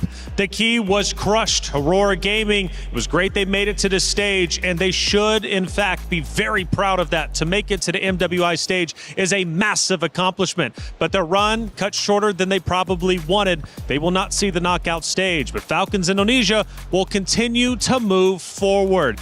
Gideon, another quick map that ends within like 10, 11, 12 minutes. Honestly, I wasn't expecting that, but it's good news for the fans of Falcons Indonesia. Yeah, they're going to be very happy with that. And by the way, that sounded, honestly, the Crusher's not too far away from us. I thought it'd be like even further. It was really loud. That sounded like a gunshot. That was scary. But coming back into this, I think the major problem here, it's not that Team Falcons ID are playing at their absolute peak, because I know they can go even further based on their previous history.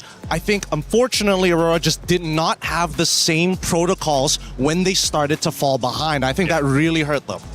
I think it did too. We mentioned during the hero draft, we might see much of the same. For the most part, we did for Falcons Indonesia, but they did throw in a Harley. Now, I know for you were kind of questioning, was the Harley the right play? Would this open up an opportunity for Aurora Gaming? Well, it looks like it didn't. Here's the thing. I still feel that the jungle is very interesting. Okay.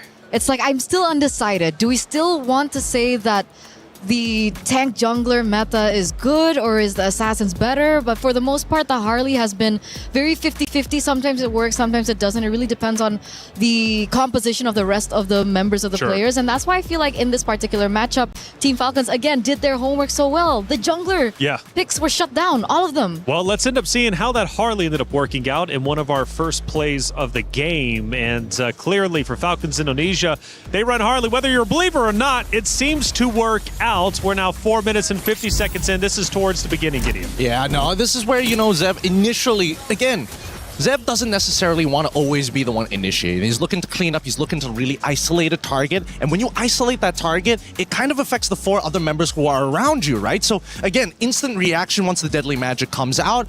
Unfortunately, I think that this is where we start to see like the big differences, right? For tanks, it's a lot easier to show your impact by saying, hey, nobody on my team died, compared to an assassin who's like, what's your KDA? Sure. It's a bit rocky, isn't it? Eterna, what are you thinking going into this next clip? Obviously, another great moment as Gideon starts to catch his breath a little bit. Dude is flabbergasted.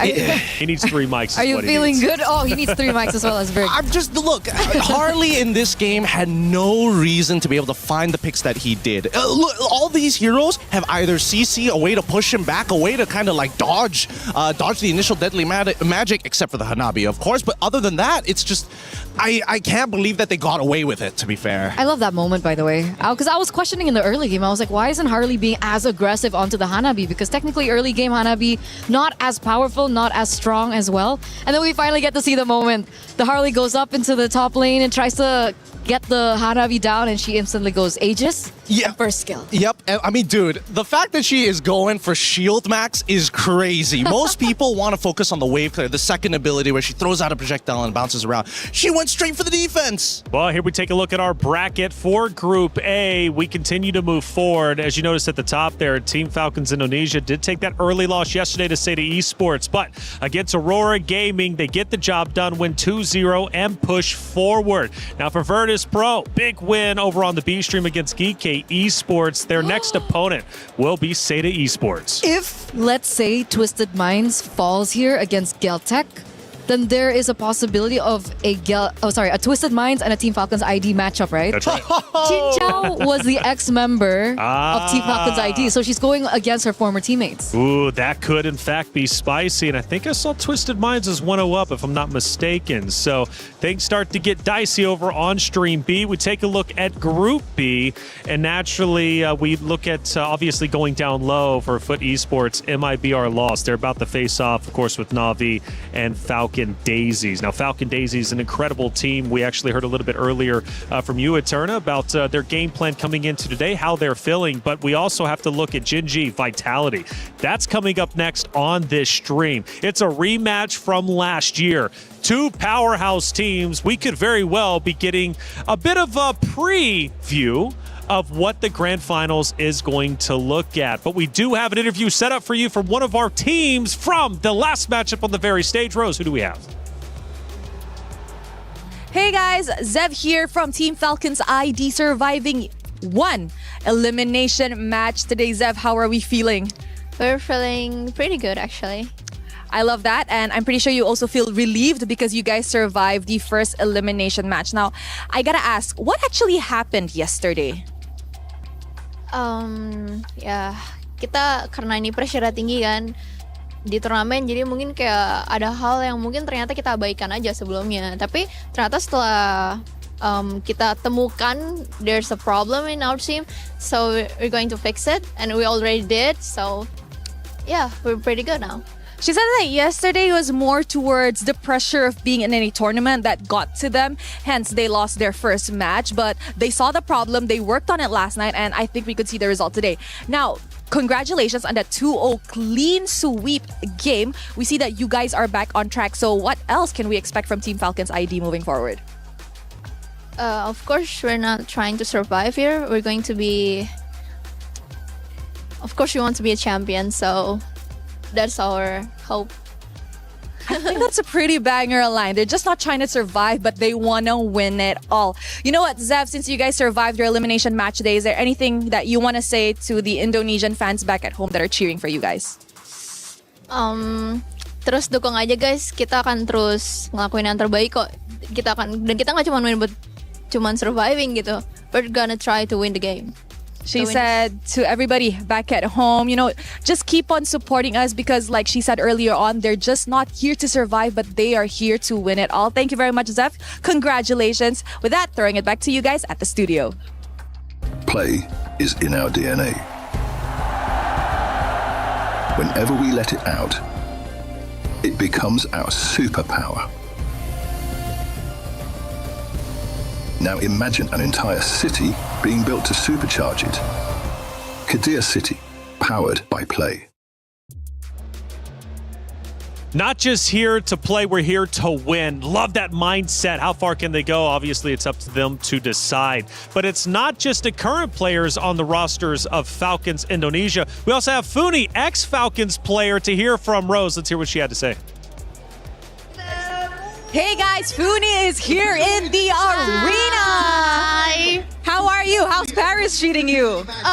So far, Paris is such a pretty country, and the people here are so humble, right? Oh, they're so nice. I agree. Yeah, whenever I enter everywhere, people are like, bonjour. Bonjour, merci. Yes. So, Funi, let's talk a little bit about the game. What happened to Team Falcons ID yesterday? Because that was a shocking loss. I think it's just because they were nervous. Because I think they were playing good, very good, but I think they were just nervous to be in the international stage because they skipped last year, right? Yeah. Okay, you mentioned that they were nervous yesterday, but today, after watching Game 1 and Game 2 is looking amazing. Yeah. How do you think they will be after this? I think they learned from yesterday already. I think they will bounce back even more. I think they will make it to the playoff stage. Let's go!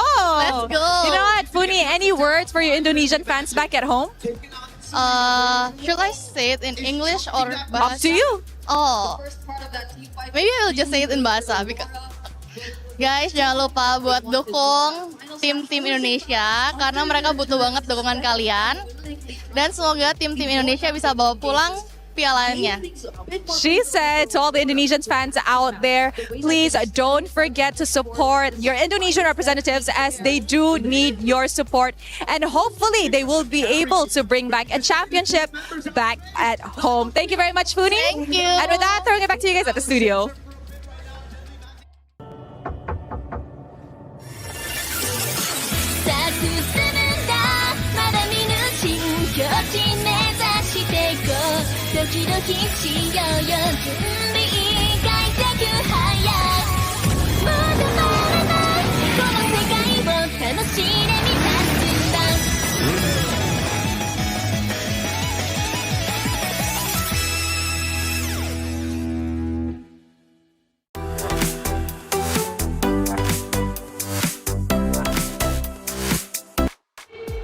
It's time for another match, and this one means a lot. It's a repeat from Grand Finals of MWI just last year. It's Gen.G versus Vitality, the rematch. Revenge or repeat? The winners punch their ticket to the knockout stage once again. For the other, the loser, they have to drop down, protect their key, and try and survive, much like Falcons Indonesia just did moments ago. Let's talk about it. Not only is it should be Vitality versus Gen.G, it's Vivian versus Ashley. The mother of Tank's conversation. Who's it going to be? Honestly, I'm not so certain, but we need to hear from Ashley before we head into the matchup.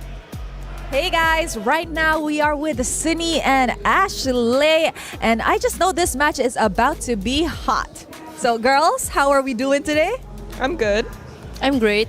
Now, what do we think about this matchup, honestly? Because it's a Grand Finals rematch from last year. This time it's not Grand Finals yet, right? So you excited? Yeah.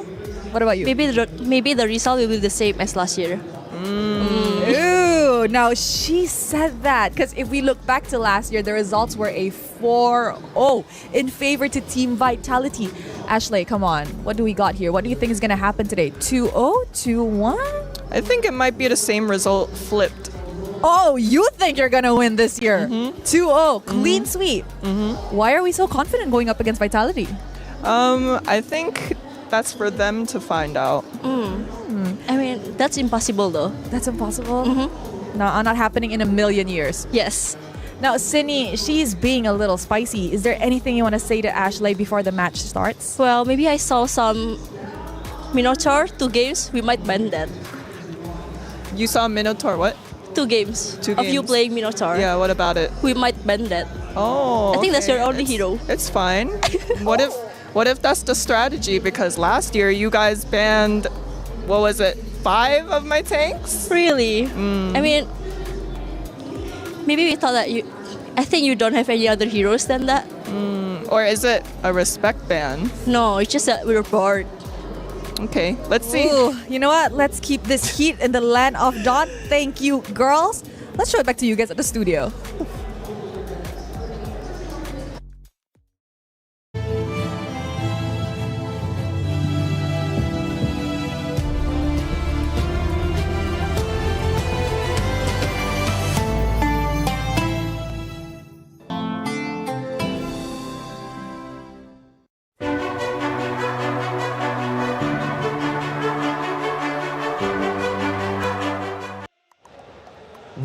Wow, that was the first Spice we have seen yet. I thought it was going to be relatively tame, right? Because Ashley was like, we'll see how it goes. But Cindy was like, no, this is how it's going to go, 2-0.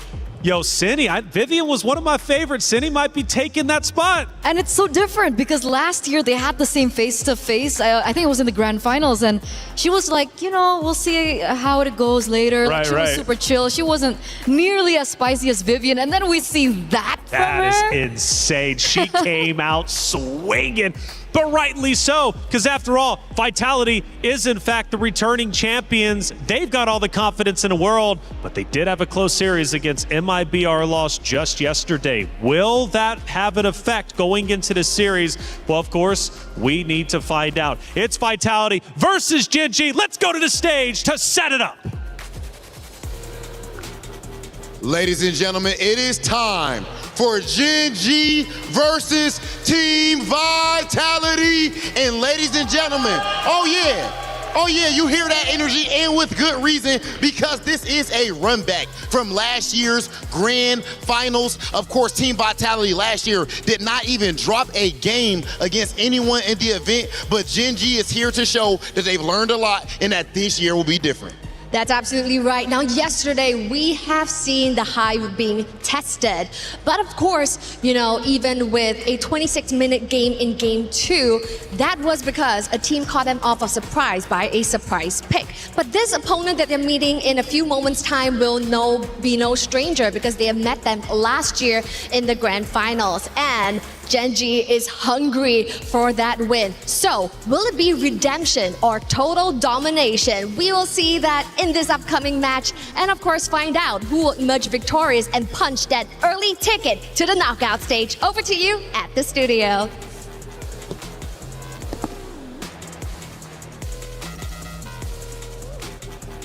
Ooh, it's spicy indeed. The stage is set. The players are ready to go toe-to-toe with each other. Once again, the history runs deep. It's rich. It's Vitality versus Gen G. And as we look at our map reveal, we're heading into Broken Walls. Now, Gideon, Cindy specifically called out Ashley, a.k.a. on the other side of Gen G, and said, your hero selection pick, well, it's a bit weak. We don't believe in you, and we think we got you. Well, I mean, if they want to commit to 5 tank bans, 5 support bans, by all means, go for it. We've seen too many times where there has bitten somebody in the behind. And I think right now, it's less about what tanks are you going to get and what's the best composition you can achieve here, because I'm looking at the side laners who are going to make the difference in this game. I agree. But there's definitely a warranted feeling as to why they're being so focused on Ashley. Ashley being the backbone of the team, she's captain as well. In and out of the game, you can see that she plays such a pivotal role for Gen G and how they function, how they were able to secure their 2-0 victory yesterday. So arguably, could you say that about Vivian as well? Or do you think Vitality has a bit more like of a robust team that's confident if their leader falls? Here's the thing, right? Captain uniquely is Cindy, not Vivian, for Team Vitality. So if you say that, I would say, yeah, maybe. Because Cindy always is able to step up in the game, but it feels like the attitude all comes from Vivian. Yeah, I think it's great to always have somebody who's got that attitude to be that front face to really intimidate your opponents, while the brains is telling the rest of them, this is how we're going to apply our plans. And so far, based on what we've seen in the banning phase, Paquito, the glue, already getting axed out on blue side by Gen G, Vitality getting rid of the Marcel, it really seems like this is the most standard openings in terms of bans we've seen so far. I would say yes, especially now that we see the Herrera up next. Yeah, I mean, it's all coming one full circle, as expected here. But not only am I interested about Arya alongside with Chell, Panda and Fumiko, I cannot tell who's going to win that lane. And I feel like, based on what the draft is, I'm just going to leave it to the draft because their skill levels in the team fight are so similar. They're so mechanically inclined. And I want to argue for Arya as well, right? Arya has also been such an important role as well in Gen G. And she's been able to beat a lot of the top tier EXP laners, I think, in her region. And I feel like this is the moment that she proves that she could be the #1 in the world. Well, as we are going through the hero selection, I want to remind everybody that this is, in fact, the battle of adaptation. You have 2 elite coaching staffs, 2 championship caliber rosters, and this series, in fact, could come down to the drafting and macro execution. So this is just step 1 between these two and could very well already determine who's winning the first map. Again, their backbones are important, and also their coaching staff, because Rex Vin, initially from Monster Vicious back in Malaysia, has been helping them so much with these women's teams. And Gen G, this particular roster, loves coming down to Malaysia to actually participate and scrim against some of our teams locally. It's back-to-back boot camps. Back-to-back, MWI last year, MWI this year. They have a thing for Malaysia. They do. And I think it's great because we're close enough to still be able to scrim against the Indonesian teams just across the coast. Which is very important, and that's why we're seeing them develop so quickly, so fast. So Esmeralda gets banned out there by Team Vitality, and it looks like the Minotaur has actually been left open. So was it the interview hinting at a second phase ban perhaps against Ashley for the Minotaur, or maybe do they have something completely different in plan?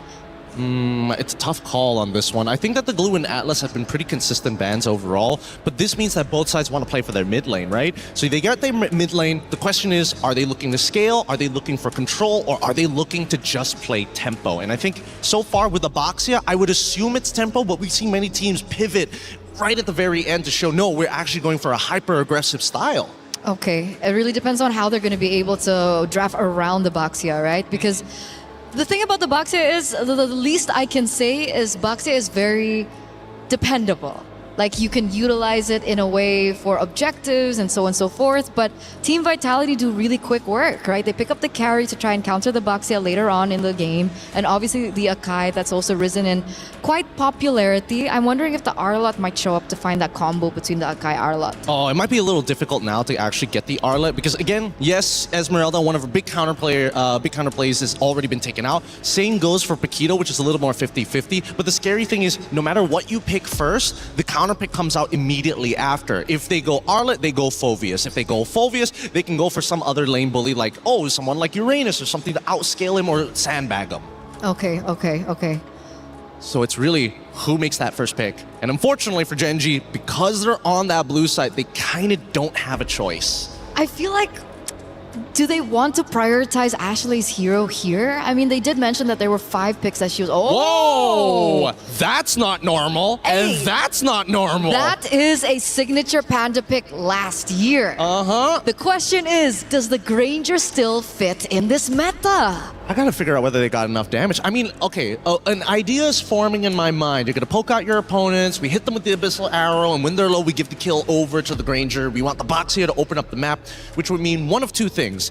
Either A, their EXP laner is going to have damage, or B, they're going to have a support who's actually, who's big enough and tanky enough to be able to actually not only take the damage, but apply a lot of high base damages. So are we thinking like a hero like Grok? I was thinking, maybe not Grok. I was thinking like Hylos, because it's very consistent in the early stages of the game. We see the Arlot get played here, so perfect timing coming in for Team Vitality. Expect to see the Phoveus ban in the second phase. Yeah, they really want to be able to alleviate the pressure on the Arlet, make sure that the Arlet can roam around as fast as possible. And the fact that we see the Selena on the other side, it will also help the farming from Boxia. You know, like Boxia has been nerfed quite a bit.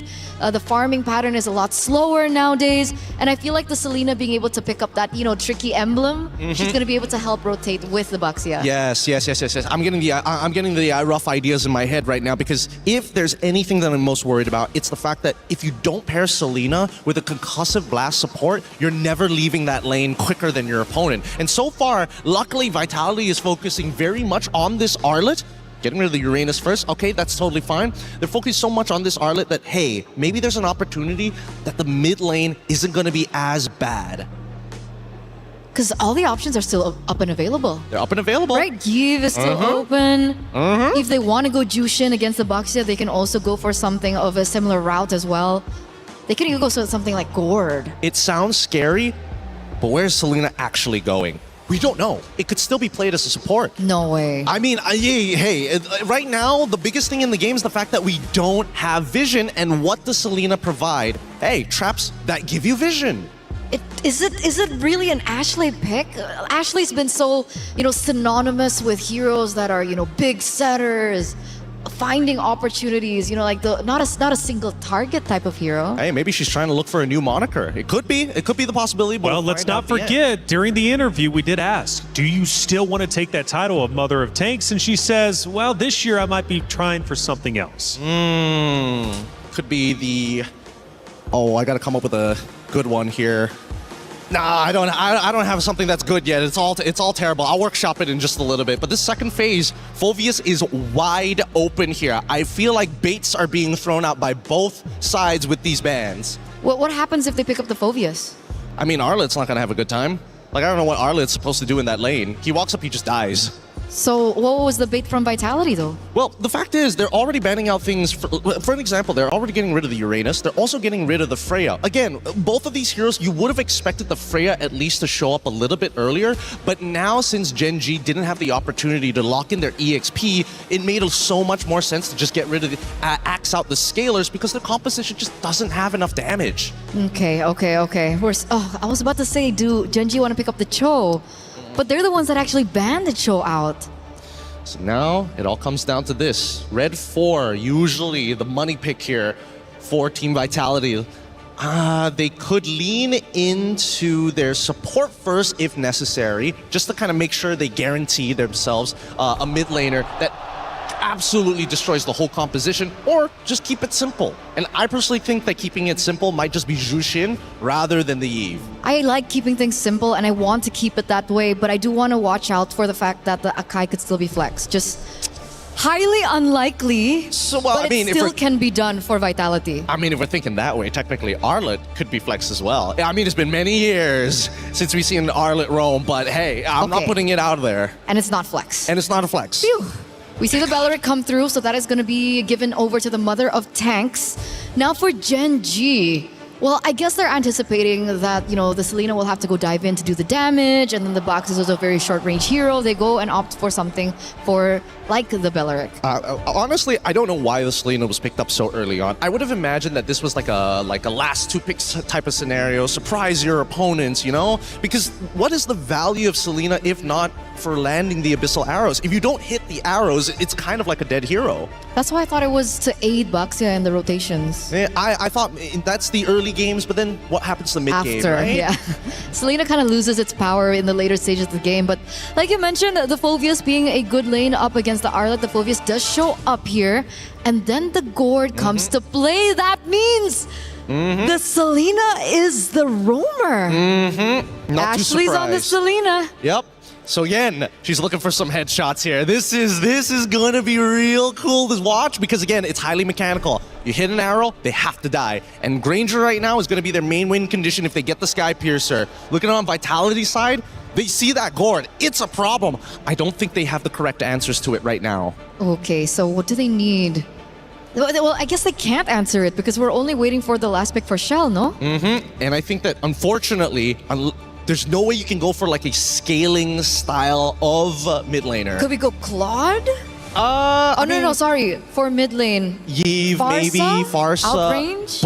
Both of them are susceptible to this Selena. Kagura. Something lane dominant, something to say, you know what, we'll figure out a way. This is diving so deep into the archives of Team Vitality. I think it was even under a different org at the time that we saw the Kagura for this team. Well, I don't know about you, Taylor, but do you prefer the arrows from the side of Genji or the umbrella from Team Vitality? Gotta go with the arrows. Come on, you want the damage. This is the matchup we've been waiting for. The crowd has showed up. The Vitality fans are going crazy. Genji fans, let's also get loud because this is a rematch of the Grand Finals from last year. The one we've been waiting all day for. Let's get it started. Bragina, Athena, take it away. And that's exactly why the arena feels so electric. It's a matchup we're all looking forward to see. And it's Genji versus Vitality. The rematch, the storylines, they're all falling into place. But only this can determine what would be the next for these two teams now that they see and meet each other again. It's a Selena for Ashley. It's something that really took us by surprise. And I know it's a bit 50-50, a very mechanical hero, but I can't help but think it's also just Genji's way of speeding things up for the Baksha and making sure that it's not left behind in terms of farming, because that's one of the biggest adjustments we've seen happen to this hero. Especially if you've reviewed some of Vitality's earlier games yesterday. So Genji learned their lesson, and it's quite a bit of a refreshing thing to see onto Ashley's hand as well. It's going to be raining arrows here, but let's see if Shinny, or C rather, could dodge all of that with her umbrellas. Now, talking about Sayori as well with a gourd pick coming in clutch here, she wouldn't have a hard time clearing up the lanes, and most likely here for Vitality, they need to find a way to somehow set up the tempo here on through the early game. And that's exactly what they compensated for, right? The fact that they might have lacked wave clear and faster rotations, but Arya... Okay, being punished this early. Flicker already activated. Rui with a counter punch. Vivian and the rest will just disengage. It's Vitality with the discipline and clean disengages against Genji. And the fast rotations from Genji as well, so you just really couldn't go in for the full commit. It feels a bit too dangerous to do so. So fortunately, they're keeping everything in check. They're not too behind as well in terms of speed and farming. But Vitality, they're just making their presence felt. Look at how they're showing up even right here in the purple buff. It's all about the speed, right? So Genji wants it faster. Vitality could match up that speed. And now, right on cue, it's going to be the first objective here, targeted by Vival. And it looks like for Vitality, they have quite a good position here just to try and prevent Genji from ever actually taking this neutral objective. I mean, it's pretty tough for Genji if they want to contest. This is an Arlott Akai in an objective fight, but yet they still decide to rotate towards the turtle. But can they find trades down? Okay, the arrow will hit in onto Fumi Echo. Rowe on a tight spot.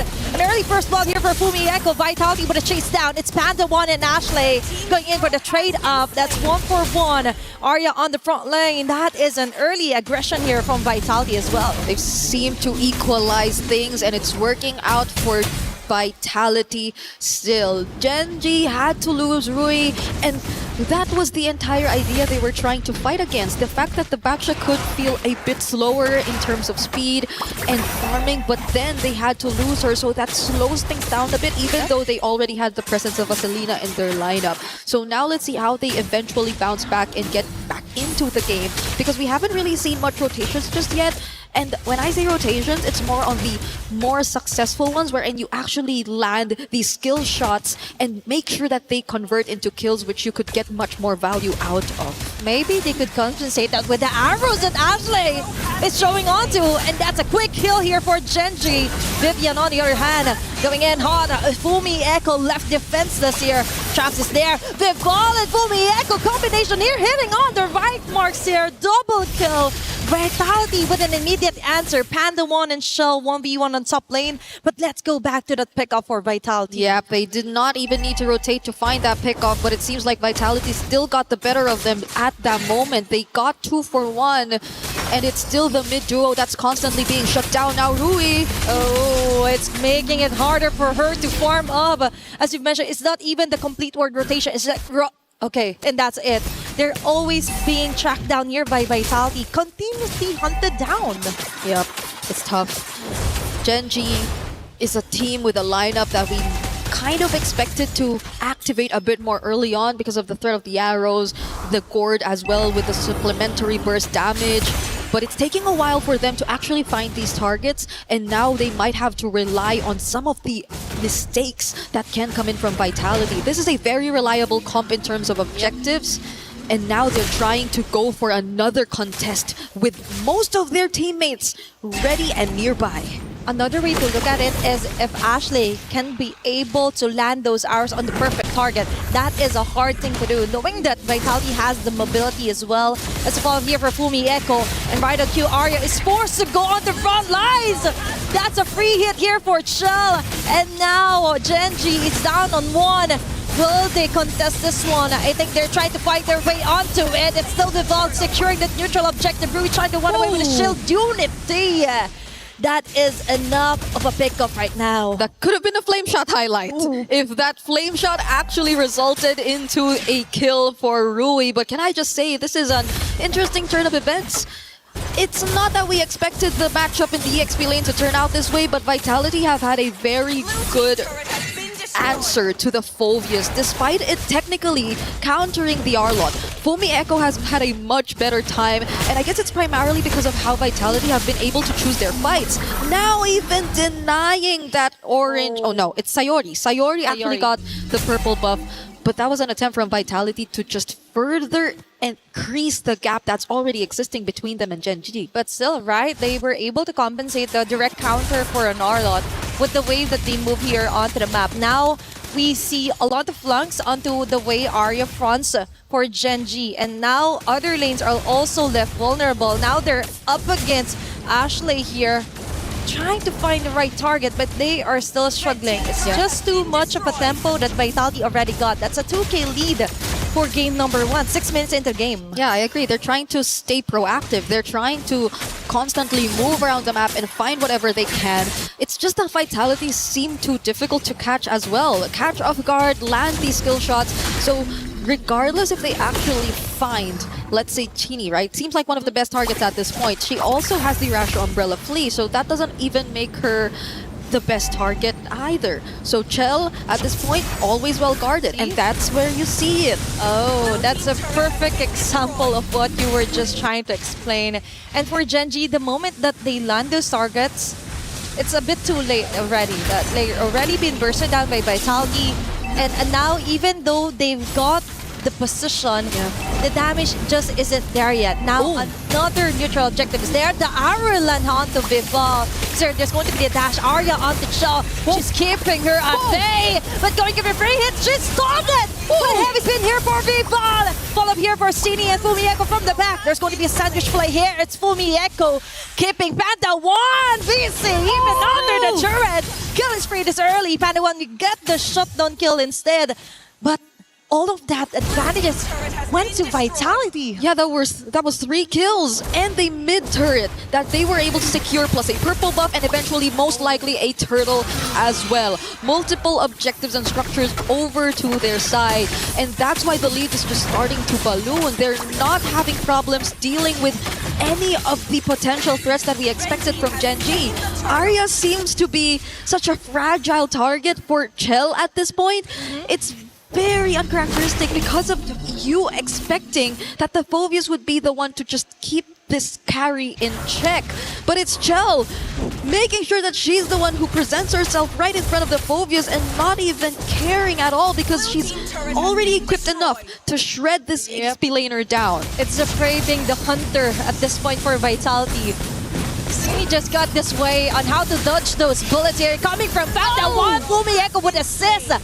Final flush onto 2, and that's what we're talking about. It's kind of weird to see it's Genji falling over on those attempts of a tempo against Vitality. Yep, they could not find that tempo. Now it's most likely playing for recovery for Genji. This is just too much dominance that we're seeing from Vitality across the map. And they're playing with heroes who I think even the panel highlighted as not so much part of the meta if you're mainly relying on them for your carries, because looking at their lineup, it's really around Panda 1 that you're really expecting majority of the scaling to come from, but it's not like Ranger is really considered as the most scaling marksman either. It isn't. It's likely going to be Sayori, but it's taking a bit of time. They're trying to set up, or their setups are taking a lot of time before we eventually see them executed. And now with Fumieko also picking up the Rose Gold Meteor, you could just expect this aggression to get even worse. It's all about fights, here for Vitality, making it harder for Genji to actually catch up. Even though Arya could land a great Dark Wave even onto 2 to 3 members of Vitality, but still, the damage isn't enough. We've mentioned it's Sayori that's taking a bit too long to really be activated if to go for the burst. And for Vitality, on the other hand, another way to totally compromise the jungler pattern here for Genji is to try and take it all over. Especially even onto the jungle clips. Genji couldn't even touch that one. Arya still got a perfect play on the shell. But still, the rest will just isn't there yet, Vivian. On a tight spot, but still, she will be able to back away. Instead, it's Jewelry and Arya falling down just before a Lord take even eventually comes in. Genji definitely wanted to take on that fight. That was the pursuit that Arya risked, expecting the follow-up as well to come in. But the pin down with the heavy spin just made it difficult for Genji to even push forward because they already lost Arya. And it's a tough task for her and Rui at the same time. They're the ones who have to get in first. They're the ones who have to set up. Yep. But every single time they attempt to, it seems that Vitality are not even afraid. They're not rattled by the least because they already have Chell, who's currently 8.9k in gold, already completed the Trinity and is on the verge of completing her items. Whereas if you take a look at Panda, yes, she already has the Hunter Strike and the Malefic Roar, but this Sky Piercer, you have to wait until you actually get the value out of it. There's so much catching up that Genji actually need to do, and we're approaching the 12-minute mark. Fortunately, still have some of their holy shields intact, but they're on the verge of losing a bunch of their base turrets too. Yep. Time definitely is not on their side here for Genji. You have to keep those stacks rolling in for Panda if you want to survive this task, this tedious task that Vitality is trying to do. Both inhibitor turrets here on the mid and on the bottom side is being targeted here by Vitality. We fall yet again with a heavy spin. It's Arya falling down. The front runner here for Genji is easily picked off, and now it's left for Ashley to land those arrows.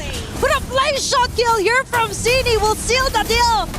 Down 2 women here for Genji. All their base turrets have been totally destroyed here by Vitality. And that is a flame shot highlight right there if you've ever seen one. It's been so long since we've seen a flame shot here in competitive play, but oh no, Rui gets caught. And this is it. Vitality just exerts their dominance here onto game number 1. What cracks? There are no more cracks onto their formation, onto their domination, as they slowly choke out the life of Genji here for game number 1 alone. I am starting to understand why the Phoveus was baited out of Genji and why they were just willing to let it go. Just look at how difficult of a time Arya is actually having on this hero. And it's just really something difficult to digest because it's a matchup that you really would expect to go her way. But it seems like Vitality have completely read out the kind of approach that Genji actually want to play into. They pretty much let them play the early that they want in terms of speeding up the farm, but other than that, they are not landing any of these skill shots. They are not able to maximize the early threat and presence of a double mage mid duo that they actually decided to field here in this game, and they're just taking it step by step because we're 12 seconds away until the next objective spawns, and with an 11k gold lead, this was mentioned by our panel earlier, it's very difficult to find a way around this kind of situation. That is just too much to handle for Genji. Plus, considering that 3 of their supposedly damage leaders is linear. They're on a straight arrow, they hit or they miss. But most of the time, it's a miss. Because for Vitality, all they need to do is juggle around, who will be getting the arrow, who will be getting all the skill shots here from Panda 1, and the rest could just go for the free hits. Now, Sydney is still untouchable, by the way, with their Kagura pick. Yep. And it totally made sense. She has the mobility, she has the burst, and the flame shot, the cherry on top, just to finish things off here for Vitality. Yeah, none of them honestly even opted to go for Purify. At this point, Nope. it's just really them adapting through the heroes that they've actually picked up. And I think it's also very dependable for them to have the Sakai in their lineup, because even when Genji decided to go in for multiple times, they just had to use it defensively, push them away, or even better yet, find the perfect pin down. But this is a Lord Siege incoming for Team Vitality. Let's see if it is here. Oh, another fight that's just connecting onto two members. Panda already down. Fumi Echo taking out Arya from the process here from Genji Esports. Is Shell locking in onto the tower. An easy game 1 win for Vitality. They had zero plans of letting Genji extend that game any further. And Team Vitality are one step closer in securing their knockout spot. Genji decided to field a draft that required a certain level of execution in order to work. But look at how Vitality dealt with it. They were just very calm and they let it happen on their terms. Now we have to take a look at what's going on stage together with Damascus and Rob. Absolute insanity. Team Vitality showing why they're last year's champions. This is the match that we've been looking forward to this entire time, but apparently Vitality was looking forward to it more than anyone else. Hey, listen, if there is one that needs to establish dominance, it's Vitality. Yesterday, got scared a bit. That is a statement, man. Absolute statement made in that first match. Genji back to the drawing board, but these Vitality fans, they're getting louder and louder. I wish that we had a camera behind the scenes to hear exactly what's being said in the Genji locker room. Like, I just feel like Ashley right now might be getting a little hyped up. You know what I mean, Damascus? At some point, you might have to tell them, you can't let them do that to us right now. You know what I mean? There's a whole lot of pride on the line. It's supposed to be the big run back. It's supposed to be the big moment when you show that from one year to the other. You're like, I can win this time. I'm so back. Unfortunately, not yet, but there is still a chance for Genji to bring it back. So let's wait for them to bring it back and take a look at the highlights.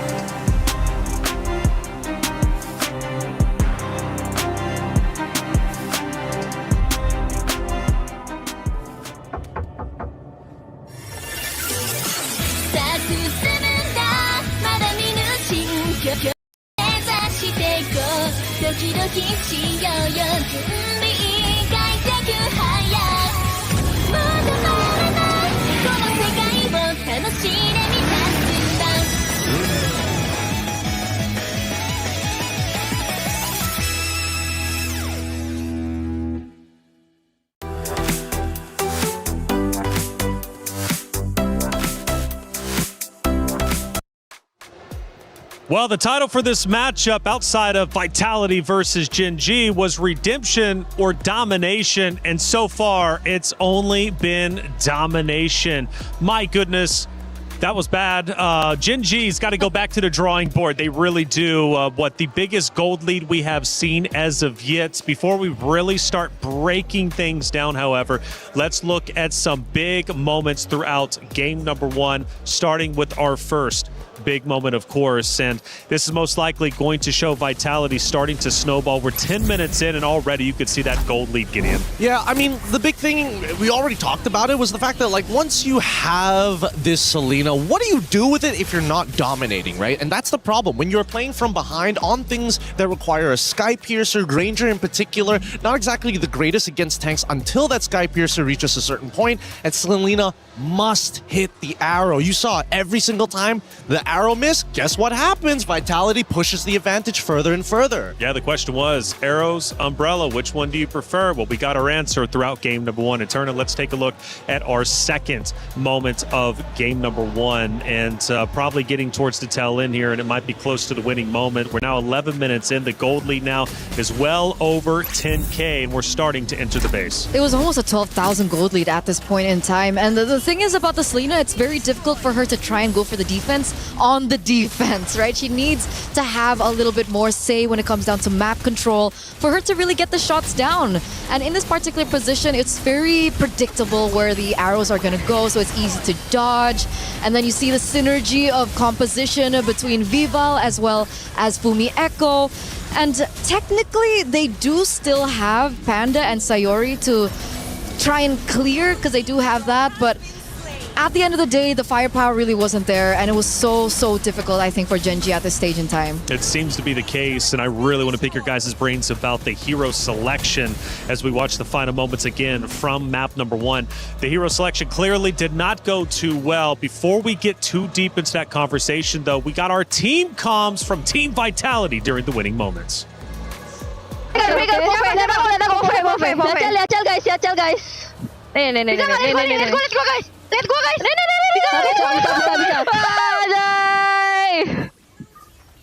Sabar anjing, MM-nya nggak lewat-lewat. Mid-nya anjing. Guard-nya flicker. 920 guard. MM-nya nggak lewat-lewat anjing. Flicker coy, itu mereka berdua anjing. Body was built to move. Not trapped at a desk in one singular posture for 12 hours a day. It's time your chair evolved. This is Secret Lab Titan Evo. Ergonomically engineered for you, gamers, hybrid workers, artists, backing your every move. Man, there it is. They sounded very excited for Team Vitality, and rightly so, because when they get pumped up and energetic, you know they're playing an all cylinder. Not too much. I think not enough potentially. Okay, hey, look, Vitality looking good, and I tell you what, we've had coverage all day long. We've had Stream A, we've had Stream B, and we got our co-streamers as well covering all the action. Let's bring Rain in and have a little discussion. Rain, what's going on, man? How you liking the stream so far? How you liking the tournament? So far so good, guys. I'm having fun here. I think this is the most prestigious tournament so far, and I'm really excited to see quality from the rest of the players. Coach Rain, you talk about quality gameplay. You have, you've taught some of these women before. You've coached a women's team before. I'm curious from your perspective on this current game. Was that just both sides just trying to flex on each other? Why was it necessary to show both Kagura and Selena in this matchup? I think it's a battle of, how do I say that? A battle of the drafter. Battle between the mastermind for both teams. They high pick the Selena, and they expect that the Selena can be flex pick, but somehow Vitality can read the pick, and also they use Kagura to deny God and also Selena at duo mid. So that Kagura pick actually for me is really brilliant, man.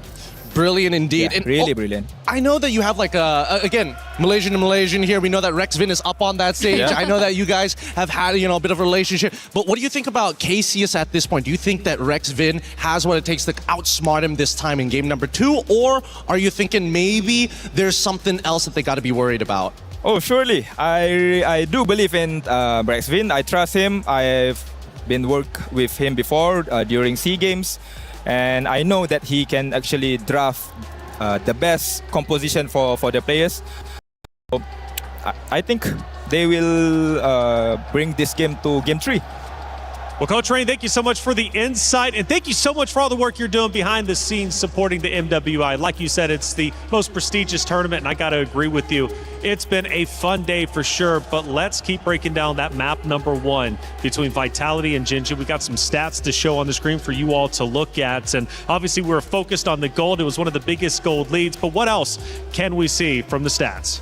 I think the one thing that I'm going to be seeing later on is the choice of spell for Kagura, for Cine.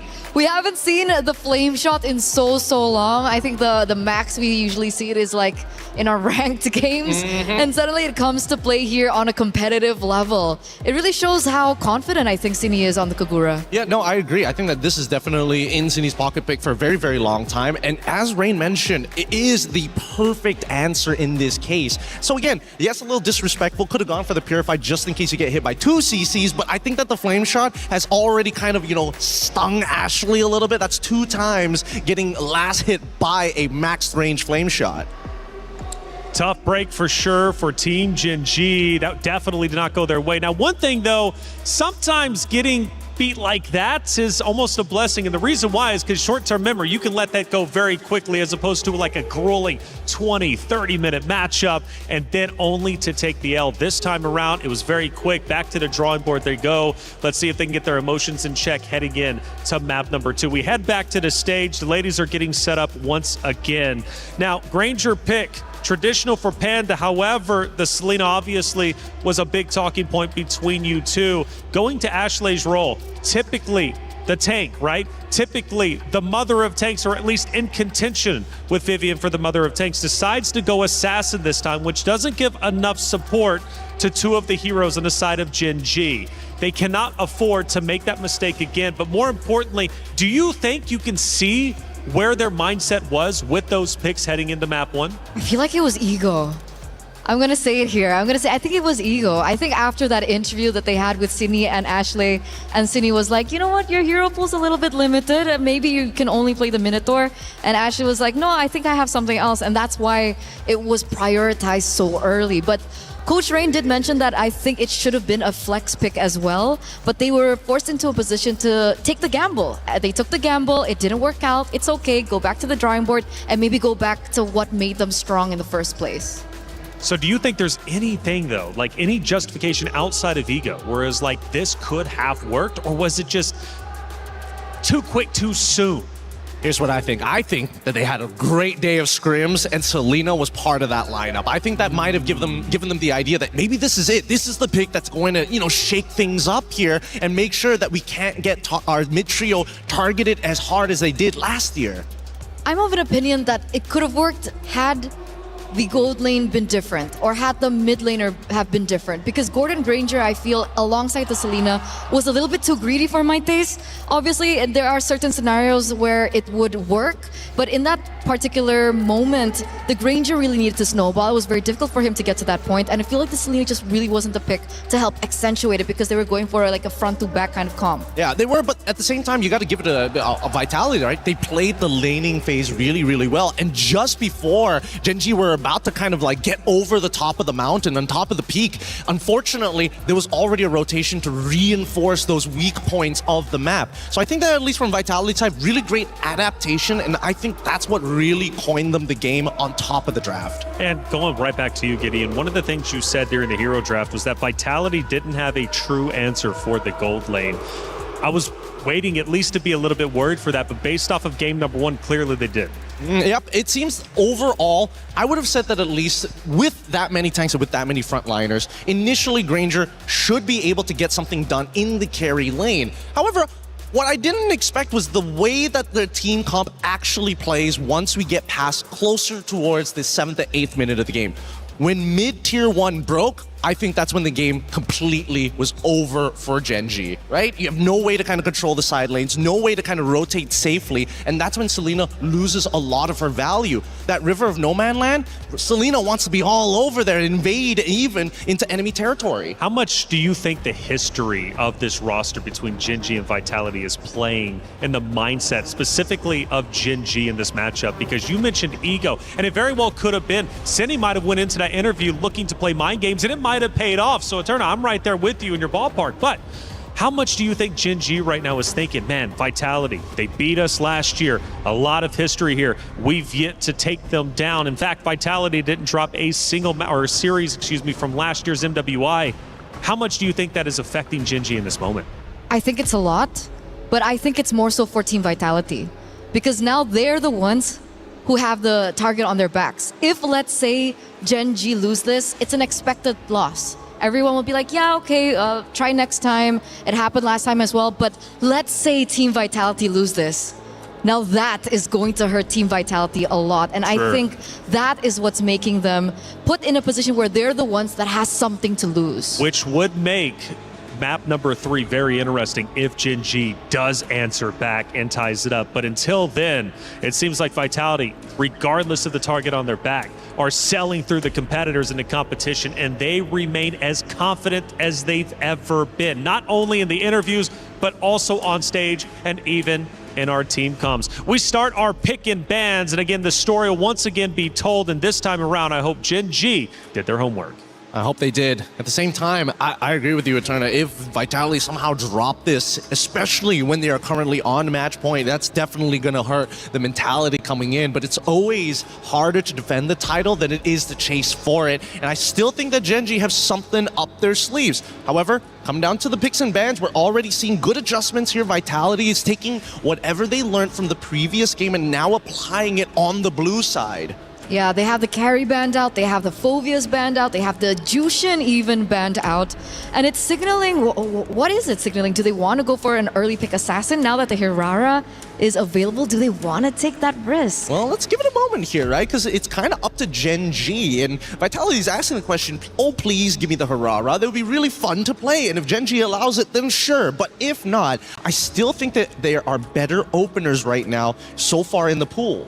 Okay. It goes back down to this final one. And I mean, it goes and brings me back to Vivian's interview. When she was like, you know, everyone please do your best because I don't want to get sleepy. What is that attitude? Honestly, I did a little bit of content with Vivian for the club championships. I can't wait for that to start coming out because, man, she's putting people to sleep, dude. I'm telling you, she's got some banger lines in there. But now that we have the first half of the bands already done, Atlas immediately gone out of the question at this point of time. It seems a little strange. Most people like to hold the Atlas up, especially if Zushin is already banned out. But I think they just don't want to let it go. Are they contesting a different pick, perhaps? If we take a look at the first game, I think the Esmeralda and the Glue were heroes that were also banned out. Do the defending champions want to go and prioritize the Esmeralda here instead? Well, I think if they don't pick it up, it's probably going to fall into the hands of Gen G. And so far, Hirara is going to be the first pick here by Team Vitality. I like it. It already tells you, hey, we've got a quote-unquote setter, a dodger, an assassin, but most importantly, somebody who can progress the game and accelerate it at a ridiculous rate. Absolutely. Hirara pick, it's quite exciting to see because I don't think we've seen Vival go on her signature assassins for so long. I think the last time we saw it was maybe one or a couple years ago. Too long. It's been too long. It's been too long. And her being on the hands of a Hirara, she has such a high ceiling as a player, and I really want to see that come into play. GG though, how do they respond to this? I'm thinking, you know, the traditional stuff, right? You're already looking for, maybe hold your mid laner until the very end, get the Esmeralda for Arya at this point of time, because so far we haven't really seen any team say, you know what, I am willing to sacrifice a little bit of team fight power to win this lane against the Esme. They also pick up the Baxia, great pickup from Gen G, making sure they're covering their bases in terms of counter picks. I like how we were seeing Esmeralda and the Baxia on the same side. Because usually when we see the Esmeralda, we do see that the Baxia is kind of a counterpick towards it. But they're really, you know, strengthening what they didn't really have in that first game is they have a really good front guard. Now, I'm expecting some really heavy hitters later on, perhaps, you know, the Gord again, if they want to go for that type of thing, despite it being a little bit more risky right now, as we do see the Hirara on the other side. Vitality, do they want to go ahead and pick up their gold laner? Now that the carry's been banned out, they can go ahead and pick up something like the Claude. Very smart. They go for the glue instead. I like that. And they go for the Claude on top of it. I was thinking whether or not they wanted to show Yve within this first phase. If it was not Yve, it was definitely something plus glue. You called the Claude. We got technically half 50-50 on either side, but now it's that final one. This one, I can't figure it out, right? Because now that they have glue on the opposite side, it would really suck to have to go out of your way to play unfortunately, Vexana, or the direct counter, in this case, Faramis.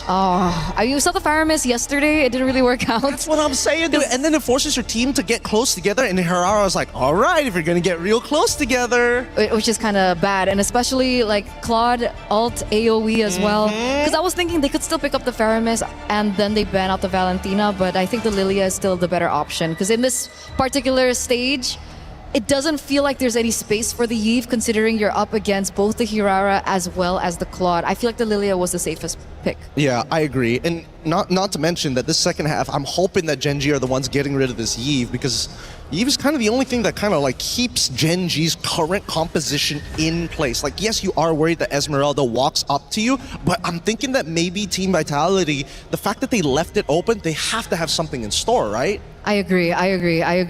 I think the Yve would be very detrimental to the success of the Esmeralda as well. I know she has, faster cooldowns and she could rotate a lot quicker, but it's still a very risky play to want to play within the box of the Yve or the real world manipulation. So yeah, the Yve goes out. Yve is down.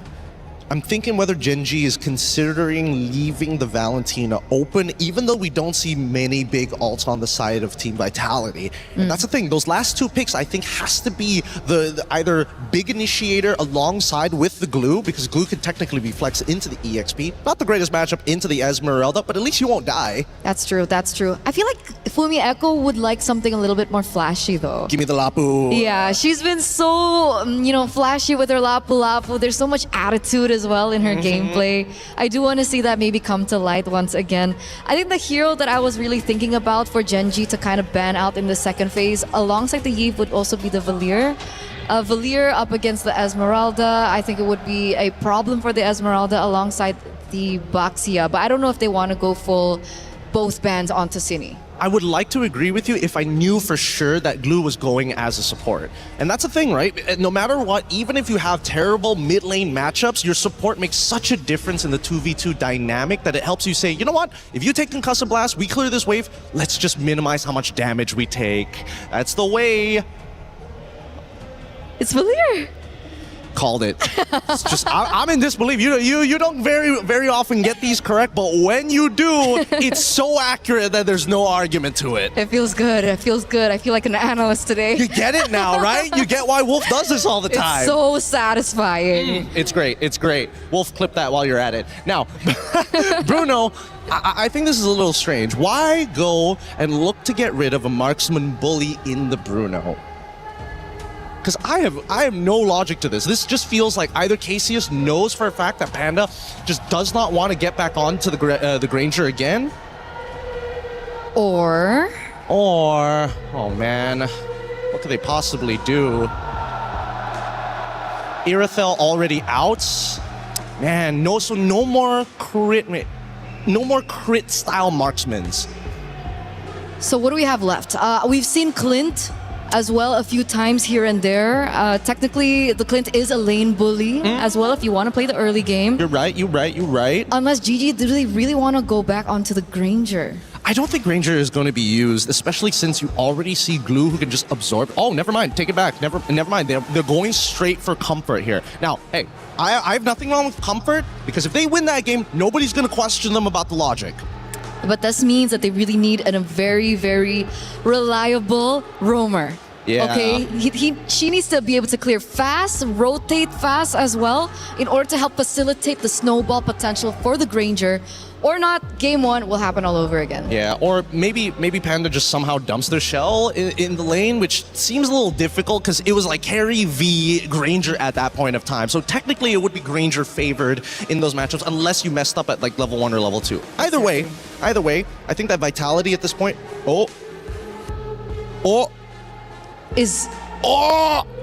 This is a statement.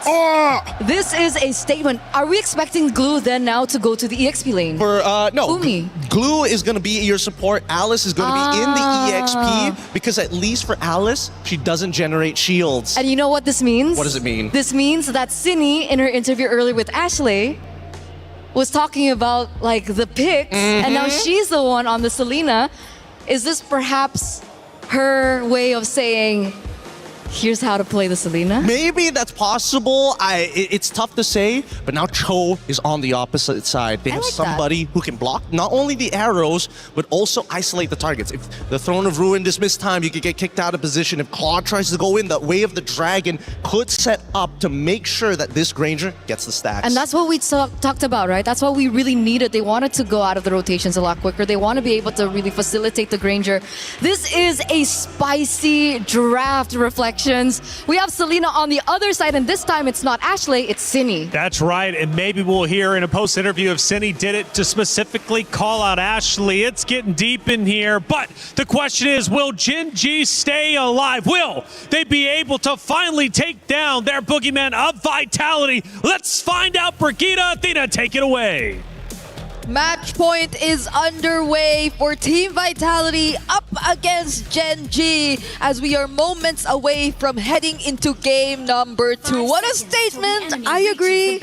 What better way to close it out if not by winning through a pick that was unsuccessful for Gen G in game number 1. The Selena now in Cindy's hands. That is a lot of confidence here for Vitality. And as you mentioned though, it's kind of a bit of a question mark still here for Vitality, right? But let's see, if there is a team that could make it work, it's going to be one of the strongest team or the defending champion. Now for Gen G, they go in for early aggression as well on the mid lane. Yeah, Rui actually stole away a green cap from Vitality's side, whereas Vival just decided to get a green cap of their own. So basically both level 2, but that was a stolen jungle cap, and we're seeing a skirmish in as early as less than a minute into this game. Gen G is trying to be a bit more active. They did not want a repeat of game number 1. They are playing right at where the level is Vitality when it comes to facing here on the early facing of our game, which is what we would love to see, right, for Gen G. Instead of them just going for the counter punches, we want to see them throw out the first punches and then do so onto punishing members here for Vitality. Now, looking back though here onto the composition for Gen G Esports, now they stay in with Ashley's show, and right on cue, she is forced out of her flicker. Yep. A resource already down for Ashley, but at least they got resources elsewhere. City, close call too, but we'll get to dash away from that attempt from Gen G. And there isn't a significant advantage that we're seeing from both sides just yet. I'm surprised to even see that slight lead in favor of Vitality, because Gen G were able to steal away a couple camps, even the Little Wanderer falling into Rui's hands for that first jungle rotation. But I guess this is where things change. Yeah, first turtle up, and we're seeing only Vivian scouting the area for Vitality. There's kind of a bit of a delay here for Ashley, only at level 2. But right on cue here for Arya, Falling Starman committing onto Viva. And that is how she keeps her at bay as Gen G attempts to get the turtle. It's going to be Sayori with the last hit, first blood as well. That's a great opener here for Gen G, chasing down onto Fumi Echo. But still, that is a great statement start here for Gen G. Arya definitely wants to play this time. She wants to be the EXP later. She wants to be seen. This is a different hero that you've handed over to her, and it's going to make a huge difference. The way that she just made sure Vival could struggle to get close to the objective, and if not even just get close, but even put her down to below half HP, enough so Gen G could actually get the kill. But Ashley, though, down bottom. Okay, Chell is forced out of her Blazing Duet, but that is it. They just need to survive the early facing Ashley's attempts. But going back onto Arya, we mentioned she's one of the best XP laners out here in the female team for female MWI teams.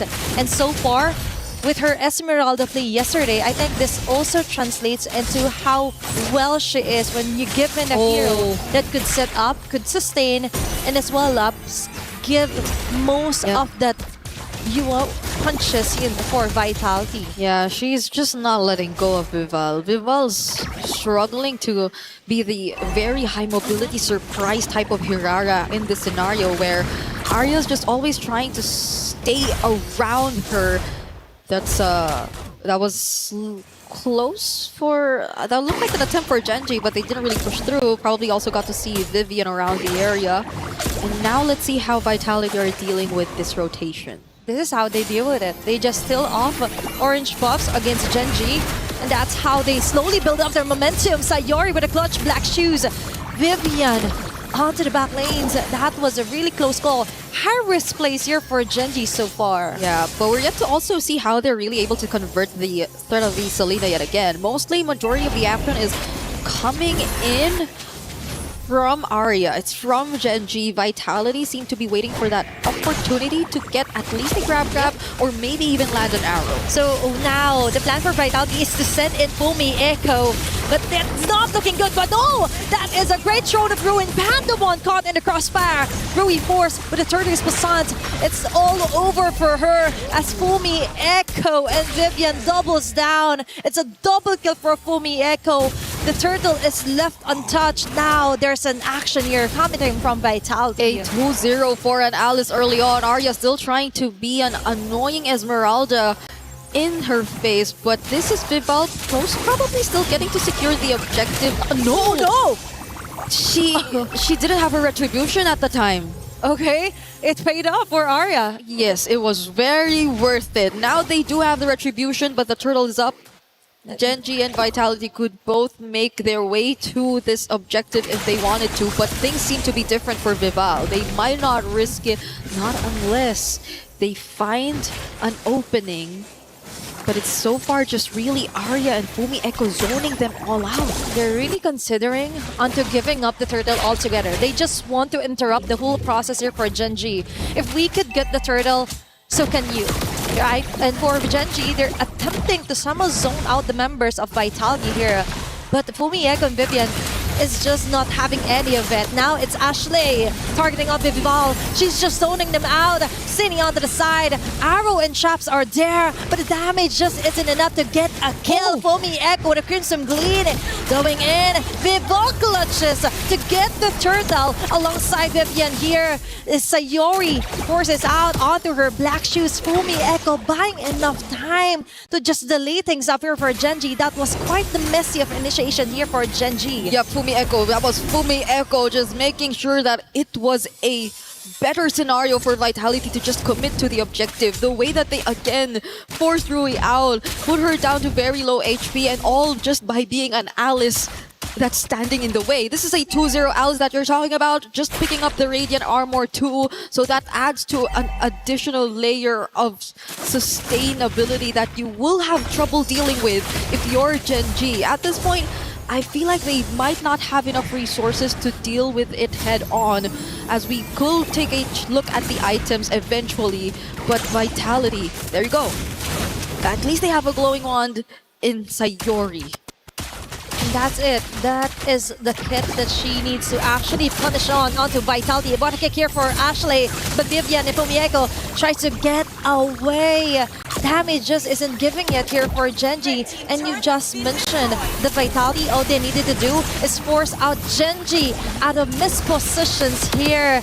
And there are numerous healthy resources here exhausted, such as the Flicker for Ashley, and for Vitality.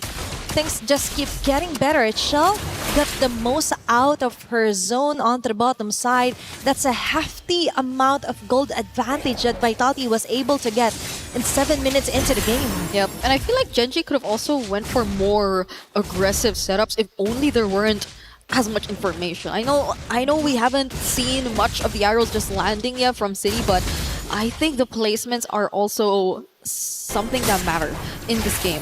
The way that they're always just able to scout, the movements from Genji, similar to what we saw just now, is being very pivotal in how this game is playing out. Oh, the arrow now lands onto Rui. Okay, that's a very crucial take here for Cine. Ashley commits onto the wave of Dragon. Cine immediately taken out here by Arya. Shell finds a great opening with a blazing duet, but Sayori with a single black shoes will be able to survive that. Panta 1 being cornered, of all people, taken down. The goal laner for Genji is down. Now they don't have enough damage to actually tore down the defenses here for Vitality. The Lord is left alone. It's still Vitality coming up on top, finding the right targets and angles against Genji. Yeah, and I think that's one of the biggest concerns we had for the draft as well. Genji, they do have setup, they do have pick-off potential, but can they actually provide the right amount of damage? Arya, oh, the knockups! She might not make it. Fumieko hot on her tails. Ashley in an instant taken down. This is just too much to handle. They're coming in one by one here from Genji. Yep. Now it's Vitality. Oh, with the control over this objective. Rui has some information, can potentially catch up to. This is a factor that we're talking about after all, but will they let them through? Vivian blocking the way as much as they can, as well as Fumieko. Oh, it's still people getting on to the Lord. Arya finds her way in, but won't find her way out. As Vitality takes her down, that's a 5k gold lead. An objective onto Vitality. All in all, that isn't any in favor or pros from Genji. They've got nothing out of it. It seems like they still wanted to force the fight, however. It seems like they still at least wanted to get the attention of Vitality, maybe momentarily stop them from at least focusing on the objective, but Vitality refused to do so. They were just making sure that they will be able to secure the objective nonetheless, especially with Rui out of sight. If there was anyone who was actually able to approach, it was just either Arya, it was just either Ashley, but Rui was the main problem, and they need not worry about that. Okay, now it's a Lord. Oh, okay. I just saw Ashley activate the flicker just to try and cross that big boulder. I think that is huge info here right now for Vitality. Yeah. That is a huge giveaway right now, and Arya will have a hard time putting up on the front line here against Vitality. Yet again, they're down to the last bits of their base turret. It might even explode with the next bit of minion waves that Vitality was able to control. To BH, the macro isn't really that giving here for Genji. It's all about the map awareness, map control. All onto the side of Vitality. Ashley gets a kick onto Vivian. There's going to be a follow from Arya, but a falling star, but not the damage. The respo, it's just isn't there yet. Vivian goes in with a clutch play. Shaw with a free hit. The two women down here for Genji. They go at it again. Double kill yet again here for Vival. What a way to scout out the members from Genji! The coordination from Vitality, a single failed attempt from Genji is what cost them these 3 kills and possibly even a base turret that will go over to Vitality. The moment that they saw the Way of the Dragon already down and that multiple members of Genji were out of their base, they took that opening, that beautiful Throne of Ruin, that entry from Vival and the arrows from City, but Arya wants to fight again. Okay, that is quite a successful play here for Genji. They're just forcing their way in. It's Fumieko being cornered out. There's going to be a dashing out. Okay, the bullets will hit from Panda 1, but an immediate response here for Genji. They're still alive and kicking. And they've got 2 core damage here from Vitality. I think that is fruitful enough. The risk was worth it for them. But still, for Vitality, they're trying to survive. Ashley from the back! With a great way to dragon onto Cine. But still, they weren't able to burst her down. Survival at its finest here for Vitality. The question remains, do they have enough to burst down whoever Ashley eventually finds? Because they burned the flicker for that kick. You would assume they could, because that was Cine who they were actually able to find. But even with the bullets landing, even with Panda actually providing the follow-up, it didn't seem like they had enough. What more if things get a bit messier in the team fights? And we're just talking about a 5k gold lead currently in the hands of Team Vitality. More so, once we actually scale into the latter portions of the game, once Genji actually gets to prolong it to that point, do we expect that the Ranger could actually deal with everything? The Skypiercer stacks aren't even handed over to him. It's not like he could just put herself forward. It's Arya who's actually just trying to force their way through, open up a bit more of the map, and try to create space when there are actually team fights going on. But other than that, this is going to be a tough task for Genji. That is the reality. And to answer the question on whether Panda will be enough, I don't think it will be. Because for now, Vitality still has most of the gold, most of the damages, plus they're really having a hard time committing onto getting the right targets. And now there's also Lord in the mix. They're burning it down as fast as possible, but Vitality is just waiting for those arrows to hit, and that might be it. Now Genji needs to be really careful on where and when they should commit Ashley's flicker, even the way of the dragon. 5 seconds next before they go in with a blink clutch play. It's Vival trying to run away. Arya getting caught in the crossfire, but Fumi Echo does it again. She forces out Panda out of position. Vitality brute forces their way in. Fumi Echo yet again on the front lines. Panda will play their time down. Vivian Shell with a blazing no and Panda and Ashley in a very hefty position, but they will do it. They will still survive, defend their fervor base, and Vitality won't be able to end game number 2. Vivian was brought back to the fountain, and Panda looked like it was about to really get bad for her, but even then, she was also able to just regain her HP back, and that was a successful attempt from Genji to defend and prolong this game. That's what we're talking about. Finally, they also get to pick up a stack for themselves for the Sky Piercer. We take a look at that replay where it did feel like they were just trying to intercept and make sure that Genji weren't the ones who were actually going to start things up. And that was a beautiful way of just forcing Sayori and Panda out of position, as you mentioned. But Sayori was quick to also re-engage, get back, zone them out, and Ashley with the mobility too. But Vitality are not letting go of this. Okay, for Genji, they don't care how expensive it will be just to get a kill. As long as they get it, as long as they get the job done, they will take it. Vitality now has somewhat having a hard time to actually finishing off this round, because now Sayori and Panda is getting harder to catch from the back lanes. It is 30 seconds before the next flicker of Panda comes back. Sayori does need a minute to get her Purify back too. And there's only 10 seconds before we actually see the next objective. Genji want to get out of their base. Genji actually want to make something happen. But Cine already spots Arya, and they have a pretty decent amount of info. Enough to know that Genji are planning to do so. Plus, Vitality knows that Genji has to send someone over onto the top lane. They still have the control over the map. And for Genji, they have 2 things in mind. First, clear off the waves onto the sides. Plus, try and prevent things from de-escalating here from Vitality. But Arya goes in. Okay. That was a very risky call here. If she was caught, if she was dead, that would have been the end here for game number 2. Oh no! But that might be it. Rui! What an expensive overstay there. Just when Vitality finally gets a Lord. Taking advantage of the fact that they saw Ashley dealing with the waves up top too. They've just blitzed the Lord. And what better way to close that out by finding a kill onto one of their most crucial front lines, their jungler Rui on the backsha. How many times have we seen that happen? But does Vitality close it out here? Okay, that made it even better here for Vitality. Fumi Echo from the back. Panda is forced to flicker her way out for survivability. Ashley as well. They can do nothing but stare back into Vitality, brute forcing their way in again. And they go in. Ashley is being held over here by Vivian. And they focus fire onto the tower as Vitality secures the 2-0 against Genji. And the results of the rematch remain the same.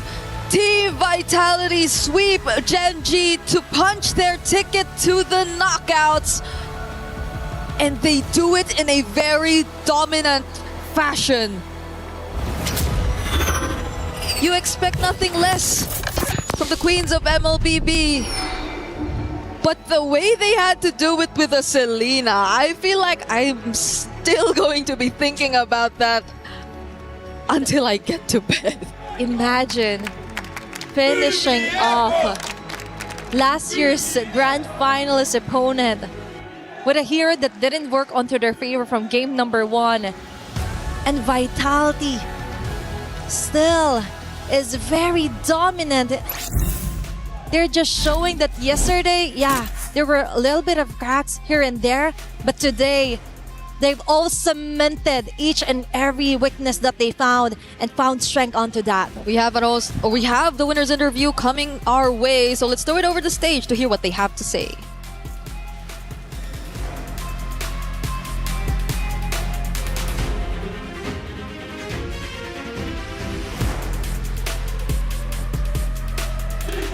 And the crowd goes wild right here today at the Paris Expo. Just take a look at that. Now here I have Vivian beside me. How does it feel to have the V-Hive here with us today cheering you guys on? I'm feeling proud. Happy and proud. Thank you guys. Viviane qui tient à remercier tous les fans de Vita. Merci à tous, fiers de pouvoir faire cette performance devant vous tous. Wow. Now that was a spectacular showing earlier. Now you really put Gen G in their place. Now you really showed them who's boss, right? Because this was a rematch of what happened over in Grand Finals in 2025. Now the question is, earlier on, Ashley used a Selena. And then you guys clap back. You guys clap back with that Selena. So was that to show them how to properly play Selena? Tell us more. Aduh, mampus gue nih guys. Katanya apa? Katanya apa kak? Ya sebenarnya kalau yang dari kakaknya bilang ya dia pakai Selena. Itu sebenarnya unpredictable sih. Jadi gue nggak expect dia pakai Selena Rome. Dan juga gue nggak expect dia ngeband banyak hero gue. Dan tadi mereka udah tampilin sesuatu yang berbeda lah. Keren mereka di GG dan tapi kita tetap menang. Makasih. I would need our friends who are very well versed in Bahasa to help me out with that. But of course, who do you think you would meet next? Actually, earlier, Vivian, I saw that you had a post on Instagram and then you want to meet in MWI and you actually wrote Kiowe. Why? Why Kiowe? Like, are you a fan of her or she's someone that you're looking to defeat? Because she very beautiful, right? Oh, so you're a fangirl. Yeah, beautiful. And jungler, wow. Wow. So it's out of respect, and that's why Kiowe is the one that you want to see in France, here for MWI. Because she's pretty, cantik. Is it? Yeah. Wow, oui. So yes, congratulations right here. You guys stamped that pass straight onto the knockout stage. The Vasquez, let our friends know right there on the sidelines that they have secured their ticket to the knockout stage. Of course, straight to the knockout stage. Vita qui sera de retour demain pour la phase 2, pour la phase knockout. Ça sera important, ça passe en BO5 demain. Et demain, c'est du single. Et on compte sur vous pour faire un max de bruit pour la team Vita, s'il vous plaît. Est-ce que je peux avoir un max? C'est ça qu'on veut. Merci à tous, vous êtes les meilleurs. Back to the studio for our next match. Is in our DNA. Whenever we let it out, it becomes our superpower. Now imagine an entire city being built to supercharge it. Kadir City, powered by play.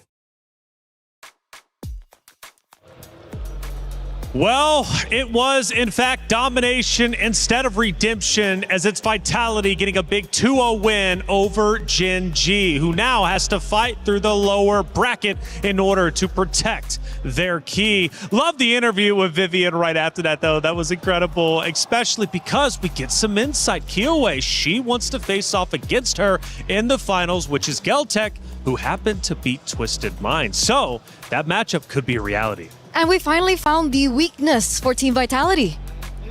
I mean... English interviews. Yeah. Stop. I'm not touching that. You got it all for yourself. Look, I mean, I'm happy to understand a bit of what she was able to, able to pump out there. But at the end of it all, I still think, these girls, they're great on these interviews in their own languages or even in English. But one thing that I am worried about is I feel like they couldn't say everything they wanted to say. Probably not. That's what the team listen-ins are for. We take a look at our brackets, and things are definitely starting to come to a finale, at least for our groups, before we move into the knockout stages.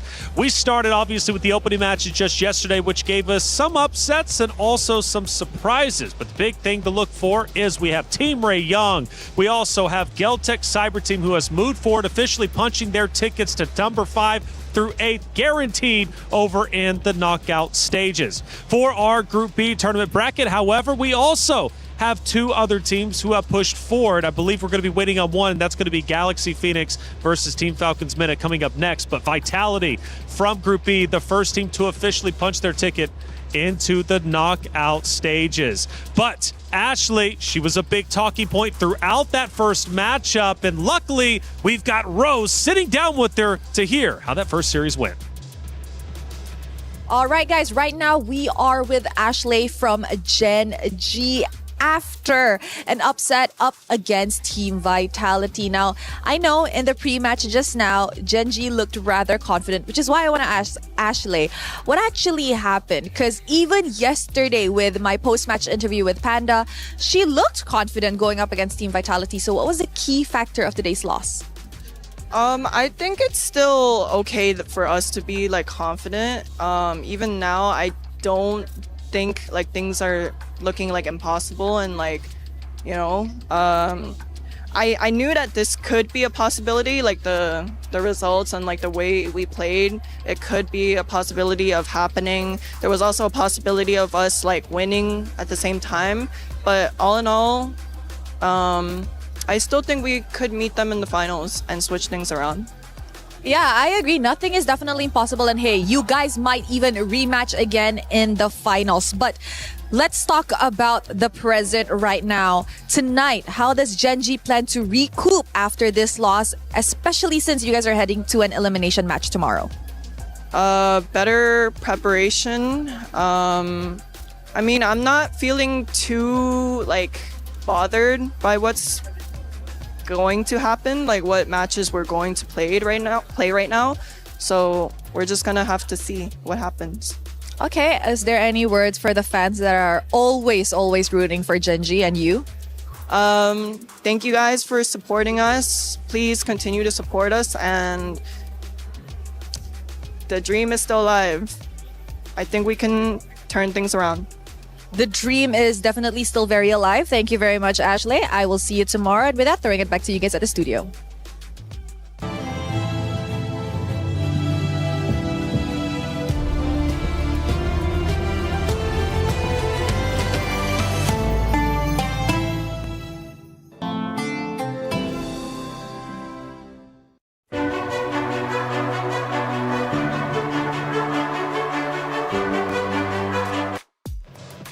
Thank you, Rose, as always, for that interview. Ashley saying the dream is still alive. She's got full faith not only for herself, but also her roster of Gen G to make it into grand finals. This was only a roadblock, but I would say pretty big one. They take a 2-0 loss, and both times over a 10K gold difference. At least in this way, it was a little bit closer than that. But regardless, for Vitality, they just played around Gen G and did it well. They really did. And I don't know about your reflections, but after looking at that interview, it's clear that Ashley put on her big girl pants after a game like this of 17 minutes of grueling combat. Just look at the damage taken by Fumieko. Nobody comes remotely close except for Arya, and even then, Fumieko has half her damage.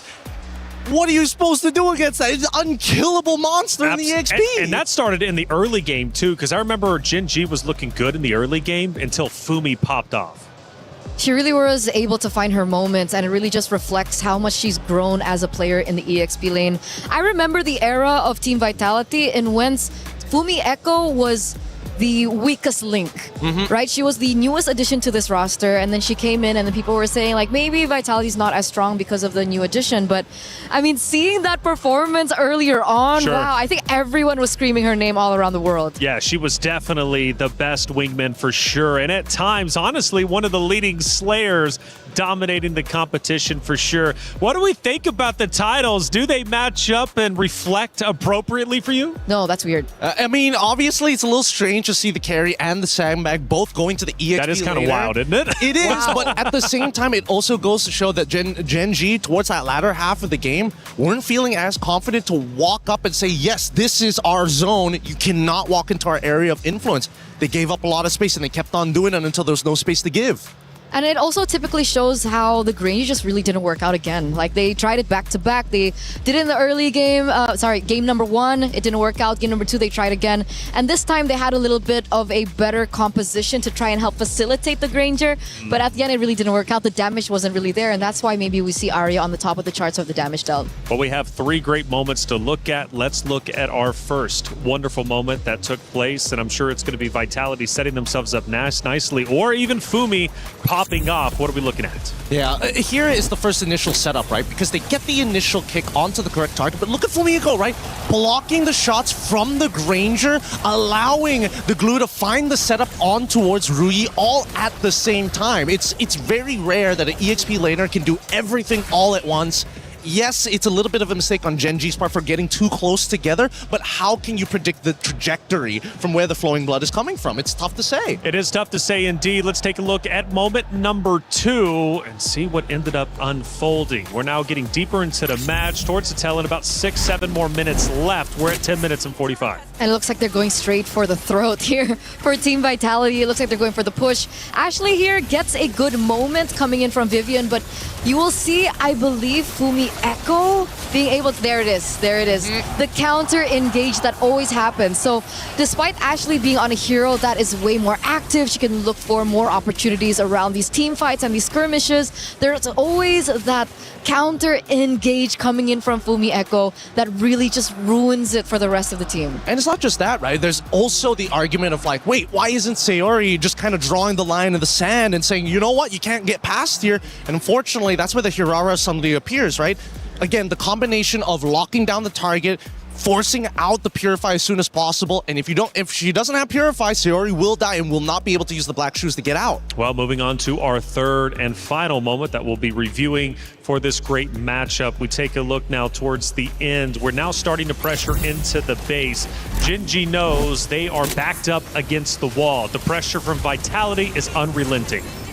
I think this is the moment where we do see that Vivian got really confident, right? If I remember this correctly, yes. They try to get on top of Ashley. Ashley flickers out in time to bring her right back into the fountain. I was laughing so hard at this. It's one of those moments where you're like, all right, I got you. Oh, no!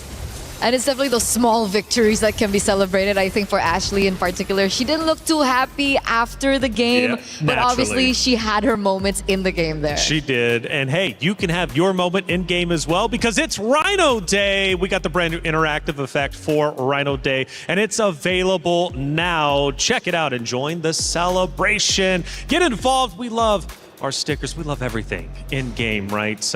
You know, hey, Rhino Day. I love rhinos. Okay, well, she loves rhinos too. That gives me I like turtles vibes. Have you ever seen that meme? A turtle hero in Mobile Legends? I don't think so. You don't know? Yeah, no, there shouldn't be, right? There's already a neutral objective. We need a turtle. Old. She doesn't know the meme. Dude, I was trying to cover for you. It's okay. You didn't have to bring it up. All right, I need a little bit of time to breathe after that one because that hit deep. I'm not going to lie. We got Rose on site with Vivel. Good interview. Let's hear what she had to say. Now, Vivel, one thing I want to ask though is why the sudden Selena in Game 2 after Ashley Selena in Game 1? Were you guys trying to prove a point? Actually, no. Ashley playing Selena was literally unpredictable, but us picking Selena doesn't have anything to do with Ashley. It's because Chinny's main hero is literally Selena. She plays Selena a lot. She likes Selena a lot. So, yeah. I see. Now that you guys are officially in the knockout stages, is there perhaps a team that if you were to meet, you think that Team Vitality will have a hard time facing?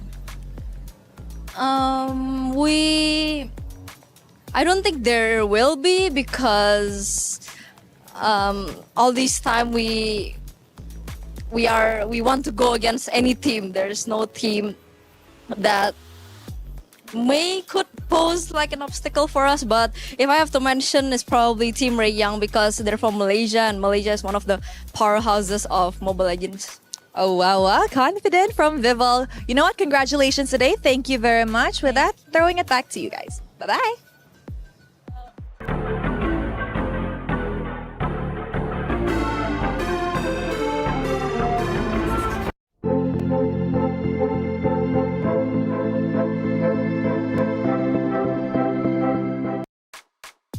Good interview with Vivel as always, Rose. Thank you so much for getting the coverage of the players as soon as they're off that stage and before going up, of course, to hear what their mindset is like as they head in to yet another series.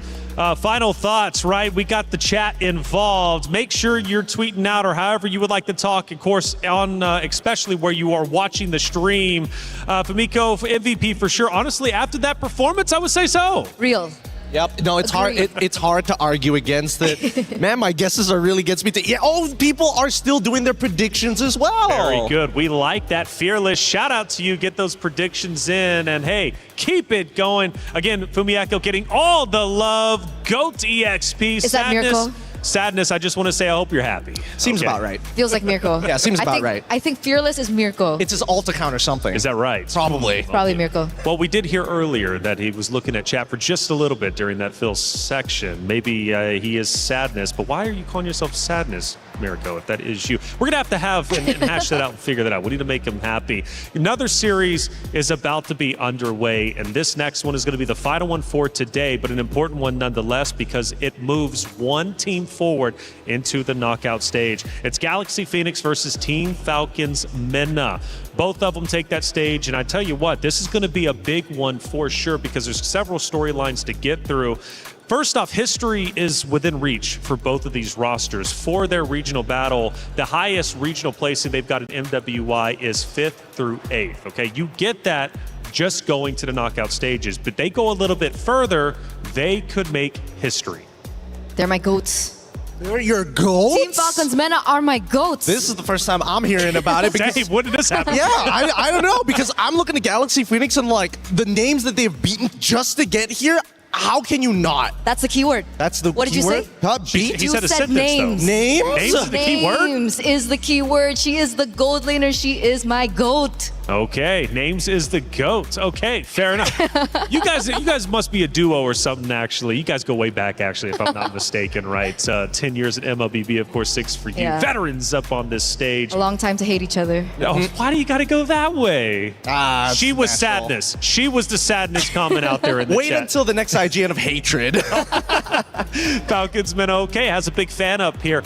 But realistically, do they have what it takes to take down Galaxy Phoenix? Oh man, that's the brutal question because they've been to so many international female tournaments and they always just fall short. And I gotta say this matchup is really heartbreaking because I think Galaxy Phoenix are so strong.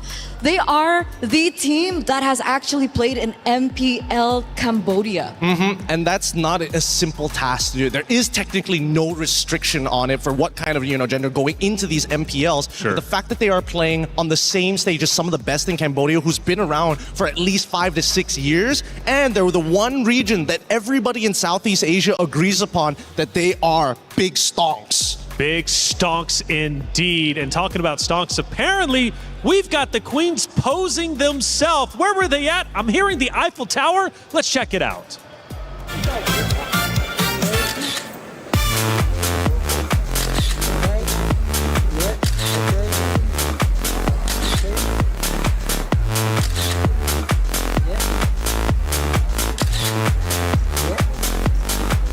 I want to coach you to the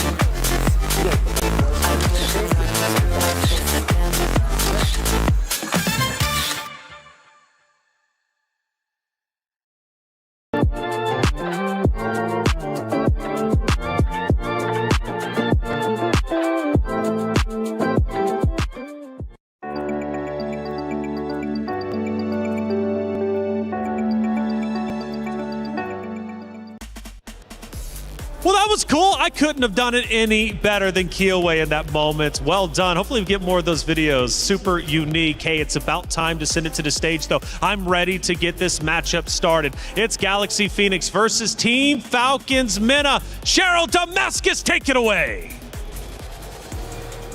Thank you, Taylor. It's time to kick off our fourth and last match of the day here on the Stream A. On one side is Galaxy Phoenix, fresh off a great performance, sending Navi into the lower bracket, taking on Falcons MENA for Esports on tomorrow's knockout stages. What are we saying about this match, Sharon? Yes, that was absolutely amazing. And as we speak, these two teams that are about to take center stage right here on Stream A are teams that has flown under the radar. Now, Galaxy Phoenix is someone that you don't want to underestimate. Why? Because they have played in the open circuit. Now, they have been competing in NPL Cambodia. And of course, we have over on the other side, Team Falcons MENA, where they see their open circuit counterparts winning wildcard. Are they able to rise above right here in this match and secure their knockout ticket? Let's find out from you guys at the studio. Let's go. Thank you, Cheryl and Damascus. As always, the stage is set. Galaxy Phoenix versus Team Falcons MENA. We've got at least one big supporter on the desk. Eterna, you're hoping they can get the job done. We'll find out, of course. But again, I mentioned that history within reach. Both regions, going for their highest placings in MWI. Now, that won't happen just by making it to knockout stages, but it at least gives them the setup, the chance to make history for their respective region. Now, we talk about Team Falcons MENA. Let's talk about them a little bit more. Nucci from Falcons, from sub to starter this time around. This year, she's looking to make a big impact. And I love that about her, right? Like the first time I met her, I think was back in the African qualifiers. I actually went to Africa to see her, and she was so nervous when she was able to make it to the international stage alongside names. There are other few members that are no longer there, which is what makes this lineup so special, because technically this is a new roster. They've rebuilt it completely around names, and names is such a household name at this point now if we're thinking MENA, if we're thinking Africa, because she's been the prominent gold laner for so long in that region. And she clearly is getting a lot of love here on the desk, but I'm sure from the supporters in the chat as well. Make sure you're getting loud for Team Falcons MENA. But let's also show some love to the opponents of Galaxy Phoenix. What makes this roster a true contender? What makes this roster so special, Gideon? Because they made it here for a reason. Clearly, they're doing a lot right. Well, I mean, they beat the defending champion of their own personal region. Again, in most of these situations, you're expecting those champions to always reoccur here at MWI. But let's not also forget, they were the ones who beat Navi PH 2-0 in that sweeping motion. And let me tell you, I was 2-1. That would make a lot more sense. 2-0?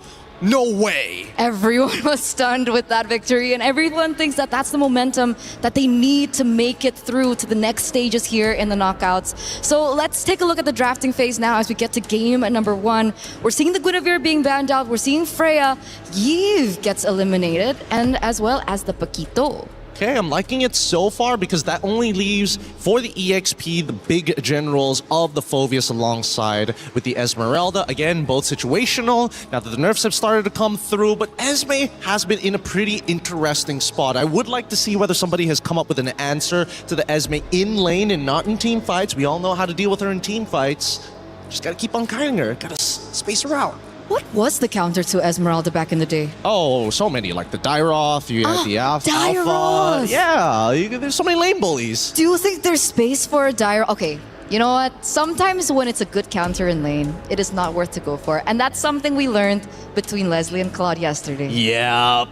Just because you can make it doesn't mean you have to. You gotta kind of space it out. Boxia, the follow-up band here alongside with the Matilda, leaving Marcel wide open. And now we're seeing completely different from what we saw earlier today, right? From big openings of focusing more on the Atlas, leaving the Freya open. It really goes to show that there is a wide varying hero pool that isn't standardized amongst each of the teams and regions. I really like that you mentioned that, because just yesterday we saw that Team Falcons MENA actually brought in a Carmilla jungle. Yeah.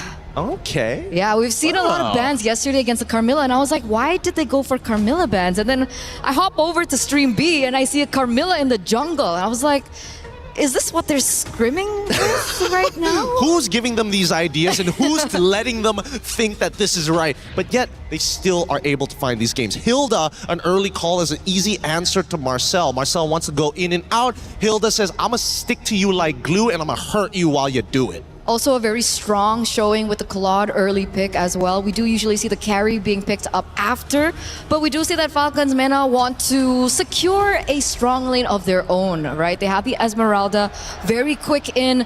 If they still want to secure maybe like a 50-50 lane, they do still have the option to go for Harith. So perhaps the mid lane priority pick was a more decisive decision there. They pick up the Lilia first in the first phase. Yep, they want to make sure that their mid trio is going to be decently strong. They're going to save their jungler for later, and I think the Esmeralda is very, very safe now, but it kind of depends when we see the turnaround. Do they want to reveal where the Hilda is going to go by showing who's going to be the EXP, or are they just going to keep her as a flex? That's true, that's true. Hilda can be flexed into the EXP lane.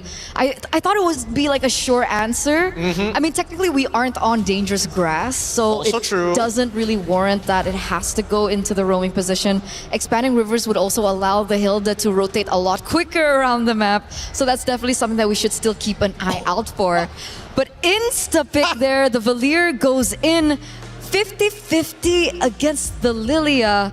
Valier is not the best hero for clear. Yeah, it's not the best hero for clear, but he is the greatest hero at ruining a support's day. Try and engage. Try it again. Oh no, you're stunned. Oh no, you're trying to engage. I'm going to push you away, and then we're going to do this all over again. It's a really frustrating hero, especially if you have no easy way to gap close against your opponent. And even then, you better have two options of gap closing, because that Searing Torrent is ridiculous. I could have sworn you were going to say gaslighting. I thought about it for a moment, but hey, look, maybe that...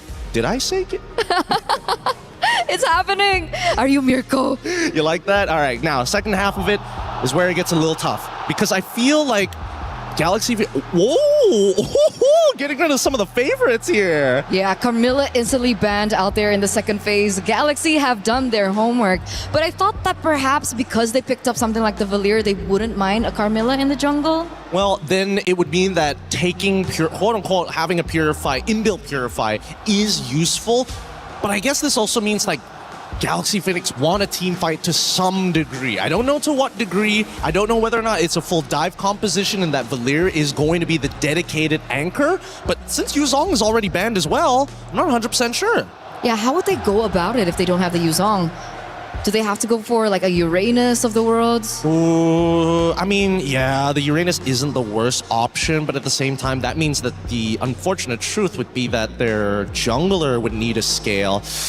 So in terms of just raw scaling, they need a secondary win condition. And I don't see it just yet. They can just play for one win condition, but we've seen how that turns out in these games. Too many eggs in one basket. It's tricky, very 50-50. They need to be able to execute it precisely if that's the exact game plan that they're going for. Taking a look at the history of Galaxy Phoenix, we've only seen Fa on the Guinevere. So it's also homework being done by Falcons as they have actually already banned her out. And Hirara goes out the window as well. So it's starting to really push down into the hero pool of Fa. Yeah, so what do they need here? They need... It's either they say, you know what, we're only going to play for the earlier stages of the game, or we're going to look to contest, or we're going to team fight. And it looks like they're leaning into the direction of team fighting because they haven't still yet shown who's going to go into that jungle. And they pick up the Sora to boot. We've seen what the Sora has been able to do so far today, especially now that we do see the Esmeralda has already been secured by Team Falcons MENA. So there's no room for like a sneaky Valentina pick in the EXP lane. So they're really just going to have to battle that out. And I feel like Sora in these particular team fights sometimes has an advantage depending on the timings of the skill usage. I totally agree with that, especially when you're facing off a Lilia. When you see these strong engage tools, you have to take the right battle spells. Flickers could be good, but at the same time, can you react fast enough compared to a Purify? I don't think so. That's a big problem. So now we're waiting on the last two picks here for Team Falcons MENA. They need a jungle as well. They go for the Clint. This is a signature pick for names, by the way. And the Fanny! Oh, this is dirty. This is really, really dirty. Number one, there's not much of an answer to the Fanny at this point of time. The Cloud Shift is good at catching her, but if you can time it perfectly. The Searing Torrents is something that Fanny can force out of Sophia very early on, and there's no real running away. This Hilda has a lot of work to do in front of her. Show jungle. Show jungle? Show jungle. I think it might just have to be a tank jungle, unfortunately. But then that means all the damage would be on one guy. So they go for Ling to scale. They're fighting fire with fire. This is such an exciting matchup, a matchup that we haven't seen in so long. What is it? How long has it been? Like Years. It's been years, Gideon. It's been 3 years exactly. Wow. Well, not only was our hero pick historic, bringing old memories back, but both teams again are going for history themselves, trying to reach the knockout stage, trying to better their region than 5th through 8th. Can they do it? This is just one of those very steps. It's Galaxy Phoenix versus Team Falcons Mena. Mirko, Athena, take it away. A big thank you to the panel, but also to both the teams. Galaxy Phoenix, Falcons Mena, thank you for bringing us out of that tank meta. Yes, the Fanny and the Ling. Yo, I'm excited, Athena. Look at that. Our wishes have finally been answered and on our upper bracket semifinals matchup. Now I'm excited to see what Falcons Mena has to offer with Nana's Fanny. Nana's Fanny or Fuzz Ling. Fuzz Ling, yeah. Vice versa, right? And it's interesting to see it in a world full of jungler when it comes to the utility, but early skirmish here onto mid lane, forcing out the flicker out of Syrinx. Yeah, we've just been seeing this so much, man. Bargain Hunters on a lot of the mid laners. This time, even on the Valir. Sophia's gone over for the... That's interesting. Wait a second. Winnie's gone for the Festival of Blood and Vitality as well.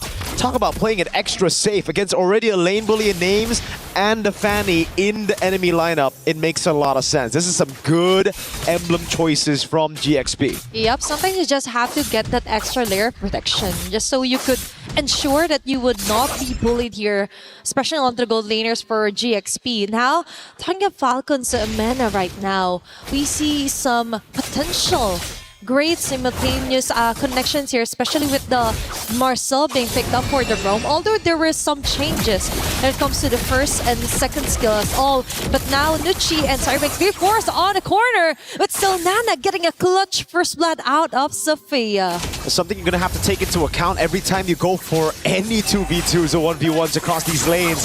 The fact that Nana can just walk up. Oh, that is exactly what she's doing. Then Five scores out of her Tempest Blades, going for the direct answer.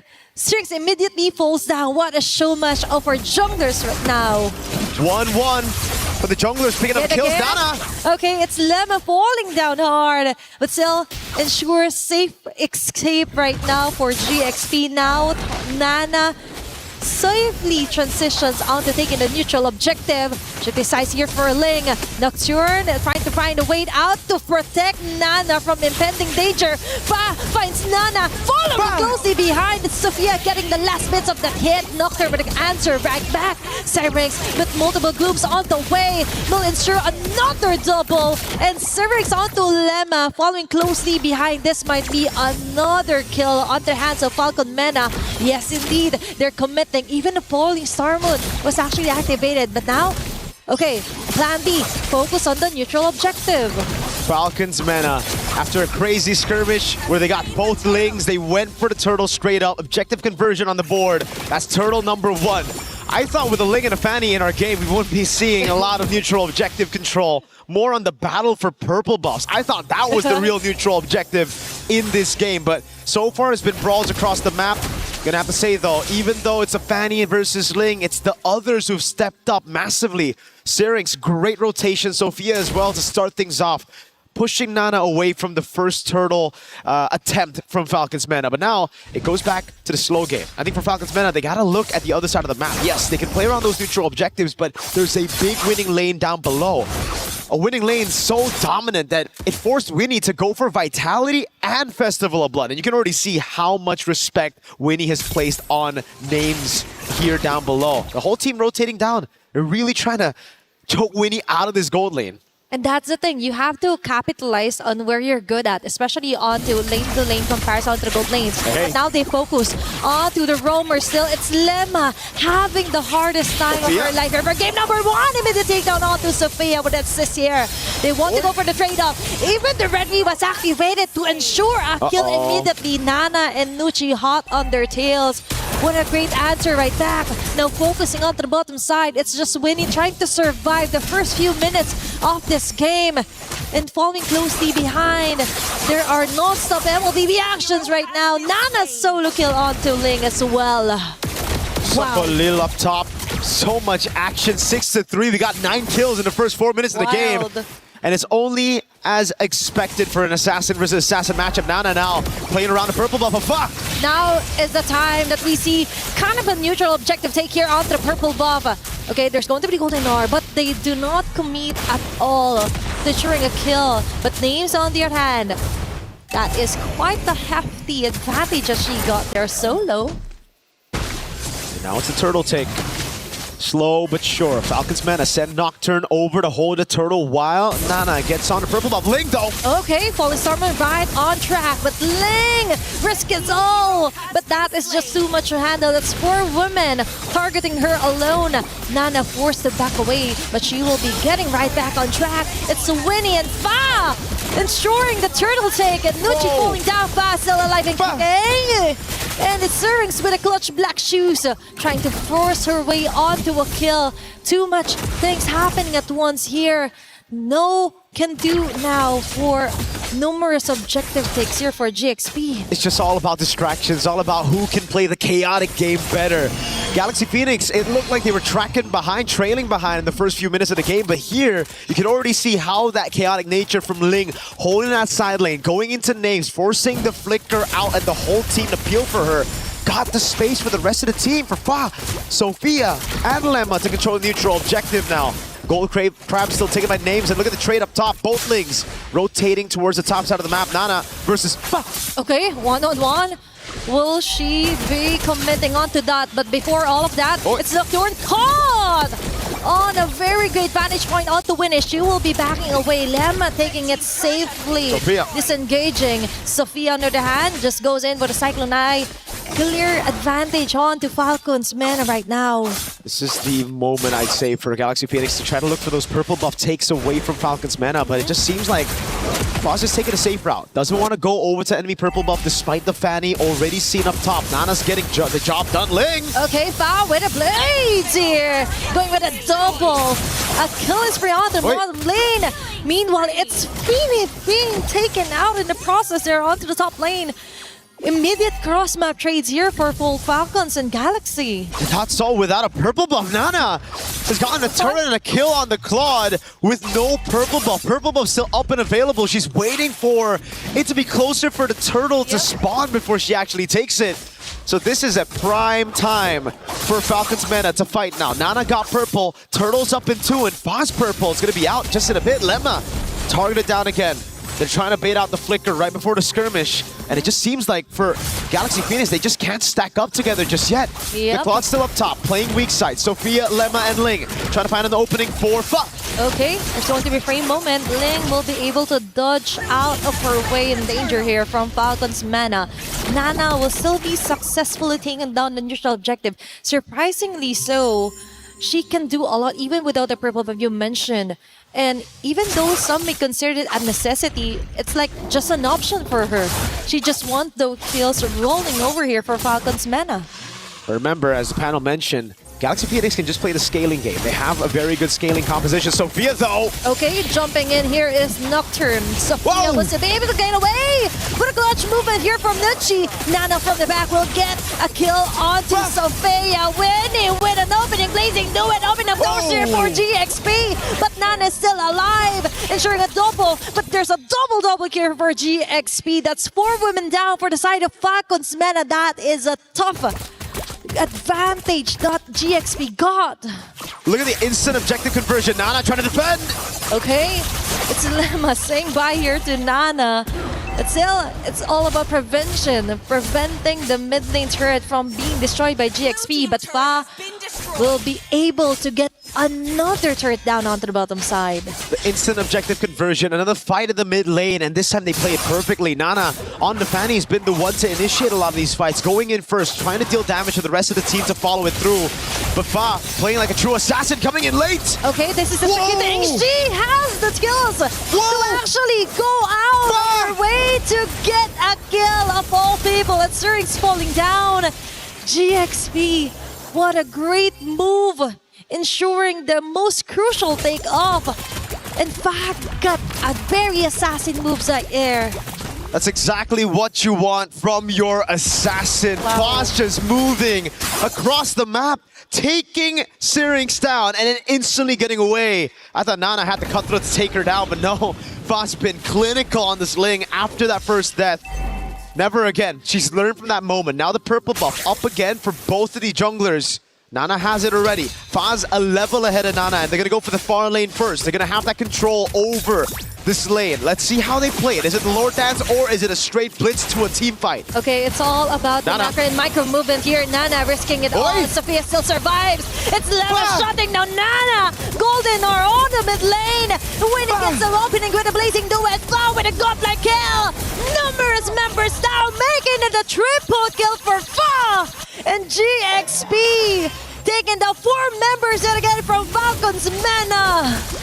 If there are people who didn't catch Stream B and were asking the question, how did Na'Vi get sent down to the lower brackets?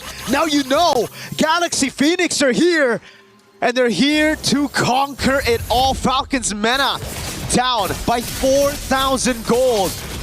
Galaxy Phoenix are taking away the purple buff for the first time now. Nana won't have her purple buff.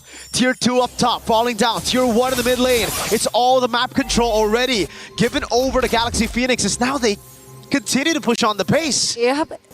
Jungle is now compromised for the whole Falcons Mena. Now, Lemma is also a menace when it comes to the life here for Nana. The first concern was that maybe no one from GXP could keep a Fanny at bay, but now it's all possible. They've got an advantage, they've got the numbers, and now they also got turrets falling down against Falcons Mena. Now 5,000 gold lead for Galaxy Phoenix. The orange buff take, the purple buff was already stolen away. Now it's Fa with the purple buff in her own jungle. Let's see what they can do with this. They played the Lord really well. They delayed the push up top, waited for a build up on the waves. Now they have 3 to play with. Fa's gonna go in onto Nana. Final tier 2 in the mid lane falling. They still have a Lord, but Holy Shields should delay this push by quite a bit.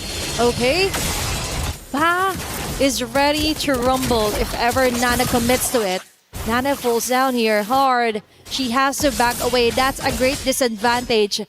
Without any purple buff, she can do longer team fights onto GXP, and now that is the next course of action. They have to level it out against GXP. Nocturne. But Fa right now targeting Nocturne, half an HP left. Purple is up, but they're risking it all. Golden R will hit or miss some of the members here for GXP. Fa on their back lanes. The Weapons of Blaze activated as well. Syrinx falling down as well in the process. Fa has this wonderful way onto actually taking down Syrinx over and over again without missing a bit. And there's just not enough damage from Falcons Mena to get the respect out of Galaxy Phoenix. They can do whatever they want. They can walk up, they can just dive in, especially with Ling on this Sora. Winnie is taking a ton of damage in the mid lane, but it doesn't even matter. Just walks away as Fa sieges down this turret down below. And with the first Lord, they've gone both mid and bot to a quarter of HP. That'll make things a heck of a lot easier as they wait for Lord number 2. Nana's doing a good job. Notice everybody on this other side of the map, so she goes for the counter jungle and takes something back for herself. It's all about improvising. Yeah, your jungle is compromised, but all you can do for now is go for the sneaky movements around the map and go for the best course of action, which is to push out other lanes across the map here against GXP. Now, Lord will be up for grabs. Will we be seeing longer Lord dances around this one? Is Mena or Falcons Mena willing to risk it? Now that GXP yet again, they're having the control over the map, and it's Nana yet again being the person to actually push through and interrupt the plan for Fa. This is scary. Fa knows there's no purple buff just yet on the hands of Nana. Yep. Okay, that's kind of scary here for Nucci. 1v1 up Because top. that is a very crucial play. If ever Golden Or will catch no one at all, instead it catches her. Falcons men right now slowly crumbling down. It's fine, ensuring the lore take. They could follow through for another kill. And that's 2 members immediately down for Falcons men.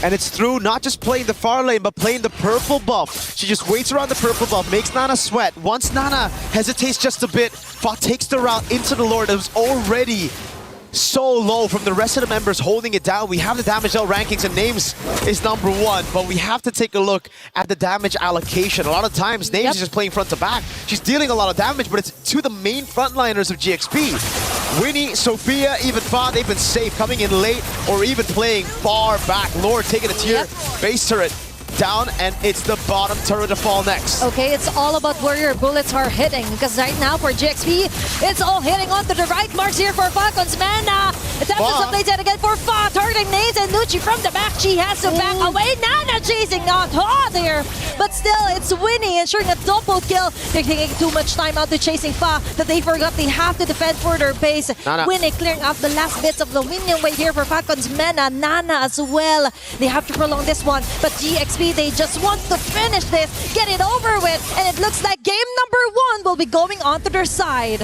A solid 31 kills in game number 1 of our last series of the day here in Stream A, and my goodness, did it live up to our expectations. Ling versus Fanny, at this point, it raised the bar for the competition. If you don't have 31 kills at 11 minutes for an assassin versus assassin, you're doing something wrong. Yeah, this might be one of my favorite matchups so far for MWI. It's exciting, for sure. And it's just day number 2. And I think it raised a lot of the doubts that people had on Galaxy Phoenix yesterday, right? We saw it in Stream B, but a lot of people were tuning into Stream A thinking, okay, maybe it was a fluke win against one of the Titans in MWI, but I think with this performance, it's a statement victory to the world that the other teams are certainly catching up, and Cambodian MLBB looks like it's at the top with Galaxy Phoenix.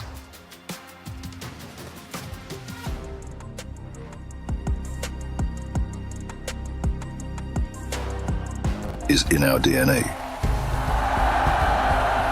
Whenever we let it out, it becomes our superpower. Now imagine an entire city being built to supercharge it. Kadir City, powered by play. Well, based off the pick and bans, we knew it was going to be exciting, and it absolutely was. Galaxy Phoenix takes map number 1. Can they close it out in a 2-0 like everyone has done so far in the past 2 days on our stage? You guys were going crazy watching that matchup, much like the commentators were, for good reason.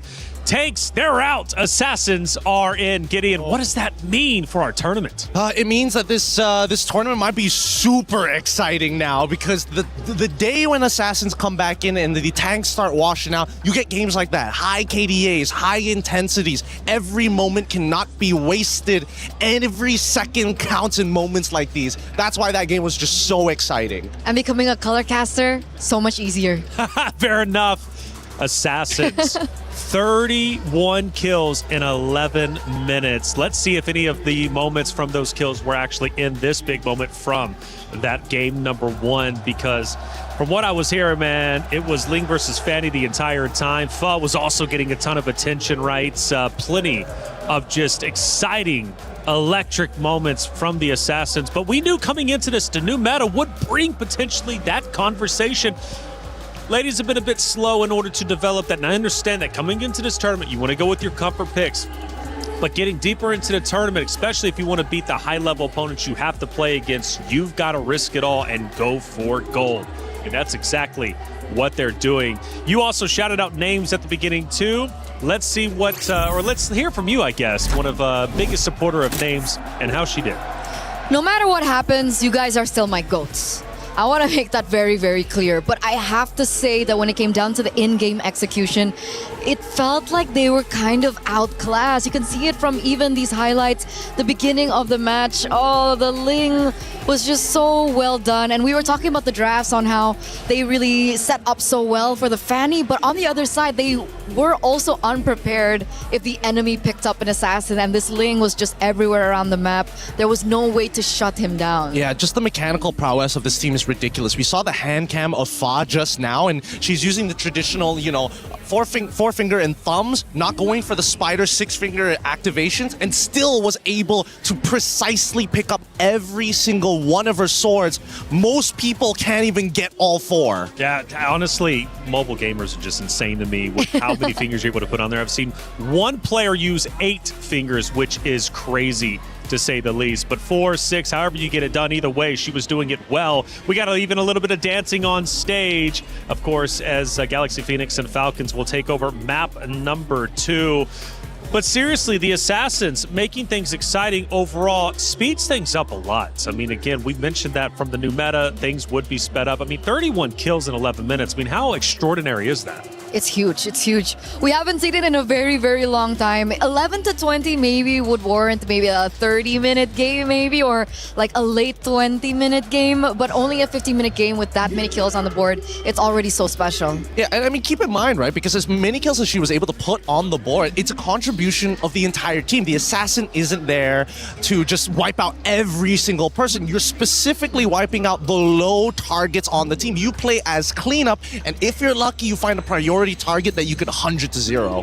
Which is what was so differing about the gameplay between Nana and Fa, right? We saw Fa coming in the later portions of the team fights, understanding that everyone else on the team could get them a bit low. But for Nana, it was a lot more trickier because it seems like in her gameplay, she went in for the initiations a lot of the time. And unfortunately, there were moments where she got caught by the Sora. Yeah, unfortunately, that's just the truth of the matchup between the Fanny alongside with the Ling. Ling can clean up, Fanny can clean up, but the difference in scaling, Ling does much better in the later stages of the game with the items that he's able to purchase. Fanny, really, really good in the early stages. Like, under turret, you are not safe.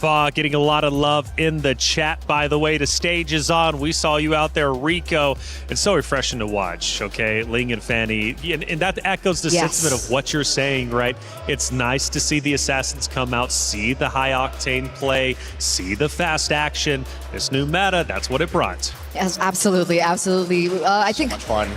We've talked about it. The casters were also talking heavily about it, and hopefully coming to this next match, we'll see another assassin v assassin. But usually when we do see the first matchup be an assassin v assassin, game number 2, sometimes they resort back to safety. They resort back to the tank jungle. Well, hey, I tell you what, even though the ladies on stage are vicious, they had a little bit of fun with Don't Touch the Hero. Today we're going to be playing Don't Touch the Hero. Are you girls ready? Yeah. No. Aurora, Sora, Lilia, Freya, Lilia, Aurora. Oh, hell. Freya, Aurora, Sora, Lilia, Lilia. At this point, I'm just copying your moves. Oh my god. It's fine.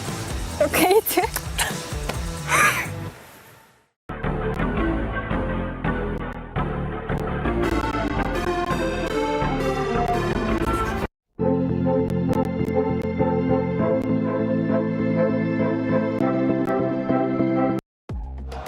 That was entertaining, and it takes at least a little bit of the pressure off that main stage or the MWI. How do you think you two would do in it? Amazing. I do amazing. Okay, pure confidence. Gideon? I think I would have simulated that handshake as well of like, Hey, that's what I did in Wild Cards. We don't talk about it. Look, it's tough. It's tough, and I have to admit that these girls are doing a very good job because I would have absolutely ruined myself. Sora, okay, Sora. Oh, no, I'm not supposed to do that. I think you would have done well, though, posing for the Eiffel Tower on the green screen. Let's head back to the stage, though, because it's time to get things started once again between these two great teams. Now, going back into game number 2, Do we stick with the fresh meta, right? Do we continue to try it? Obviously, for the side of Galaxy Phoenix, why not? I mean, they were dominant. They ended up winning. For Team Falcon's meta, though, do we go back to the bread and butter? Would that even work against the Assassin comp? Personally, I think yes, it does work very, very well. There was a reason why the meta always revolves around these three things. If tanks are in the jungle, assassins are out, then fighters need to come in to deal with the tanks. Then once the fighters become the main meta, the assassins come back because the fighters can't keep up with the assassins. It's this nasty little trifecta that always happens every single patch. Every patch indeed. And for Falcons meta, how do they deal with Fa? I mean, Fa was on fire the entire time, repping Claude. What's the counter to that? I think that's a really good question because come game number 1, we saw that they actually respected Fa by taking away the Guinevere. And they're going to do the exact same thing actually as we get into the drafts here for game number 2. But would it warrant another Ling ban in the second game? No, I think let the Ling through. I really think that you have to tell your laners, you know what? You got to trust in the mid trio to make sure that Ling doesn't have as much impact. A lot of these assassin or purple buff assassins are dependent of, by the category of the name, the purple buff. When you have strong side on the correct side, if you are on blue, you want your EXP alongside, oh wait, sorry, if you're on blue, you want your gold alongside with your mid to be strong so you can instantly invade and steal away that purple buff. Once they have no purple buff, there's a lot more downtime where you can breathe and actually farm. And it's funny that we were actually talking about this before the broadcast even begun, unknowing that the Fanny would actually pop up here in this last game, this last matchup between these two amazing teams, I would say. Freya gets banned out, Baxia also gets banned out. It is looking like they might be setting up for yet another assassin jungle matchup. Did they ban Baxia out in game 1? I don't think so, right? It's only like towards the latter half. So they only went onto that third pick to ban it out. The fact that they're banning it out now, I feel like Galaxy Phoenix are already thinking about what Falcons are going to do to adapt. That's possible. That's possible. The Bellerik gets banned though. Is that in accordance to what you're saying right now? Not 100% just yet. I want to see this third one just to be sure. Whether or not it's just we're changing up the order. Really, we already know what we want to ban and we know what we want to pick. Okay, but in terms of bans for Teams Falcons, it's the exact same. Hasn't changed at all. Gwyn, Freya, Matilda banned out again. Last time they picked up the Marcel first. I'm wondering if they want to swap things around. I think they can still do it because again, like we saw in the previous game, the mid duo, they were already going to war and they called in both their junglers at the exact same time. So it's moments like that where it's like, can you be a little bit more precise? Could you set up a better scenario? Can you win out that 2v2? And I think that's what GP is thinking about as they get rid of the Carmilla. Once again, just making sure that they cover their bases. If I'm not mistaken, it was Galaxy that banned out the Carmilla in second phase. So the hero that they left open this time around is the Paquito. And I feel like the Paquito does really well against the Assassins, no? It does. Magically, yes, it does. But Esmeralda is still available. So technically, counterplay is in play. It's just whether or not who's going to make that first move, right? If Marcel shows up here, then it's kind of whatever on the opposite side. Okay. Let's see. It really depends on what this first pick coming in through from Team Falcons is going to be. And this time it's not as decisive. They're actually really thinking about it. Are they considering perhaps a different pick in game number 2? I mean, could be. There you go. Esme, they give up on the Marcel very early on. Do they want to give that up though? That's the thing. The Marcel is a little dangerous here. As much as Esmeralda becomes the super tank, Marcel can peel people off of their main targets pretty well. And more importantly, he's just fast. Absolutely. I think the next matchup here, are they going to once again prioritize the Claude? It was something that really worked out for them at the very end. It could be the carry, it could be the Claude, but at the same time, now that I see Esmeralda, there's a smaller chance of actually going for the Harris. So that's kind of out of the way, which leaves us with 3 potential heroes. One of them, I think, might be a bit better than the others, which is the Moskov. Moskov is particularly good when when the junglers are playing assassins. You have a way not only to create distance, but actually push them away from you. It makes sense if you want, more map control as well. But if they're going to be playing assassins, that could be of tremendous value, and you can utilize that to control the far lane. You can split push and then eventually use your ult to join in on the fights. But they don't bite. It works both ways, but now with the Claude already locked in for the side of GP, because again, we know that GP are going to be the ones who are more likely to go for the assassins in comparison to Team Falcons. So what's the setup now for Team Falcons? Oh, I like this. I like the single target lockdowns. I like the high-lows a lot here. So they learned. They learned a little bit. I would have also preferred the Hilda. That would have been also a pretty good option. Moskov, they are thinking ahead. You know what? I should stop. I should stop. I'm here doing checker moves. They're playing chess already. Absolutely, yeah. The Moskov comes through here. It's something that we did discuss earlier on. Hylos as well. Considering now that Galaxy Phoenix are in a position where they might be unprepared when it comes down to an assassin pick. But for some reason, looking at this comp, can Paquito jungle work? Paquito jungle, with the nerfs, I don't think so. I personally don't think so. He doesn't get any extra benefits going into the jungle. Yes, he'll have impact, but he also still is going to be a little slow to hit level 4 because of that clear speed. You're better off in the EXP where you're still going to be relevant, and better yet, I think that right now, it's not very clear what kind of composition either side want to actually play. The Alice, very good option here from GP. Dude, Ririth... His drafting has been crazy. He is calling the shots here. Can they go on the second phase? Do you think that they're actually looking for an option for mid lane that can scale? I'm thinking like Farsa Sicilian type nonsense. Oh man, I mean Renmar did mention the Sicilian, but if we want to go like a lot simpler, we can go for something like the Kimmy. Kimmy? Like Kimmy does also scale, right? All right. If we see here on Red 4 that GP decide to get an assassin, hey, that's not the only assassin, nothing to worry about. There's still the Hayabusas, there's still the Hellkurts, there's still the Hanzos still available. Oh man, you know what? The fun ones got banned out as well. Ling on the opposite side is the response. That's why I saw the Fanny being banned out and then the Ling response. There is still space for, the Hirara, the Nolan as well. It's something that we're more, accustomed to when it came down to MWI. The Yve gets banned. Why Yve? I mean, they're up against the Claude anyway. I would have thought that they would be okay having the Yve on the other side. Yeah, that's what I would have thought too. That's actually kind of interesting. Why get rid of the Yve at this point? Do they want to make sure that maybe they lean into a potential Valentina? And the Yve, is just a really tough lane matchup, and they don't want to lose the early game.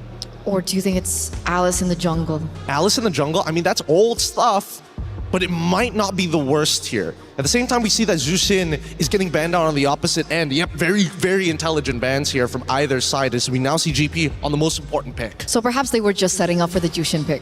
That's what I was thinking of, right? I was like, Yeah. at some point, Jushin has to be entered in before you even start thinking about Sicilian and Farsa. Yeah, that's why they banned out the Yve. They just wanted to signal that, hey, we might be picking up the Jushin, and of course the Jushin against the Yve in the lane doesn't do as well in terms of range and of course as in terms of clear. So as we get into the second phase of the drafts, this is where things are really going to just span down. Because they basically have a mirror splitting image of the exact roles on either side, right? It's not, hey, I'm going to give you a new question. It is, this is what I'm going to do. And the opposite side said, you know what? We're going to do the same. And Selena gets locked in as the dedicated mid laner. It could go into the jungle, to be fair, but it seems very unlikely. It is. And this means that perhaps we're going to be seeing something less exciting in the jungle. Could we be, is it possible to have assassin in the jungle and assassin in mid? Assassin in the jungle, sure. Assassin in mid, I think there's got to be a very clear setup, right? There has to be I need vision so I can do this. And if you have that vision, I think the only one that makes sense would technically be the Hanzo, because he's the only one who can just walk in single-handedly, steal a camp, and then get out. But I want to see what Falcons want to respond, because looking at the Selena, what could be going through their minds? And Yi Shin gets locked in here, alongside with the Gore to deal with a potential secondary tank. Okay, so they have like the bases covered, right? They have a really strong mid laner, heavy burst as well, a lot of high damage. I'm really worried about the front lines coming in from Team Falcons and whether or not Galaxy have enough damage to deal with them right now. What is their choice? Suyo against the Gord and the Esme. Interesting. This is a high-risk comp coming out of GP. They understand, I think we got better mechanics and we're going to out-mechanic them. And I think that Falcons, they got to prove them wrong here. If they play a solid, standardized game, they will inevitably win the longer this game goes. And technically with the Marcel and the Selena, if they can go for heavy invades into the enemy jungle, it could just work out. Well, the team comps matched up before, and it went to the way of Galaxy Phoenix. This time around, Team Falcons tries to play around Galaxy Phoenix. Will it pay off? Well, let's find out. It's game number 2. The two Titans face off once again. Miriko, Athena, take it away. Here we go into the Land of Dawn for possibly the final game of the day. At least that's what Galaxy Phoenix wants. For Falcons Mena, they're going to prolong the series all the way to 3 games, 1 each. Now, it's all about speed when we look at the composition coming in from Galaxy Phoenix. The Suyo, clearing fast in the jungle, together with the Season Hunter Selena. We have to take a look at the emblems later on. If it is a Season Hunter Selena, that means it's all about getting tempo, getting to the individual objective first, and then blitzing it before Falcons Mena can even react. Yep, it's all about snowballing here for GXP, and let's see if they will be able to do it. Because it turns out when it comes to our drafts earlier, it was quite surprising. Okay, now we confirm it with Galaxy Phoenix emblem builds here for the Selena. Yep, the Season Hunter on the Selena. This is classic. Usually you would use a Uranus in the XP or even a Paquito. Someone that can cut, someone that can clear really fast. Almost a take there from Lemma. Delays Nana by quite a bit, and this certainly will give Fa a bit more of an advantage to play with. Definitely. So GXP is now playing right to their strengths, making the game faster. It's now all about Nucci being forced out of her Revitalize, but it's okay because now for Falcons Mena, they just have to be really careful into giving those numbers rolling in for Galaxy Phoenix. Yeah. Falcons Mena really want to try to match that speed that Galaxy Phoenix are playing with. Thing is though, they just don't have the composition to do so. They don't. I think at this point they have to just give away some of that pressure. Nocturne's already rotated though. Get out the flicker, Mountain Shocker up. Okay, that's a big resource spent. That is, imagine, just to try and prevent the inevitable here from happening from Lemma. Although the flicker was actually used here, so might as well for Falcons Mena. Small wins do matter, small steps ahead of them before they actually try and contest this neutral objective. Now, talking about the speed of the game for GXP, if they are not able to actually capitalize on their snowballing potential, I think that might be one of the cons of what they wanted to do here for game number 2.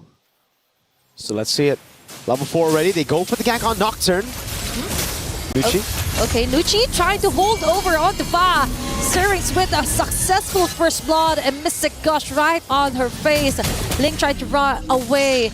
Also, the flicker force out. That is numerous advantages for Falcons Mena. But Sophia and Lemma just goes on ahead of it, eliminating Junker altogether. Ling falling in with Crimson Gleam. They're keeping it watch here. Neutral objective should be covered now. Fa right on cue will be secured. That one, and Sophia going wild onto the front line, getting just enough of the damage to take down Nucci in the process. Nocturne fighting onto 3 women here from GXP, and she's taking most of the damages, but still not enough to sustain numerous team fights. GXP actually turned the tides into their favor on that one. All in. Golden Hour. Lemma gets away. Nana's caught in a bad spot. Okay, she's trying to run away as fast as she could, and that might be the end for now of that very colorful fights. It looks so good for Falcons Mena. Just for a second, you thought Galaxy Phoenix's composition, their main win condition, got derailed so early on with Fa taken down up top. But then, a monstrous arrow. Clinical, crazy accuracy by Sophia. Back to back, landing on these crucial targets. And she becomes the assassin. It almost seems like Fa on the Suyo becomes a bit more of a distraction, just to open up for the real carry, who's the assassin in mid, Sophia. Yeah, Sophia, the first one that we saw a very spectacular Selena play today. Although we've seen that play out onto Sini as well earlier for Team Vitality. But so far, for her accuracy rate, is all over on the roof here for GXP. Now for Falcons Mena, we've mentioned that they also have to kind of derail GXP, but also not just derail, but also have to choke them out and compromise their own jungling pattern, because it looks like they're the ones copying or ones just reacting to what Sophia and Lemma is trying to do. Now we see Nana slowly making her way, delaying some of those jungle camps to just try and delay things up here for Fa. One thing that you have to notice as well is the fact that with the Soul Sever getting nerfed in this patch, it's going to be very difficult for Fa to actually look for that damage. Okay. Ling Okay, they may just be able to compensate that if ever they're all together right now. SOD will hit out and Names goes in. That's too predicted here for Lemma, but at least for Nucci, they still got the kill. Sophia going in hot. Kinda heavy position here for GXP. They have to disengage, and that is exactly what they will do. Looks like it's going to be a free turtle here for Falcons Mena. And it comes through Names and also Syrinx being able to just shred through these frontliners. Link's not nearly tanky enough to deal with all of this damage. Yep. It's a very, very good mix of magic and physical. Winnie, though, was able to get a couple of hits down below and now is starting to go on Names. Wave not in the place for them to dive. Okay. But Fa might just want to go for it. It's all about making it easier for Fa. If Fa isn't able to do it, there are other members that could compensate for the lack of damage so far because of the nerf from Fa. There should be a turret takedown below. It should also be an invade. It does seem like for both junglers, they're just going to trade size of the map right now. Nana going up top to the Beetle. Ling is playing it safe though. Doesn't decide to blink. It will be turret for turret. Abyssal Arrow doesn't land. Fa. Oh, that's two ultimates onto the mid lane committed. Without any equal exchange at all from GXP. Although they've got a turtle onto the top lane, I think GXP still got the most out of it. Denial of the buff, turret onto the bottom side, plus they forced out multiple ultis here from Falcons Mena. So now it's back to the slow game. And if you're thinking about the slow game, it really should be beneficial for Falcons Mena. They have a very good composition to scale into the late game. The Moskov, Gord, Yisun, Shin, heck, even the Esmeralda, all will find a lot of value. But then you look at GXP and the fact that they can split things up a lot as well, right? It comes down to delaying these skirmishes with the Marcel, making it awkward, and then landing the crucial arrows to possibly turn things around. It is a very, very difficult lineup to pull off, but if Galaxy Phoenix does it, that's insane momentum and morale boost to take into the knockout stage. They are really used to high mechanical players here, or high mechanical skills as well. And Fa will get that opening. What a wild play here for GXP. And Ling with a torn of Roman hitting onto two members. Names trying to go for the free hits, but the damage just isn't there yet. Lemma on the other hand will be the sacrifice. Instead, that's two members for one, but GXP still have the chance to overturn that. Winnie right on cue with a PMI, but there is Nocturne just right in the corner, taking advantage of the chaos as well, and Fa onto the front with the evil cooler, and the narrow will just hit or just miss at all here for GXP. And it's the combo of the Marcel and the Selena as well. The Golden Hour locks them in place. The artillery gets locked from the Golden Hour too, and it just auto-connects on the members you see. Ooh. Again, very difficult composition to pull off, but so far they've done a fantastic job at executing it. Up top now, they send the Claude. Winnie trying to go for the siege, as Nocturne has to respect it. Galaxy Phoenix, they have enough damage to deal with the frontliners, and they have enough sustain to deal with Falcons Mena's damage dealers as well. This is actually good for GXP. Although he's mentioned that this is something they're really difficult to pull off, they're also were able to pull off the macro side of things as well. Controlling the map, preventing Names with actually annihilating the rest of them, and giving Winnie all the winning lanes here. SOD with whisk out here onto Winnie. Very close call there for Galaxy Phoenix. Now they rearrange, they regroup as well. Really taking their time here as Nucci gets falling into the mid lane. Syrinx with the Mystic Gush of Winnie.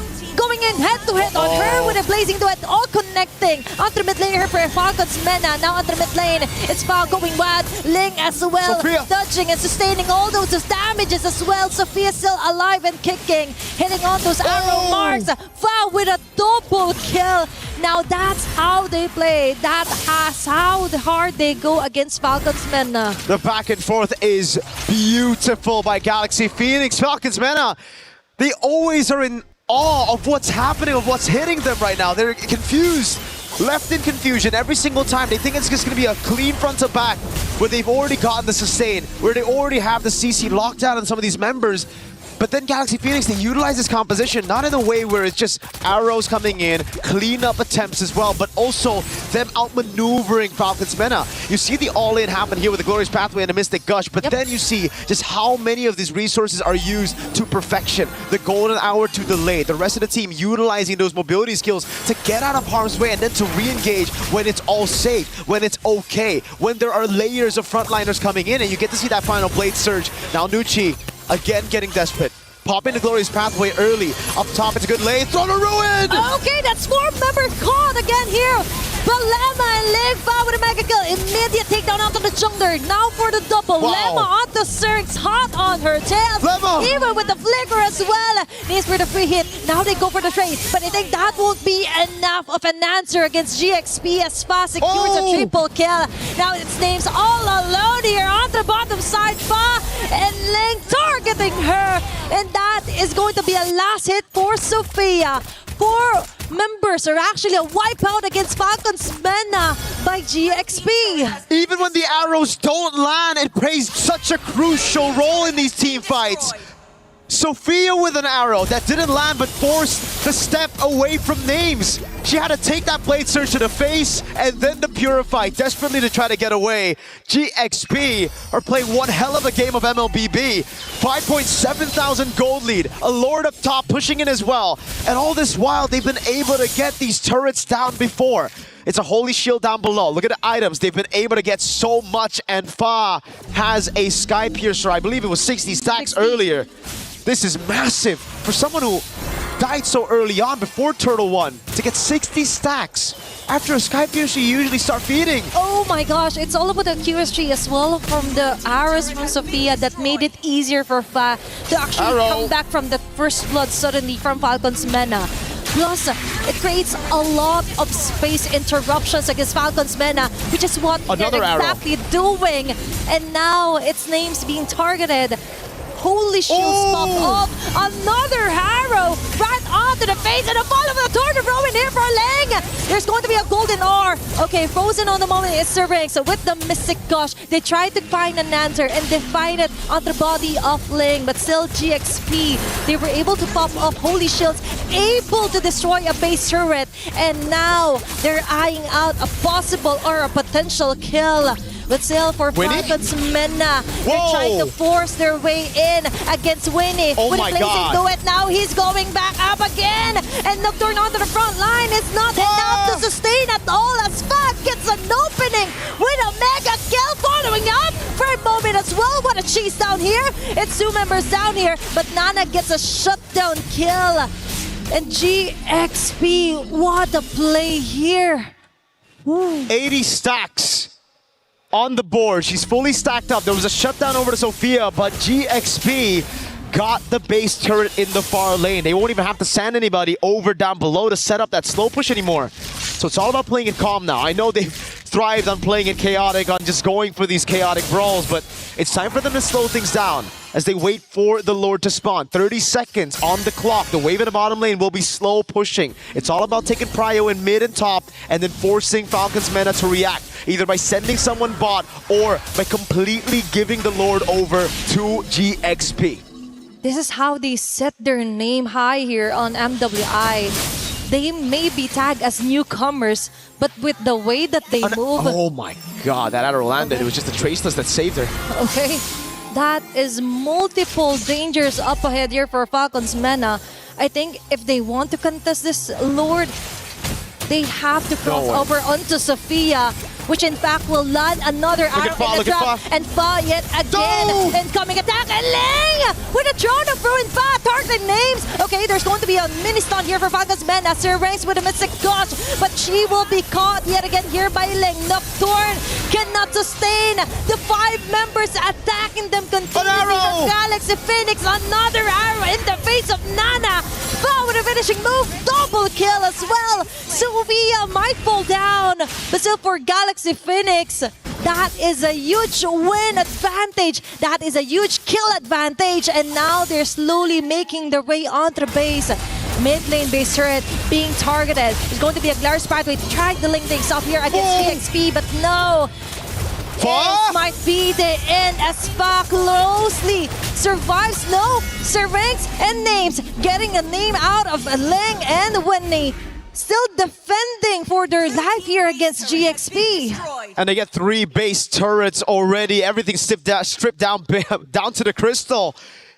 I know I said to play safe. I said to play safe. I said to play it slow. You know what? Screw that. Just do your thing, man. Galaxy Phoenix, they like it fast. They want to go in. They want to just look for those chaotic duels. And it's facilitated through Sophia landing these arrows. It's just ridiculous how disgustingly accurate Sophia's been on those arrows. Finding these angles that makes it so difficult for Falcons Meta to react to. Another arrow again just lands on Nocturne. I'm surprised he doesn't have Wishing Lantern at this point. It's a poking tool. It's like you're playing Navaria.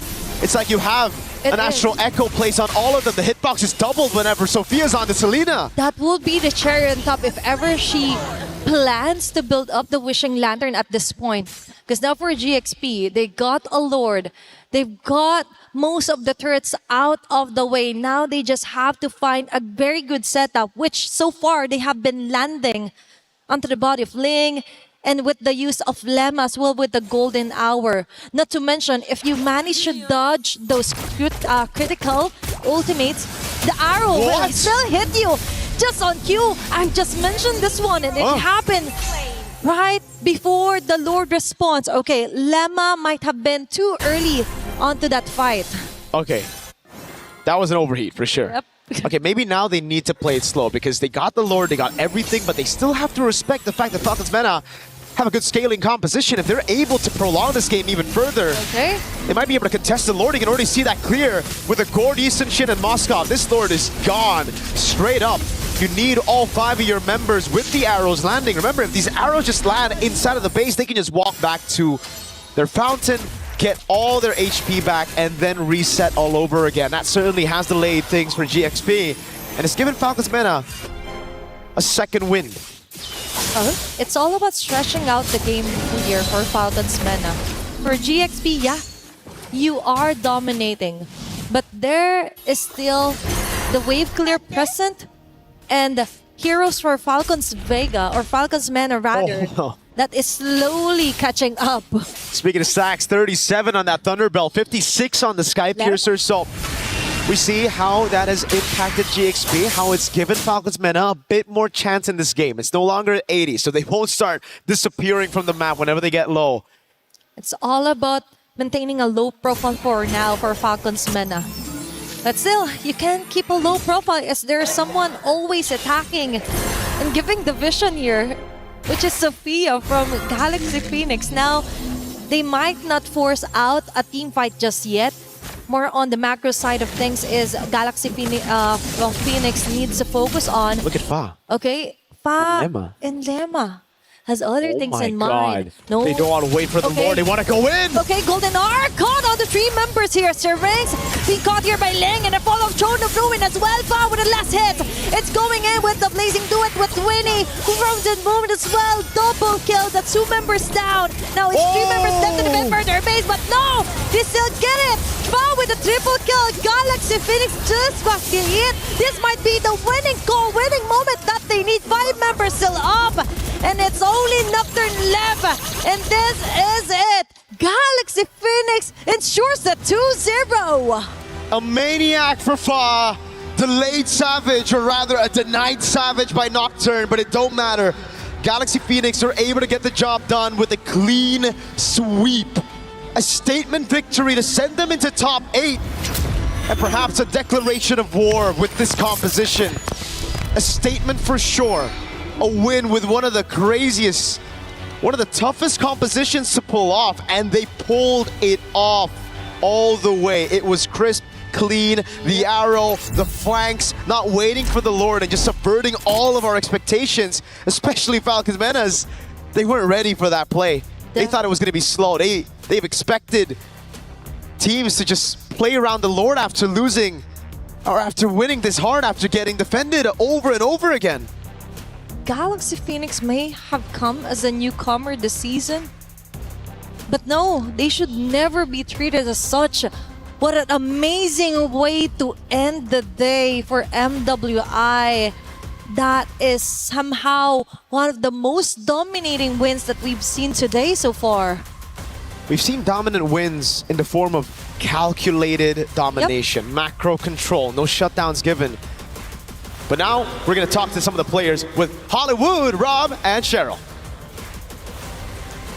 Now, heartiest congratulations. You guys just punched your tickets to the knockout stages. Galaxy Phoenix has risen to the occasion. Now, I do have a question for you, Sophia, and that is, this is the first international appearance that you guys have been, and you have dominated the world stage. So how are you feeling? Are you guys like nervous at all? Because this is a spectacular performance.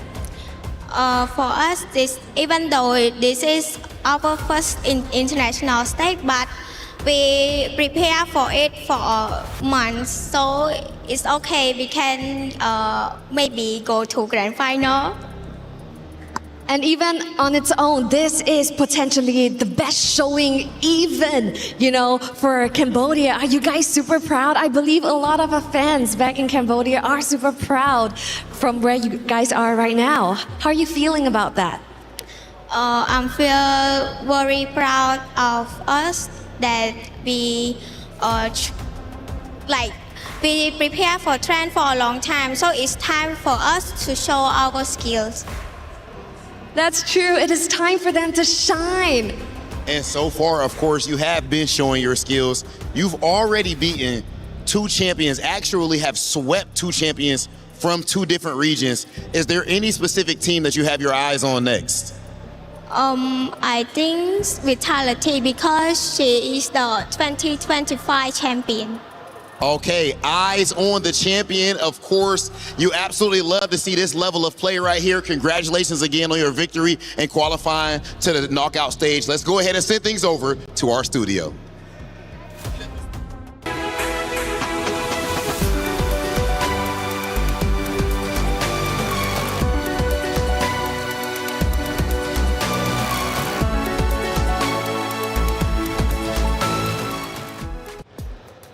Galaxy Phoenix pulls it off with a 2-0 victory. They did it very well, and they will officially be moving forward into the knockout stage. Congratulations to them. For Team Falcons Minute, however, I know you're a supporter. Yes, they take the 2-0 loss, but they're not down and out just yet. They move down to the lower bracket. So it's okay. It's okay. And luckily for us on Stream A, we don't have to, watch too many elimination matches today. Wait, do we have more tomorrow? Let's see.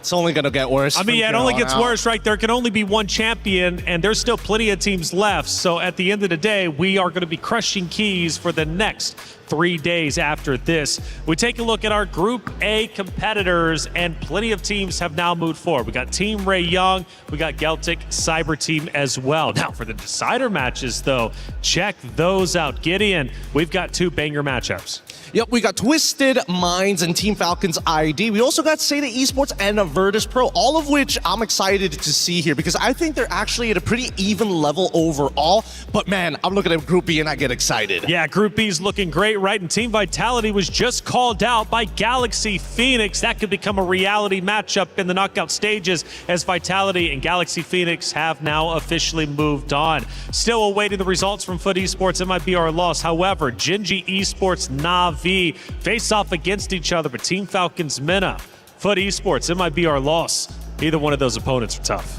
Yeah, I mean, that was the only team that has brought Vitality to a 26-minute game so far here at MWI. So I'm anticipating that last matchup, and I think it should be, well, my prediction would be it might be our loss, but who knows, Foot Esports could definitely surprise us. Either way, it's up to them to decide how it ends up going. Let's start taking a look at our great moments from that series. We take a look at moment number 1. We mentioned the team comps were going to be a little bit different this time around. We're getting up to the 9-minute mark. Gideon, what do you see? Oh, well, honestly, at first when you look at this composition, it just doesn't make any sense. There's very little synergies because it requires so much personal microing from each of the individual players. But Mirko mentioned the combo exactly, right? Golden Hour, set up the projectiles, and when they connect, everybody is going to pounce on them. It wasn't as quick this time around as it was in map number 1, but again, we still had plenty of chaotic moments. We take a look at our second one in Eterna. This moment was quite critical during the middle of the game. We're now down to the 9.5 minute mark. The Lord has been fought for. What do you witness? Yeah, so it's not so long after the clip that we saw earlier on, but we do already see some gaps here and there, especially when it comes down to the objective takes. Ling, she tried her best with the setup, but like look at the retaliation from everyone else. Like Strings had the Mystic Gush opened up, but look at the way that Lemma also just flickered for that, by the way. Names also had some moments in this particular moment, but at the stage, Fa was already, what, a 60 stacks on the Sky Piercer? It was really difficult for them to mount a comeback, and even Names in this moment also fell short. That was the wipeout, I think, that we witnessed from that game. And Fa was a name that we were saying consistently and hearing from the casters as well. We take a look at our final moment from that great series, and again, we get towards the end, I do believe. We're now at the 13-minute mark, and things are starting to look a bit grim for the side of Team Falcons Minnow. Yeah, I think this is the point where Winnie is having the time of her life, right? Because really, the team can kind of do whatever they want, and they seem to always be getting away with it. As Sophia connects another arrow upon another arrow upon another arrow, this is what we wanted to see from the Genji game previously. Those arrows, it feels like you're doing nothing if you don't hit them, but when you hit them, it's all me, baby.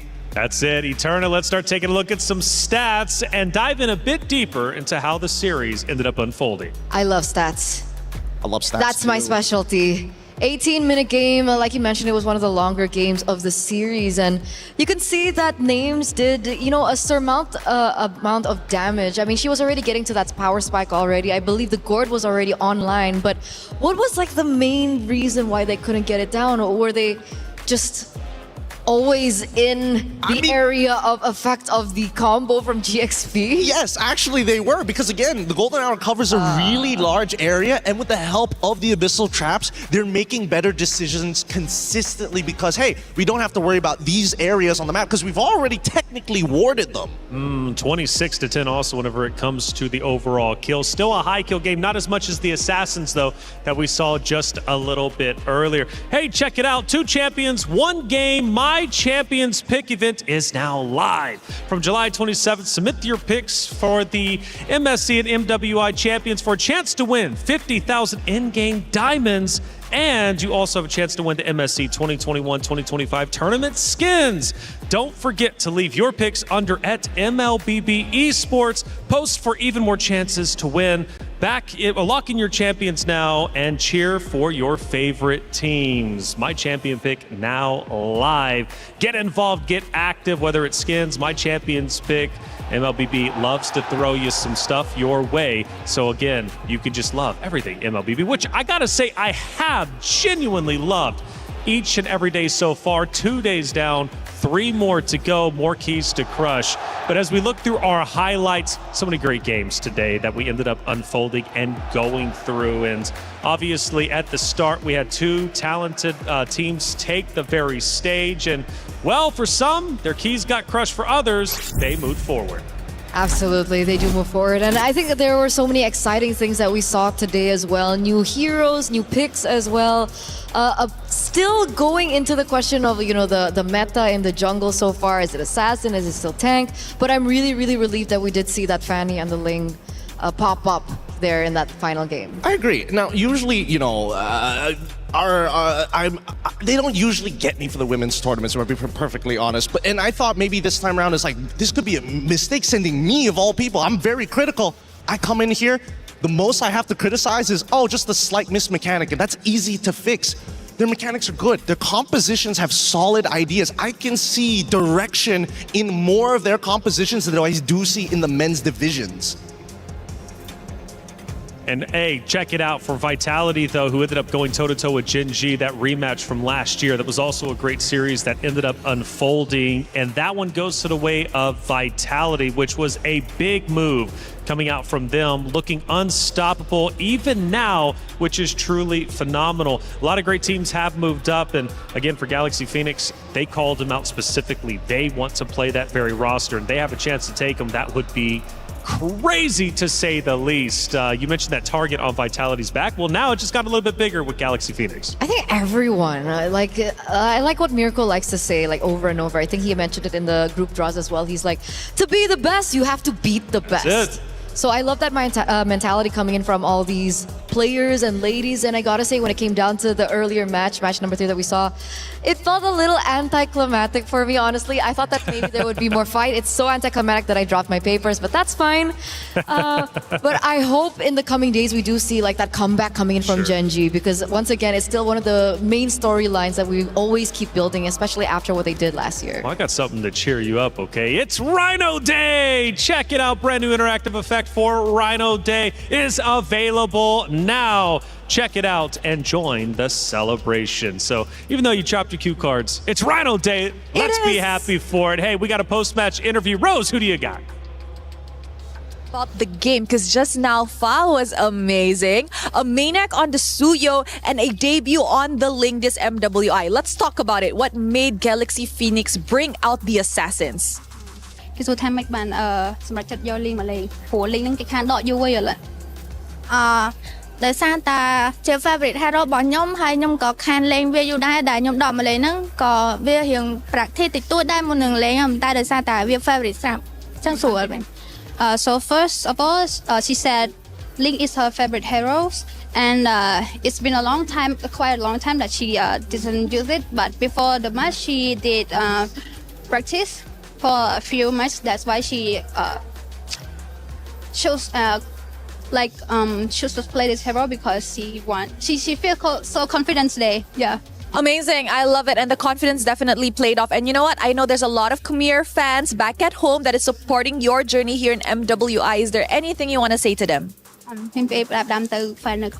អរគុណសម្រាប់ការគាំទ្រហើយសូមបន្តគាំទ្រពួកយើង Galaxy Phoenix បន្តទៀត Okay, she said thank you for the supporting and I hope you guys keep supporting us Galaxy Phoenix fans represent Cambodia. Yes. Thank you very much, girls. Congratulations. And with that, that is it for this interview. Bye-bye. We were there for every click, every clutch, every respawn. We were there for the years of grind, and we're here. Now, the proud founding partner of EWC, powering the biggest event in gaming, shoulder to shoulder with the world's best, making history. Greatness deserves a stage. Lenovo Legion, reach your impossible.